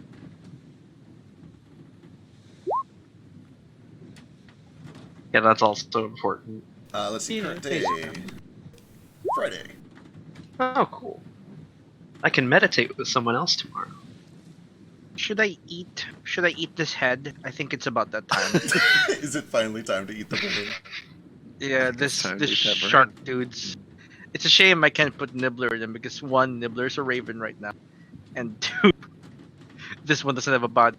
Also, Ace, I give you 5 gold, so you don't like Oh, thank you. you don't have walking around money. How do I put the effects of this sort of wounding into my Roll20 macro? Is there a way to do that? Yeah, if you go to class actions, you can fill one out, and then you tick it to always show up whenever you make a melee weapon attack. Oh, fun. So me and Nordo and I, or Nomad and I, finished our bracelet after we got there. Then, right? Because we had to buy the Yes, stones. because you had to buy them here, and that is probably the project Alright. that took up most of Gale's afternoon. Because that was 4 I- hours, because it took 4 stones. Kill it. I will take 4 minutes to transfer 4 mana over to the wizard. Alright, perfect. Thank you. Oh, mana, sweet, delicious bird mana. And I can't buy the amount of stones that I need to do that here at this town, right? That you were looking for reds?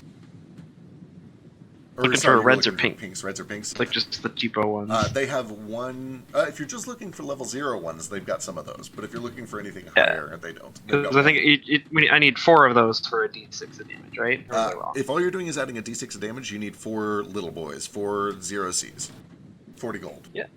Yep, that's all I'm after. Okay, so I'll buy those, and if we can either jam those in afterward or retcon and add those into the same check, it's also for the sling. Okay. It will add 4 hours of additional crafting time, which means he would spend. Actually, also Flick, notably. Well, you did your. Okay, yeah, that was during travel.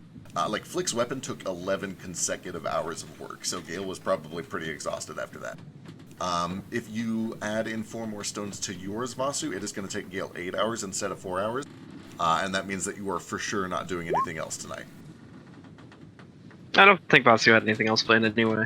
Yeah, mostly that's directed at Gale if he had anything else planned Right. for tonight. So sorry, Gale.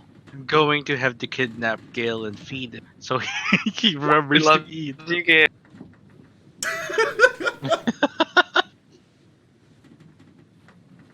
We need to go buy Gale some Monster and Doritos. You know, if anybody can get me a greater restoration. okay. Oh my no, God, no, it's what, happening. no, what you gotta He's what you gotta do? I've got this I've got this protein shake that my mom swears by. Right? You start with 2 tablespoons of dried turmeric. not drinking your blended rabbit food. It's awful. Wow. There's no rabbits in it at all. Is it eggs? There's at least one egg in there.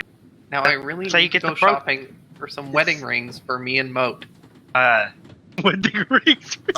That was You both. that was easy enough to find, by the way. 50 gold each. Cool. Wait, wedding That's rings. real cute. I'll be honest, I assumed it was for you and Marvel. I didn't know those sort of feelings. Moat, let me give you away. I'm flattered and confused. That is for just basic bands, by the way. If you want to add like jewels and shit to that, you can always spend more. Hell no! I just think this for a spell. I'm not. I figured, but I had to offer. You want put diamonds in that ring? All right. Yeah, I'll give Moat this platinum wedding band. Just be like, okay, so this will keep you safe in a pinch. And I know you don't actually go down, but you're kind of the only person that this will work with because Nordo is already resistant to everything, and mechanically it doesn't stack properly. So I know yeah, he's like just- a little calm, but he has feelings. He's not like resistant to marriage.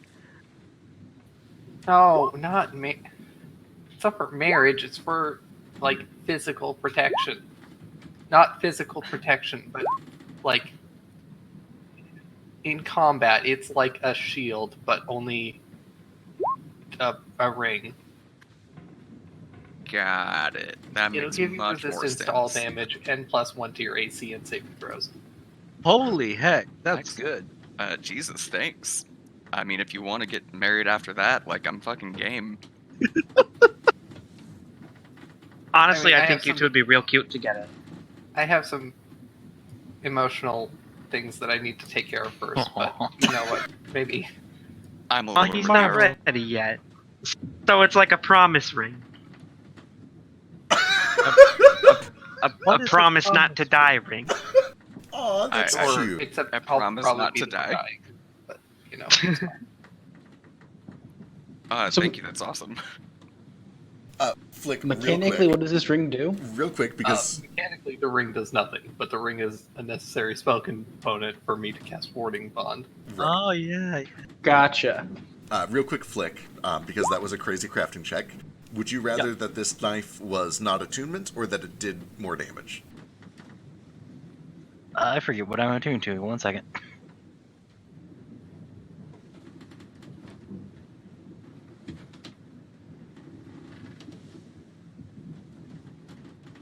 Man, that's hard. I'm only attuned to one thing, but like, also more stuff. Right? You gotta follow your heart. How valuable is that attunement slot?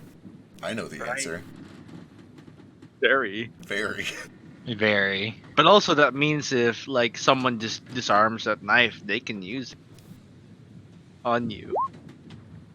Good luck with that. Psh. Like Flick ever gets targeted in combat, except by that one guy on the ship who really, really wanted to drag him overboard. Neither of us hate each other, though. It's fine. Do more damage. Because No, it's got to be the attunement slot. Alright. So no attunement required. Let's see. it's gonna make up for the dinky dagger damage. Oh shit, you're right. Fuck. Oh no. But now I could have 2 daggers. That doesn't really help though. You have Can I do more damage instead? I'm probably gonna upgrade this to a different weapon later anyway, and then not having Yeah. attunement won't really matter. Sure, So can do. that, and I'd have to get 2 more attunement magic items, and what are the odds of that happening? literally within the next 30 minutes. I mean, if he wants to just throw a bunch of magic items at me, sure. Oh, I'm completely broke. I don't have to worry about that. I have like 2 attunement slots used up, and I have 6 gold, so I'm thinking I'm probably fine. Ooh, an additional 2d6. That's better. Yeah, much better. Yeah, that's what a nat rats. 20 on a 35 gets you. tasty. All right. Let's see. Catching up. Ace, did you have anything, or you settled? Oh, I think I settled it already. It was just the thing about the something. You can cast Ice Knife 4 times. Ah! All right. What's the Moat. DC? That's a very good question. It would be based on his own spellcasting modifier. Oh, sexy. Oh wait, no, I'm sorry. Because it uses this chart, it is a DC 17, Oh, that's so good! which I think is even That's- better than yep, yours right That's now. better than mine right now, I'm pretty sure. So good. And as a warlock, I valued my spell slots, so getting 4 more, it's like 2 more days a week. Okay. Right. So, Moat, did you have anything? It was just Yellowstones, but I got a 2 on my luck check, so I assume not. Yeah, they just sold all of them to some guy that came through. So, We'll find Is he it. still here? you guys We'll kill are him, take a while. presumably just kind of...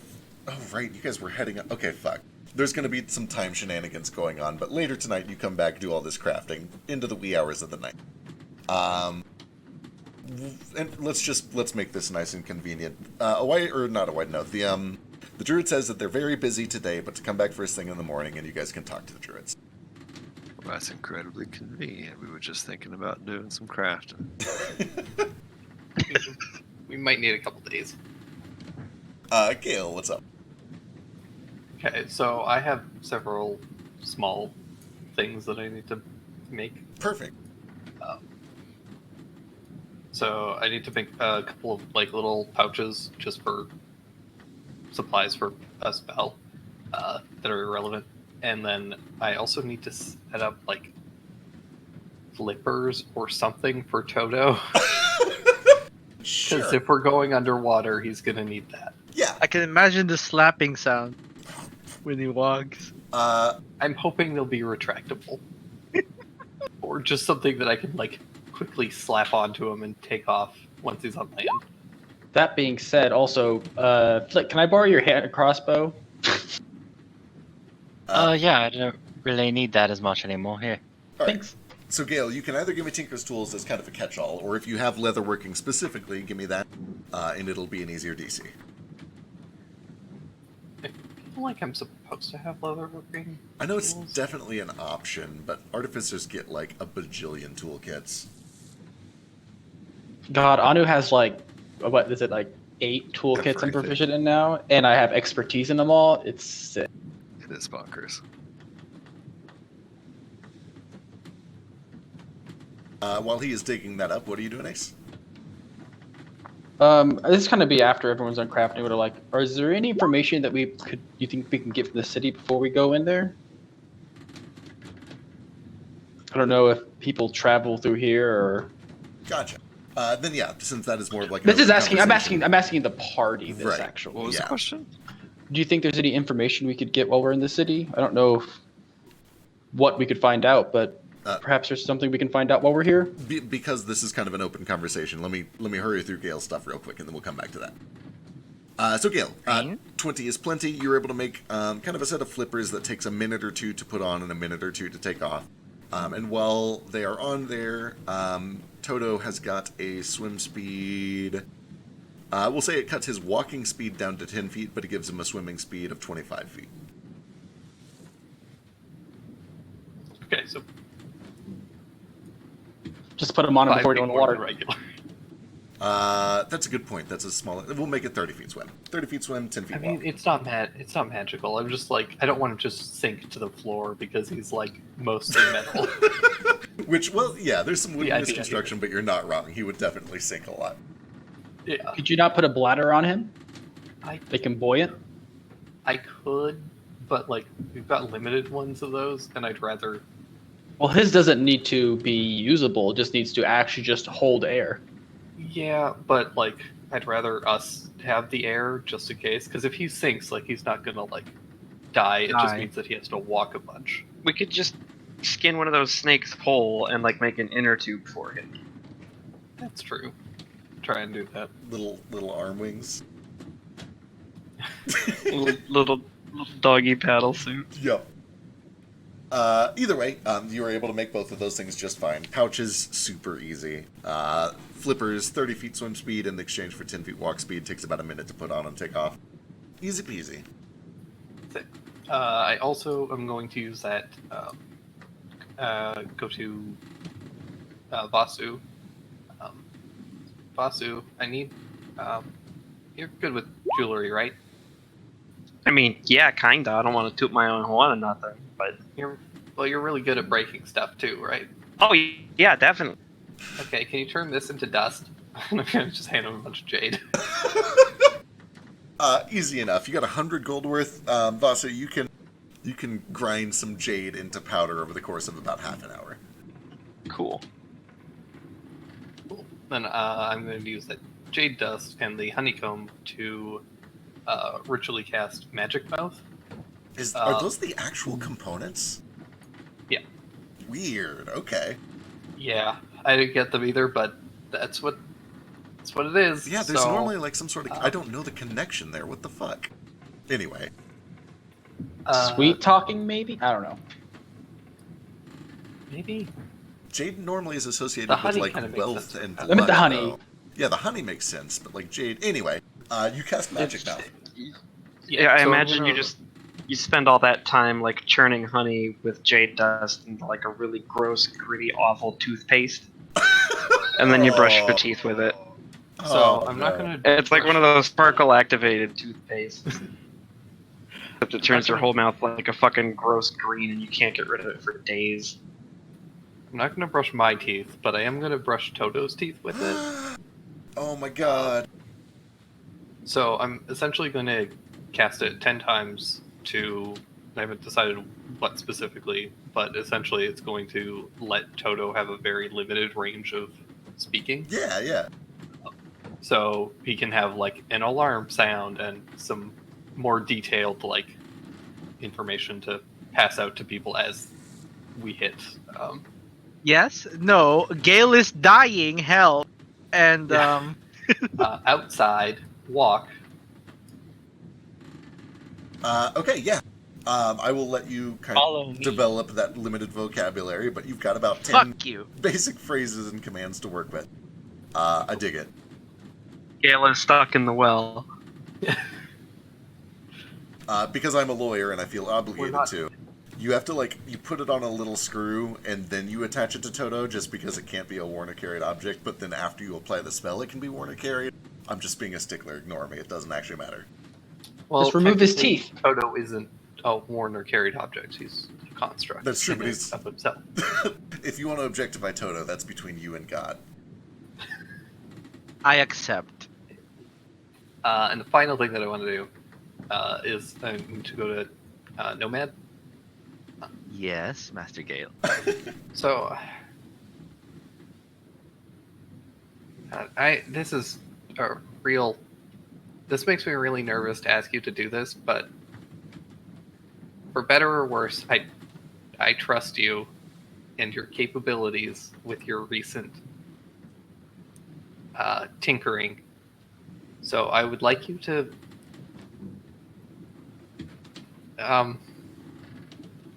I need your help enchanting my eyeball. Ooh! Your eyeball. Well, Flick pulls out the one maze that's eye and throws it at you. the one that's the stillstone Yeah. specifically. But I would do it myself, but it's kind of in my head and I can't really take it out. So Yeah, that makes sense. Let us examine it, shall we? okay. Alright. Can I borrow Yule's pearl so I can identify it?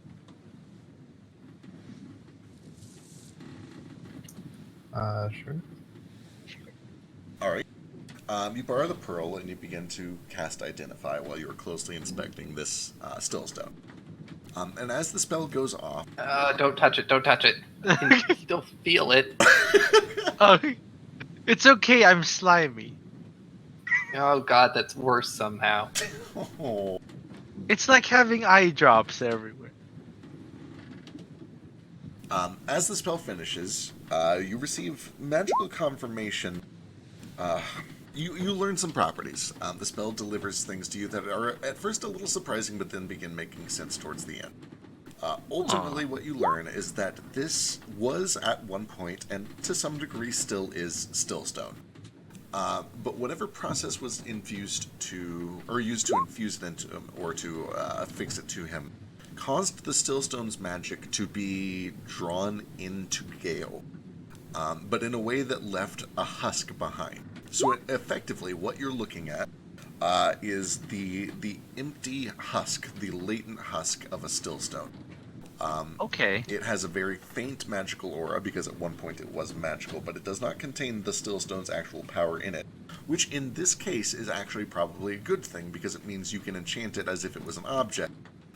Normally when you try to merge one Stillstone into another Stillstone, you just get a merge instead of an enchantment. So in other words, you learn that the eye was magical in nature, but is currently mundane, and because of that it can be enchanted, potentially. I tell Gale this, and I thank you for the pearl. Give it back.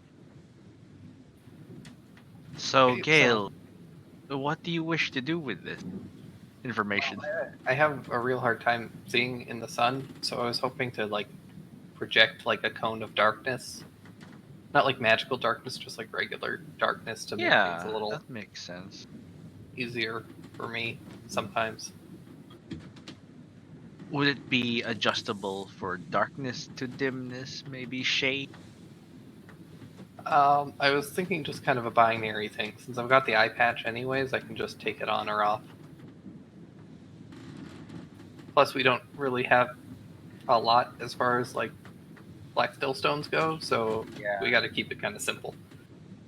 This sounds efficient. Just, it's always on unless you cover it. Yep. Ace just always stands in front of Gale now to be in darkness. Bar. I know They I'm not become actually here best for this friends.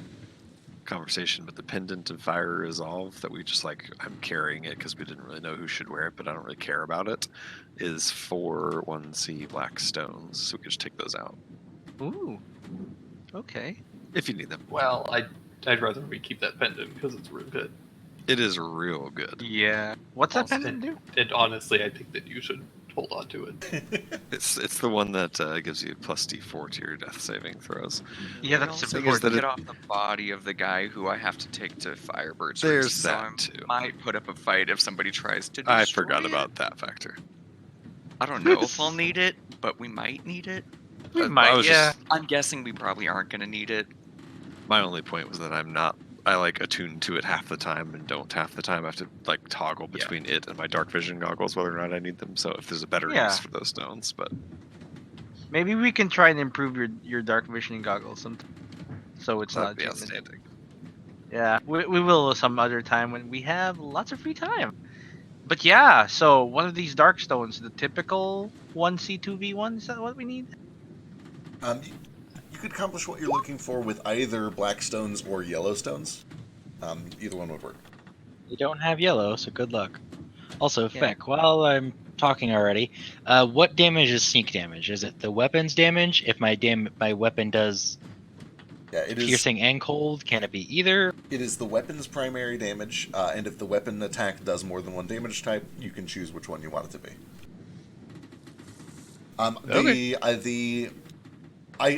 I prefer that it stays consistent, so like, just kind of choose one and stick to it. Honor system sort of thing. Okay. With that said, the effect that you're looking for is not super powerful or ridiculous. It's probably about on par with like Dancing Lights or Light, just inverted. So you could probably do this with 4 level 0 black or yellow stones.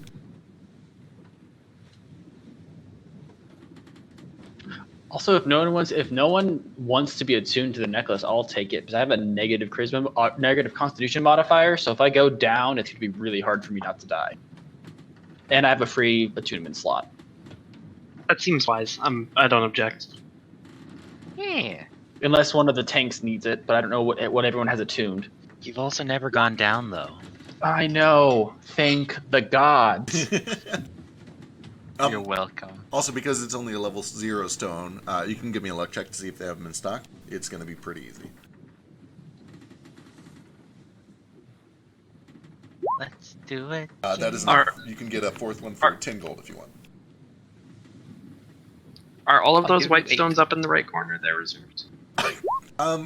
Give me a persuasion check. You guys have bought a lot from this guy today. He might do a bulk discount. Yeah, he'll do a bulk discount. That's fine.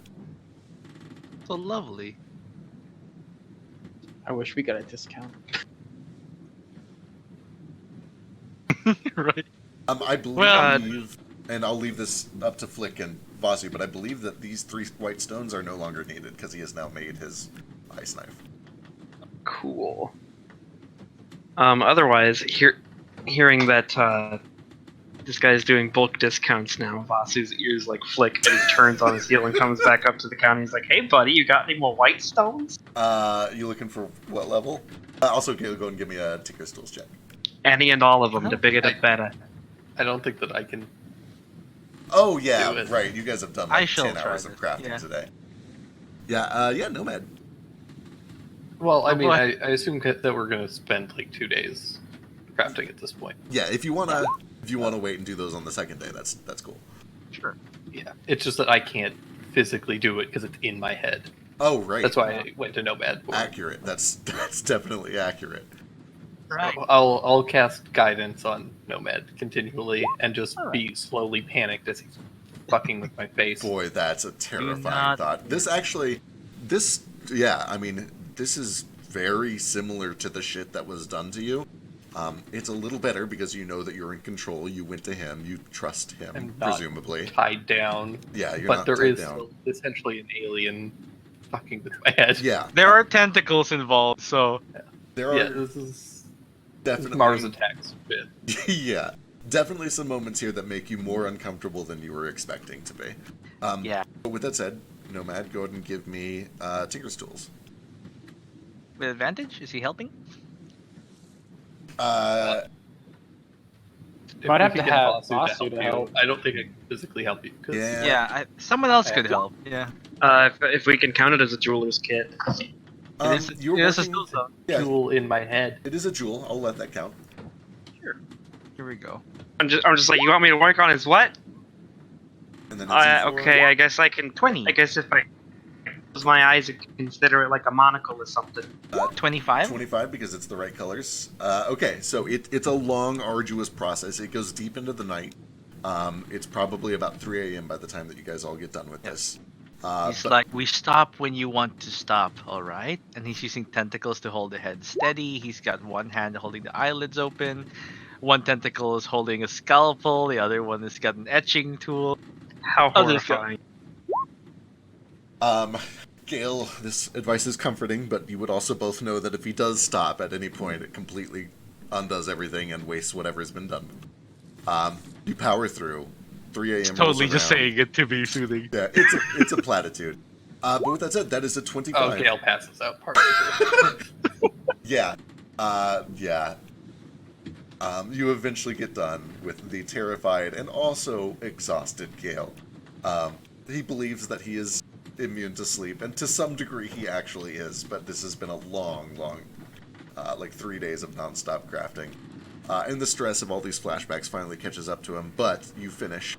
And Gale, when you wake up in the morning, you do find that your eye feels a little more natural than it did before, which is strange to you. And also, you seem to have some degree of control over it, and I will write up exactly what it does, but that is a 25 after modifiers, which is the item behaves as expected. Before we leave nighttime, I kind of wanted to have my conversation with him. Yeah, go for it. Just like, do you guys think there's any information we could actually learn from here? People passing through? Maybe, but this seems like more of a It wouldn't take me very long, but I'm just saying, like, couldn't ask around, I suppose. It seems like most people here just here for. I just mean, like, are there any questions you can think of? Nothing I can think of. I mean, we know where we're going, what we're doing.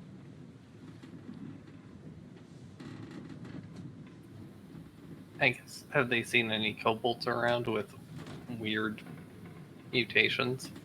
Perfect. So Ace just like, I'm assuming we're on the ship during this time.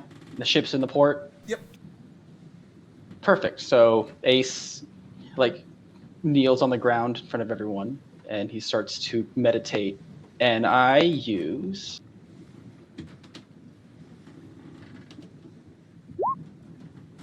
the Whispering City. Okay. You begin to kind of commune. You open your mind, you quiet yourself, and as you do, you start to hear the wood of the docks creaking, and you swear you can hear whispers through it.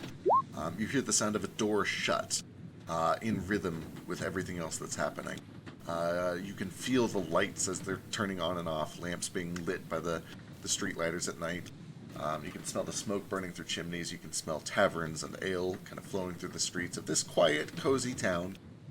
In a bit of a lull, there's this feeling of wistfulness and boredom and rest as the place is waiting for the next auction to start and for all the visitors to come back.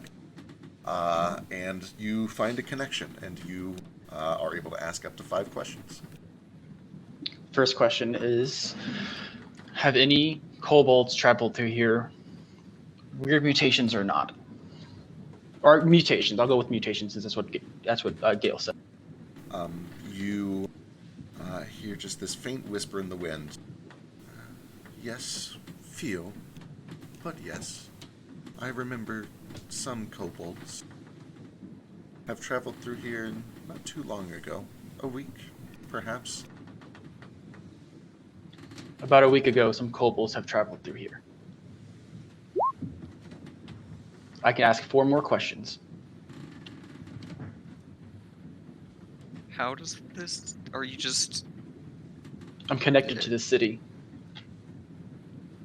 Is the Druid Grove a part of this city? / does it know more about what's actually going on down there? It has to be a settlement. I don't think it's part of the settlement. Does it feel like the Grove is part of the settlement? They consider themselves a part of me. It is distant. Oh, I was asking you as like, do I feel like that? I'm not. Right, I won't charge you a question for that. This one's a freebie. You get the sense that it does consider the Druid settlement to be part of this city. The Druid settlement does feel like it might be part of the city.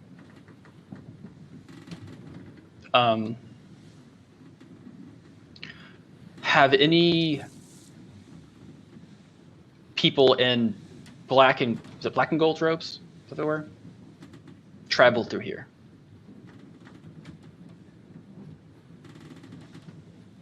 Perhaps in your caves. No, granted, my reach only extends so far beyond the streets and walls of my boundaries, but I don't remember seeing anyone in black and gold. Nothing with black and gold. What do I have more questions for the kobolds, Gale? Somewhat indirectly, I think. Let me double check a note.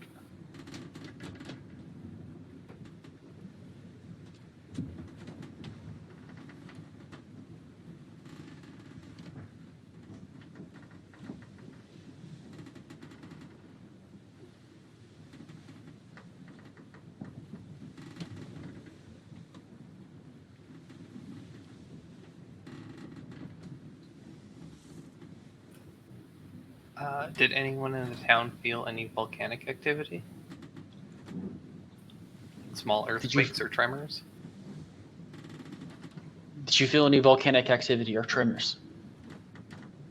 My people were abuzz with rumors.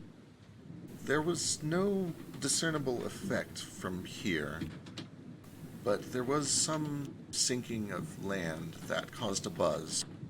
My members spoke often of rumors and theories to each other. I don't know the truth of the situation, but it has been a topic of rumor.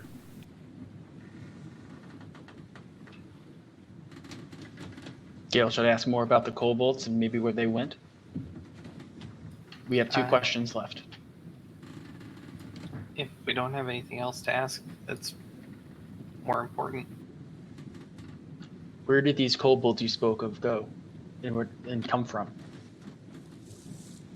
They stayed for a couple days and then left on the ship that they came in on.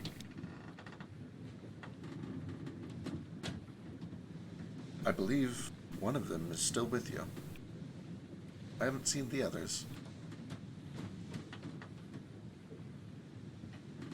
I convey that to Gale.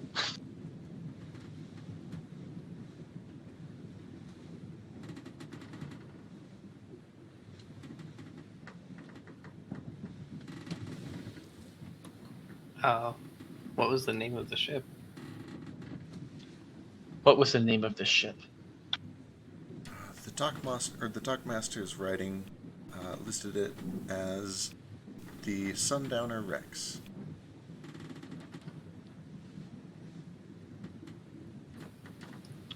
He's obviously speaking about us who've traveled through here. This city sucks. I'm so sorry. I'm so This sorry. city's an ass. I kind of figured this is what was going to happen. Yeah, I kind of thought that's where you're going with it, and then want some confirmation. But this city's an asshole. It should burn it to the ground. After that, I'm assuming it just goes quiet for me. Maybe we should have specified, not counting this one. With that said, it is happy to confirm that those are the only kobolds that it remembers seeing coming through the city. Yeah. So no kobolds other than you guys have gone through the city. But I believe that was the fifth one, yeah? That was all 5, yeah. Alright. Enjoy your stay. I'm I happy will, to thank have you. you in my arms. It's quiet in the times between the sails. Quiet is nice. Alright. That was my first time using that. I wasn't really sure how it was going to work. Did we like see or hear anything there? Did we just see Ace like meditating? No, you didn't notice anything unusual except for Ace's behavior. After the weird dream I had the other day, I felt like I could do that, so I kind of wanted to try it. I mean, maybe when we go underground, if we run into a city, we might be able to get more information. I was going to try doing it up in where Vasu's from to see if we can find more about the island that fell out of the sky, but it just depends if it's part of that city or not.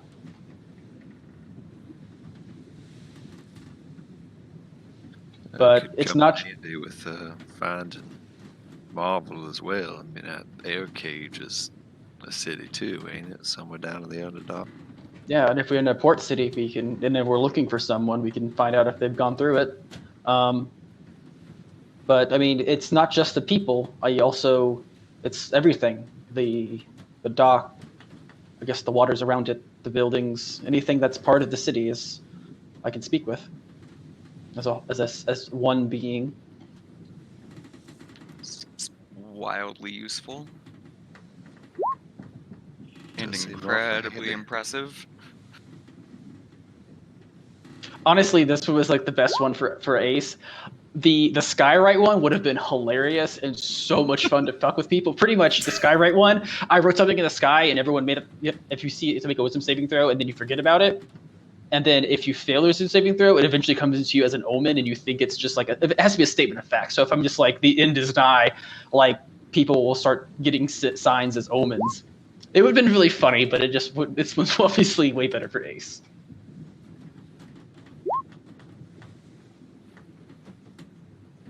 But yeah, whenever we go to the Underdark, when we get to Air Cage, we can probably find out lots of information. I can only talk to the city every month, like once. So That could come in awful handy, little. It's a nice trick. yeah, I mean, I might be able to use it when I go home, find out more about myself, honestly. We'll go back to where I'm from. I don't know if it is a city, really, but If it is a settlement, it should work. I'd certainly have some questions. Yeah. But that's not for a long time now. But I mean, it was kind of a long shot. I kind of assumed that they probably would have traveled through a different way to get to the Underdark and not through this new hole. But perhaps we can go back to Thorngrove and find out more about that cult, I guess, that used the tree to travel. Could certainly help. That'd be nice. We can only do it once a week, but it's near the end of the week, so I should be able to do it when the leg grows strong again.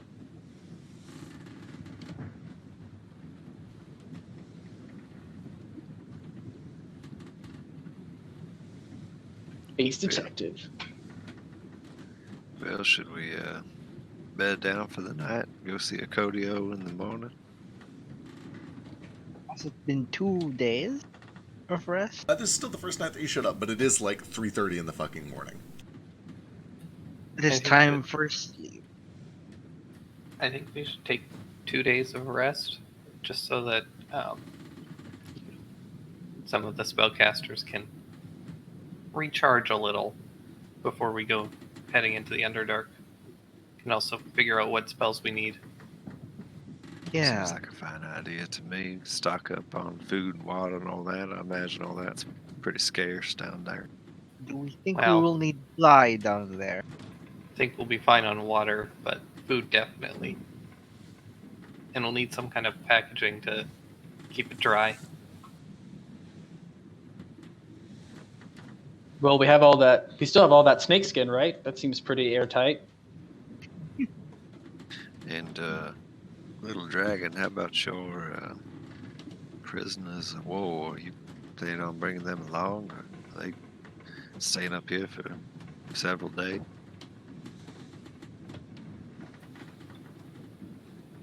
Well, things will probably be safer up here, honestly. I But think we so can as well. Watch the ship? maybe, yeah, maybe they can stay with Jamjar and Elise. Well, I'd hate to go anywhere without Elise, but Eddie Jamjaw seems like he's a good enough guy. I suppose if we need to leave somebody with the ship, Elise is as good as any, but Oh, of course, I'm good for it. You can trust me. insight check. Sure. I'll also insight check because it's who I am. Hence why I kind of want to leave Elise. I'm pretty sure she's the The only lowest I can adult roll amongst is, I think, is a everyone. 16. Minimum 16 and a 19. It seems legit. You have noticed, and we've kind of glossed over it, but Jamjar has been spending a lot of time with Moat. They seem very friendly. With your insights of 16 and 19, you would know, because he's being extremely upfront and honest about it, that, like, he's not telling Moat why he's here or what his mission is. And actually, you probably get the sense from him that Moat should not be telling you guys as much as he's been telling you guys, but, you know, it's Moat. Well, he's Moat. Also, where are we keeping the dead body? Or the package that Moat used to deliver? Assume it's just in the cargo hold somewhere. I Same. would think, yeah. Yeah. Unless I hear otherwise, I just assume it's in the cargo hold. Already mummified though, so it's not like rotting. I was gonna say, it's bones. It's not even mummified. Vasu, what's up? Oh, I just wanted to go back to the shop we were in because I couldn't remember if he ever answered if they had any white stones left. I'm just Oh, right. buying any and all of them. The bigger the better. Right, I forgot. Let's see. Give me a luck check to see if they have anything bigger than zeros.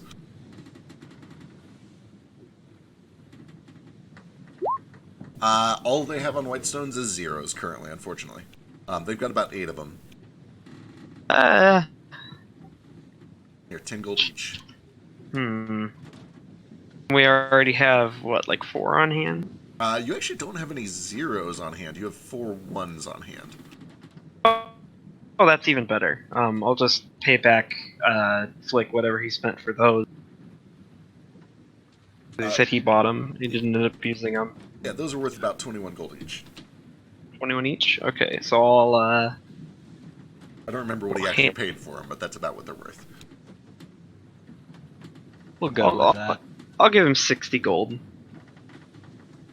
If that's fair. Alright, that's fine. Cool. And then I will not ask Gale to work on any more stuff for me tonight. But I do want to put those into my cloak at some point. Sure. Feel free to shoot me what you want those to do between sessions. I'll get that written up. We are coming up on midnight. We accidentally had a crafting session, which I enjoyed. I'm glad we got to do some of it. Crafting sessions are great. We got so much cool gear out of it. A lot of dope shit. Do we get before the- die in the Underdark? Do you get the short rest real quick though? Yes, you guys do get your short rest, which I believe is the last one before the long rest. Yep. What do we get? What do we get back long rest? It's just All your health and The like same? some people have resources that they only get on the long, but most of you. get well, so like long Nomad's rest. not going to get like more than his normal amount of mana he gets back, right? Correct. I do get my arcane recovery back, but I can only expend it the day after, really. Of course, if you at any day during that week, but usually it's smartest to just get it out of the way. Yeah. How if many you want, people have I super can. interesting dreams overnight though? No, not tonight. Tonight actually goes pretty uneventfully. This is what we get for unless- just crafting. I should say that nobody in this world has any super interesting dreams unless somebody wants to intervene in that. What? I do. I can't say anything else, but that's it. There we go. Okay, no, nobody has any interesting dreams. Fuck.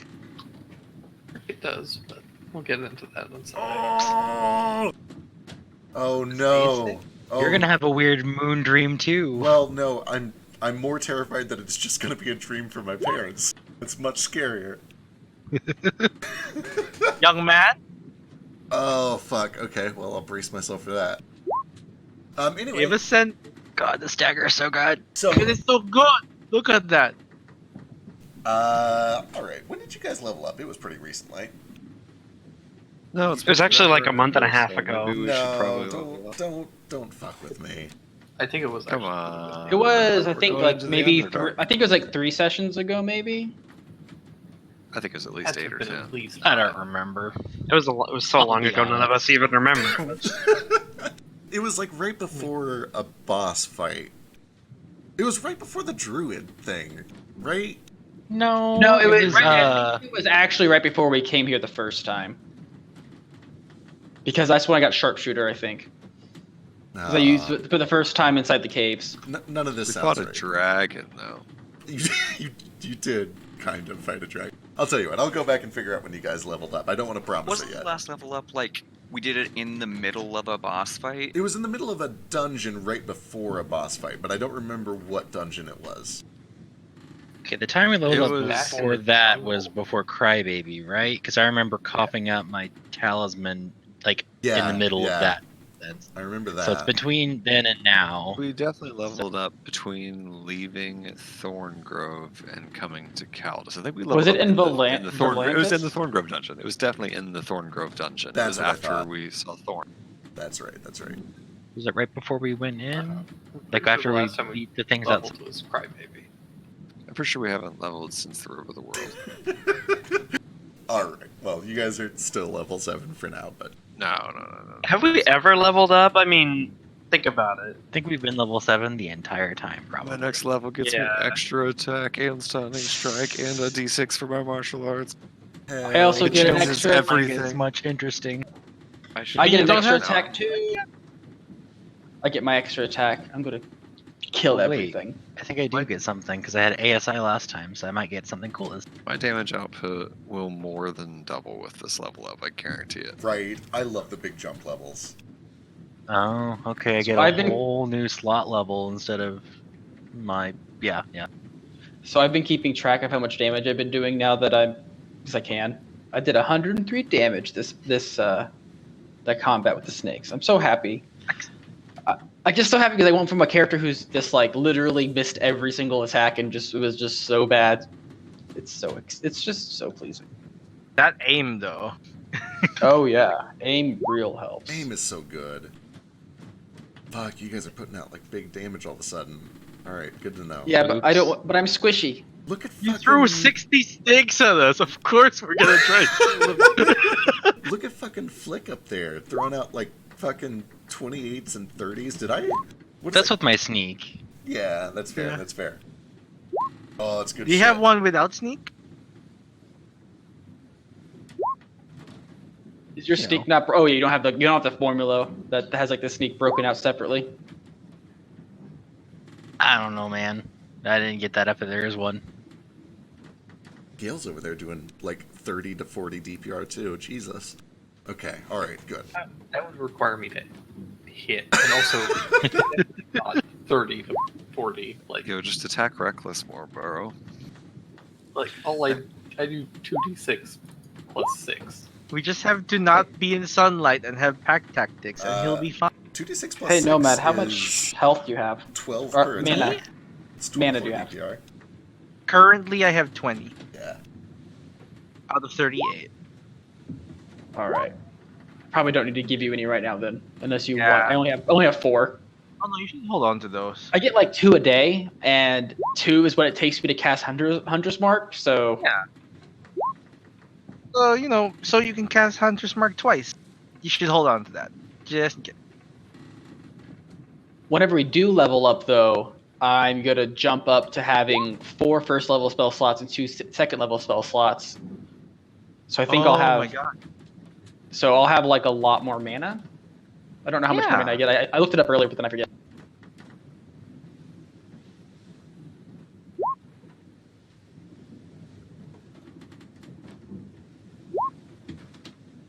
I'll have Oh my god, I have to find some way to keep track of those wounds easily. That is so that's like that's the reason that I tend to avoid wounding enemies is because it's a pain in the dick to track. But like, Oh, of course. I've streamlined so many other things in this campaign. I'm sure I can figure something else out. Seems like it shouldn't be that hard, right? You have a compass that flips all the time. You can do it. I was gonna say that compass. I was real worried it was gonna be like a bigger issue than it has been. I'm glad it's not like a huge pain in the dick. Surely you could just put like one of those like custom like status effect markers Yeah. and just wound them at the start of their turn. The big thing is I need to make a macro for it. Like I need to make a macro for Flicks too, where I literally just click the button and it flips his compass for him. So I'll do that. I'll like do a wounding thing. We'll figure it out. What levels of ranger are you? I'm level 4. So next level, I'm gonna jump up to having a maximum. Yeah. I'm going from 6 to maximum of 14. And I'll get 3 a week. So I can. You'll definitely going to have a good amount of mana. Yeah, and that's technically, good. yeah, and I mean technically you could use the friendship with someone else, but that's going to destroy our friendship, so we can't do that. Yeah, we can't do that. Notably, the bracelets do track those 25 points like across everyone. So in other words, That if you makes do sense. 4 and then you give it to somebody else, they can do 4, but it still counts as 8 total for the bracelets. Yeah, and I'm assuming that if is it like hold on, let me look at it because I know it says if you give more than 5 a day. I don't know if that's per person Yeah. or per. That is per day. person. So like in theory, one person could get 5 mana from 4 different people. I mean, it would take a hell of a lot of times. You have to unattune from it and then attune to it. Yeah. So Yeah. it'll take like It's a 2 it'll hour take round like trip per person. Oh, hey, plus the this time is- to spend. This is an ultra minor thing, but I had previously enchanted my battle axe to just like be magical for the purposes of resistance. Oh, yeah. So whatever stone went into it for that, back out. Yeah, that would just be a level 0 greystone, probably. We'll throw that over here. Yeah, just in case we ever need one of those. Yeah, also, it probably goes without saying, but don't coffee lock with that shit. If you guys coffee lock with that shit, I'll break them. Coffee lock. What's coffee lock? Coffee locking is where you feed mana or spell slots to a sorcerer, they convert it to sorcery points, and then they just overflow their sorcery points so that they have like a huge fucking battery of mana. Oh no, I'm only going to be sending it to Nomad because he was literally using all of his magic for sending, and he had no magic, Yeah. and he needs magic Yeah, because no. he's our wizard. That's So fair. now I can have him cast sending twice. Oh, also, fuck. On that note, you know what? I'm forcing it. I'm railroading it. Flick, you open the goddamn pouch that was given to you from Threemies, and you find some cool shit inside. What pouch? I don't remember a pouch. Oh wait, This the is one with why money. you have Oh, okay, the one with money in it. But you just Uh, said there was money. You yeah, didn't say there I was shit in assumed it. too. That was just like I wasn't gonna pilfer through Three Me's things. Okay, well, if you don't, then you don't. I mean, mean, it's if up he, to Flick. He said it was but I'm yours. going to. Okay, I You're don't, a thief. I don't want to. I Okay. don't want to railroad this. He If said you that guys- it was belonged to me, and I'm like, well, I'll give him the money later if that's the case. But I would look and see how much is in it, because like, Okay. if I'm sitting on fucking 200 platinum, I'm gonna fucking spend it and be like, what money? I do need to go see how much it actually was. Hang on. Also, what how could I speed up this ice knife so it's a bonus action instead of a whole action And at some point? in your wildest, wettest dreams. It's already very Ah. good. It's as good as it gets. So not 20, But like, bro. I do more damage with my knife than this knife. Well, no, I guess I can hit creatures within 5 feet. So if the opportunity arises, I can hit like a lot of things. So never you mind. also can hit people. You also can hit them with an opportunity attack with that knife. You could always give me the knife. But I have 50 the knife. platinum pieces in there. So that I could do some damage. That's okay. It's fine. A spell gem. What is this? It's up to you if you actually want to take this shit, but this is what you find inside the pouch. That, 2 spell scrolls, and 50 platinum pieces.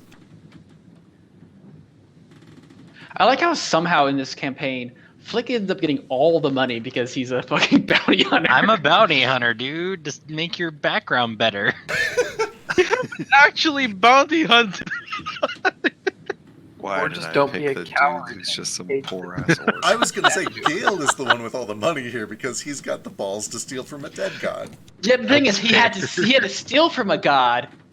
Flick just ends up getting money. I'm lucky, but no one else around me is. They're all dying. It's fine. And you went and picked up this bounty with a turtle who has no clue what money is worth. Right?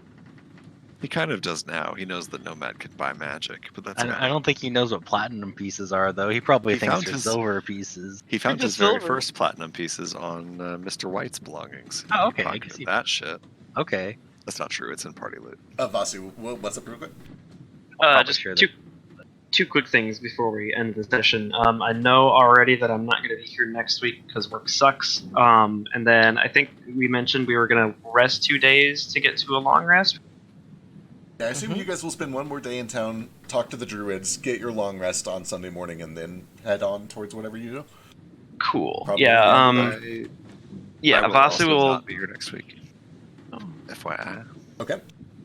Vasu will still stick around for the Underdark, but I just wanted to pick which thing I do for my social link thing before I'm gone next session. And since we're getting to that Sunday, I hoped we could kind of like fast forward to it. Yeah.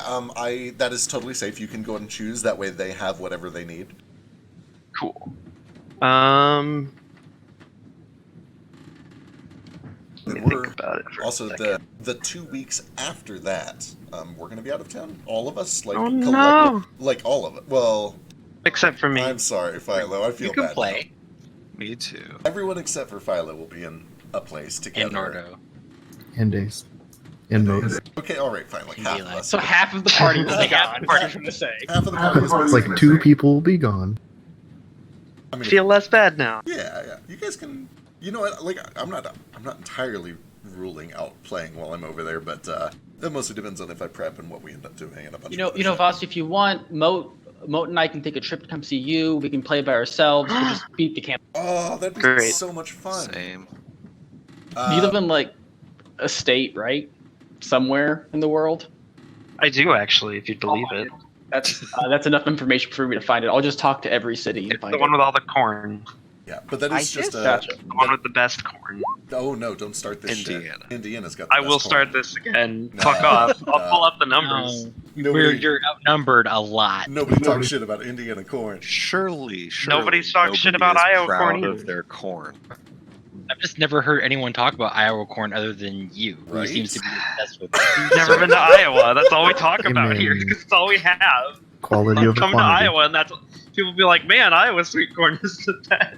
But I've anyway, heard about Iowa. Quality over Posh quantity. talks. Come on. So you're man. saying that people in Iowa talk about how good Iowa corn is, and that's what you're basing this fact on. We're not biased. Shut up. See, if we go by that logic, every state says how good their sports team is, and that's not always. oh, I don't know. The Browns know it.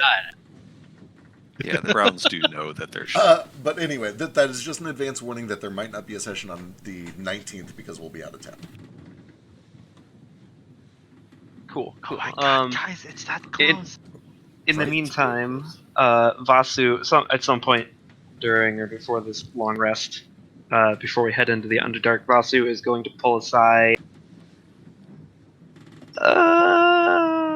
Let's do Flick and Yule. Ooh. I love You that you have took this replaced one. me. This was one of my favorites. It's so good. I also love the one that Yule just took, and I can't wait for her to use it. Oh my god, what is it? I can't say anything, but I want to. I loved that Yule just picked it based on the shape of the candle and not what it did. So beautiful. Fair disclaimer, I gave him the 3 last night because they're all really, really, really this is probably not going to surprise anyone, but all of Sochi's have D100 tables, so I wanted him to have a little extra time to review it. Beautiful. I think that when he rolls on them, he should be required to actually Skype a video of spinning the wheels and not doing a die roll. Yes, perfect. You just hear in the background that.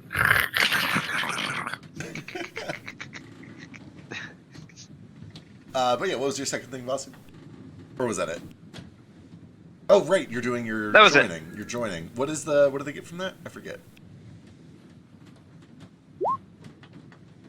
The thing. Change the name of it again. Love it.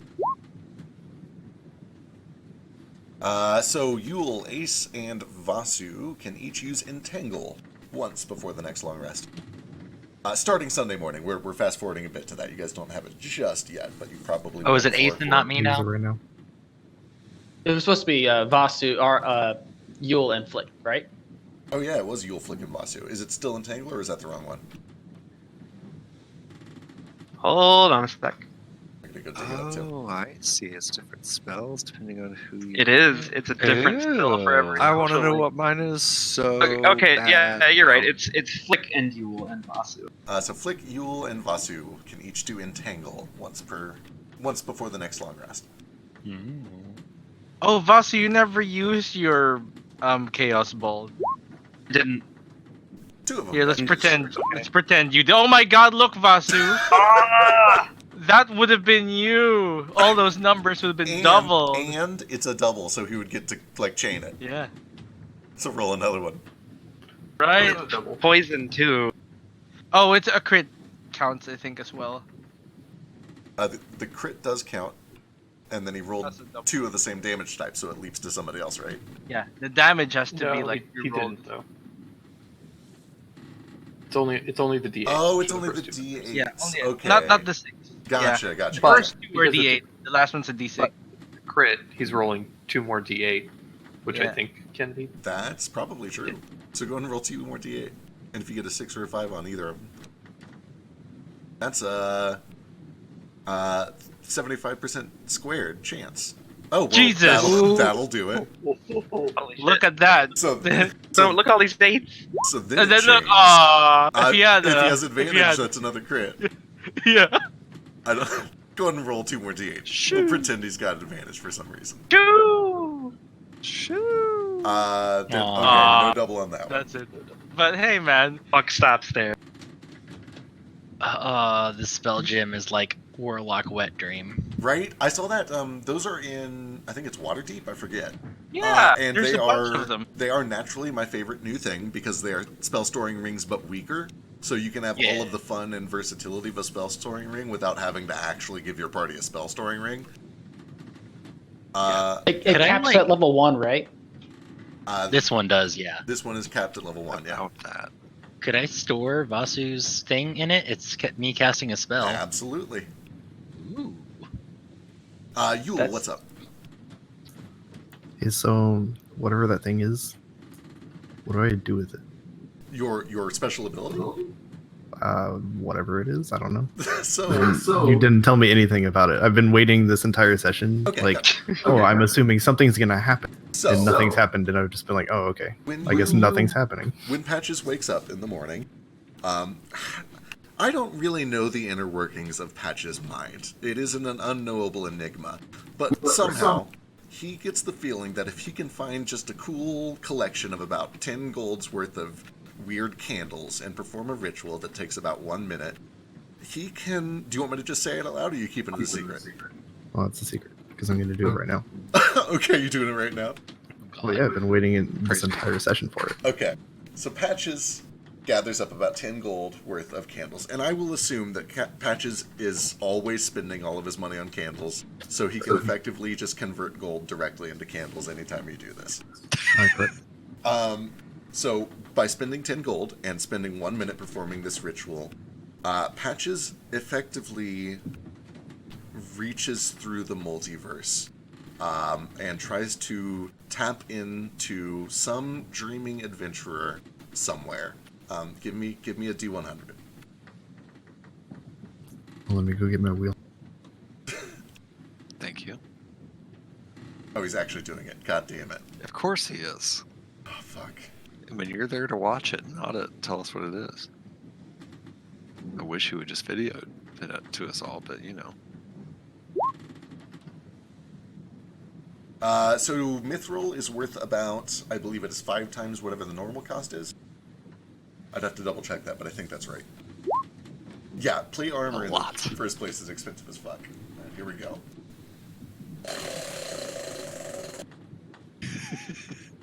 Yes. Oh, okay, 80 something. Here comes the digit.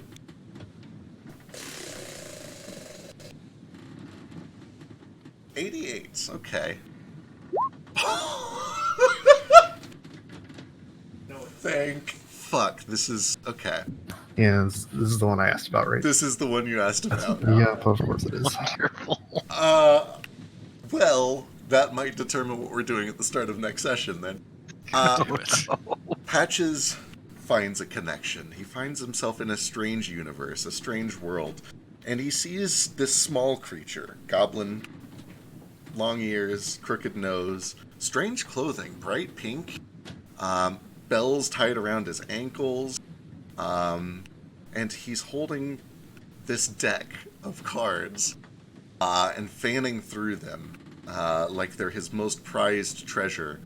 And Patches pulls and pulls, and as he does, the dreaming spirit of this deck-empowered Nilbog suddenly appears as a ghastly apparition back in our world, in this circle of candles aboard the Sundowner wreck. And he seems just kind of aloof and looks around like he's waking up into a dream for the first time, trying to figure out where he is. And he sees Patches and kind of cocks his head to the side and waits for some sort of order. Oh no.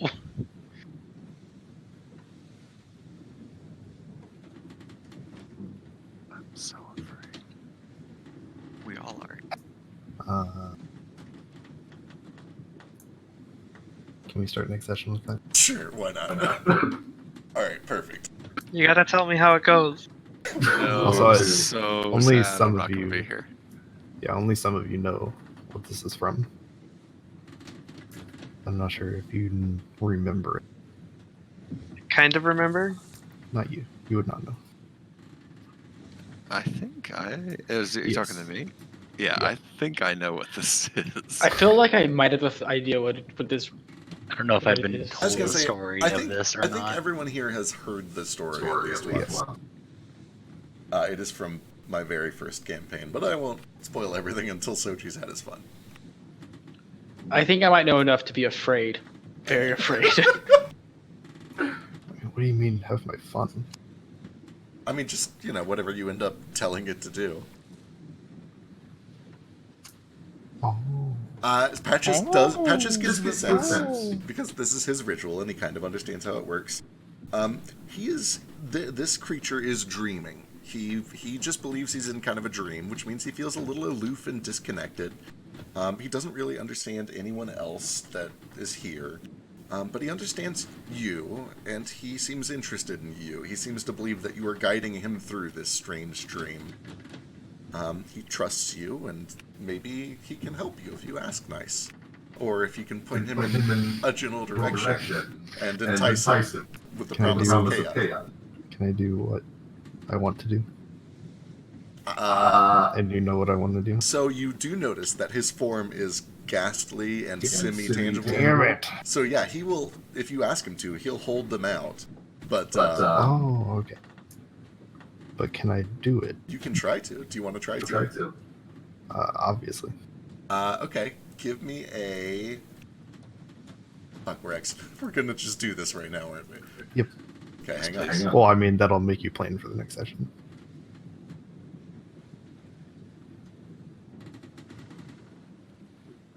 Okay, give me a D4.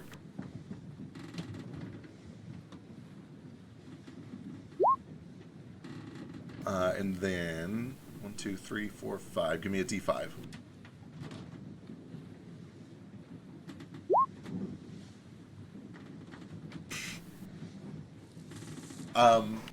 You watch as this figure reluctantly holds out this deck. It wavers and shifts like a ghost rolling in fog, but as you reach out and touch it, it does indeed have some sort of physical presence to it. And you pull, and a single card emerges from this ghastly deck. And as you look it over, it looks translucent. You almost can't make out exactly what is on the face of this card, but in the exact right light and with the exact right angle, you can see that it is a painting of a devil wreathed in flames. And you hear this just very distant, demonic laughter as the card disappears into the ether.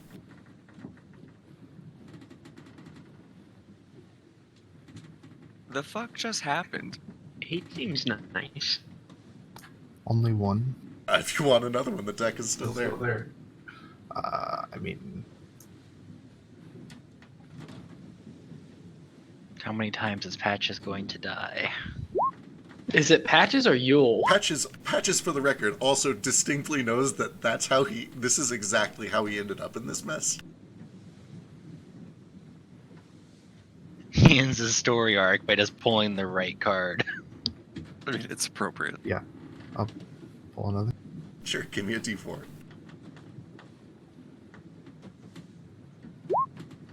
And a D5.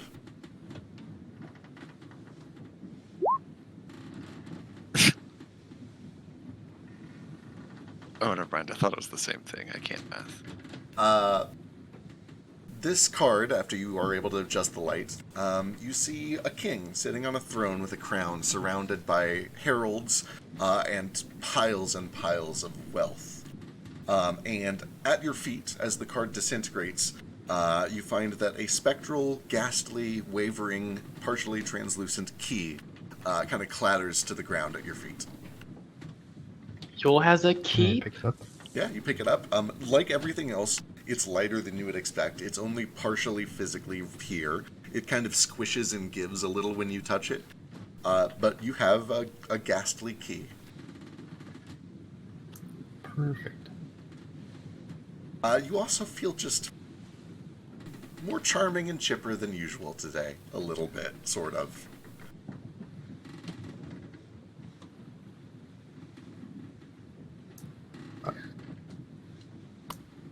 Do I know why? No, not really. Why would you? Okay.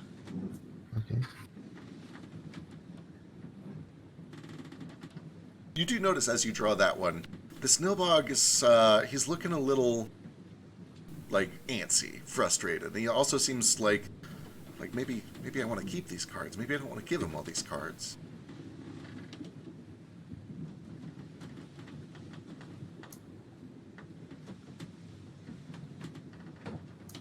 I think I'll continue this next time because I need to think about what to do. Okay, perfect. That's where we'll pick up next time. I'm delighted that this is the first one you got. There's no way that this could ever end poorly. I'm horrified. I think we can. Because we should all just.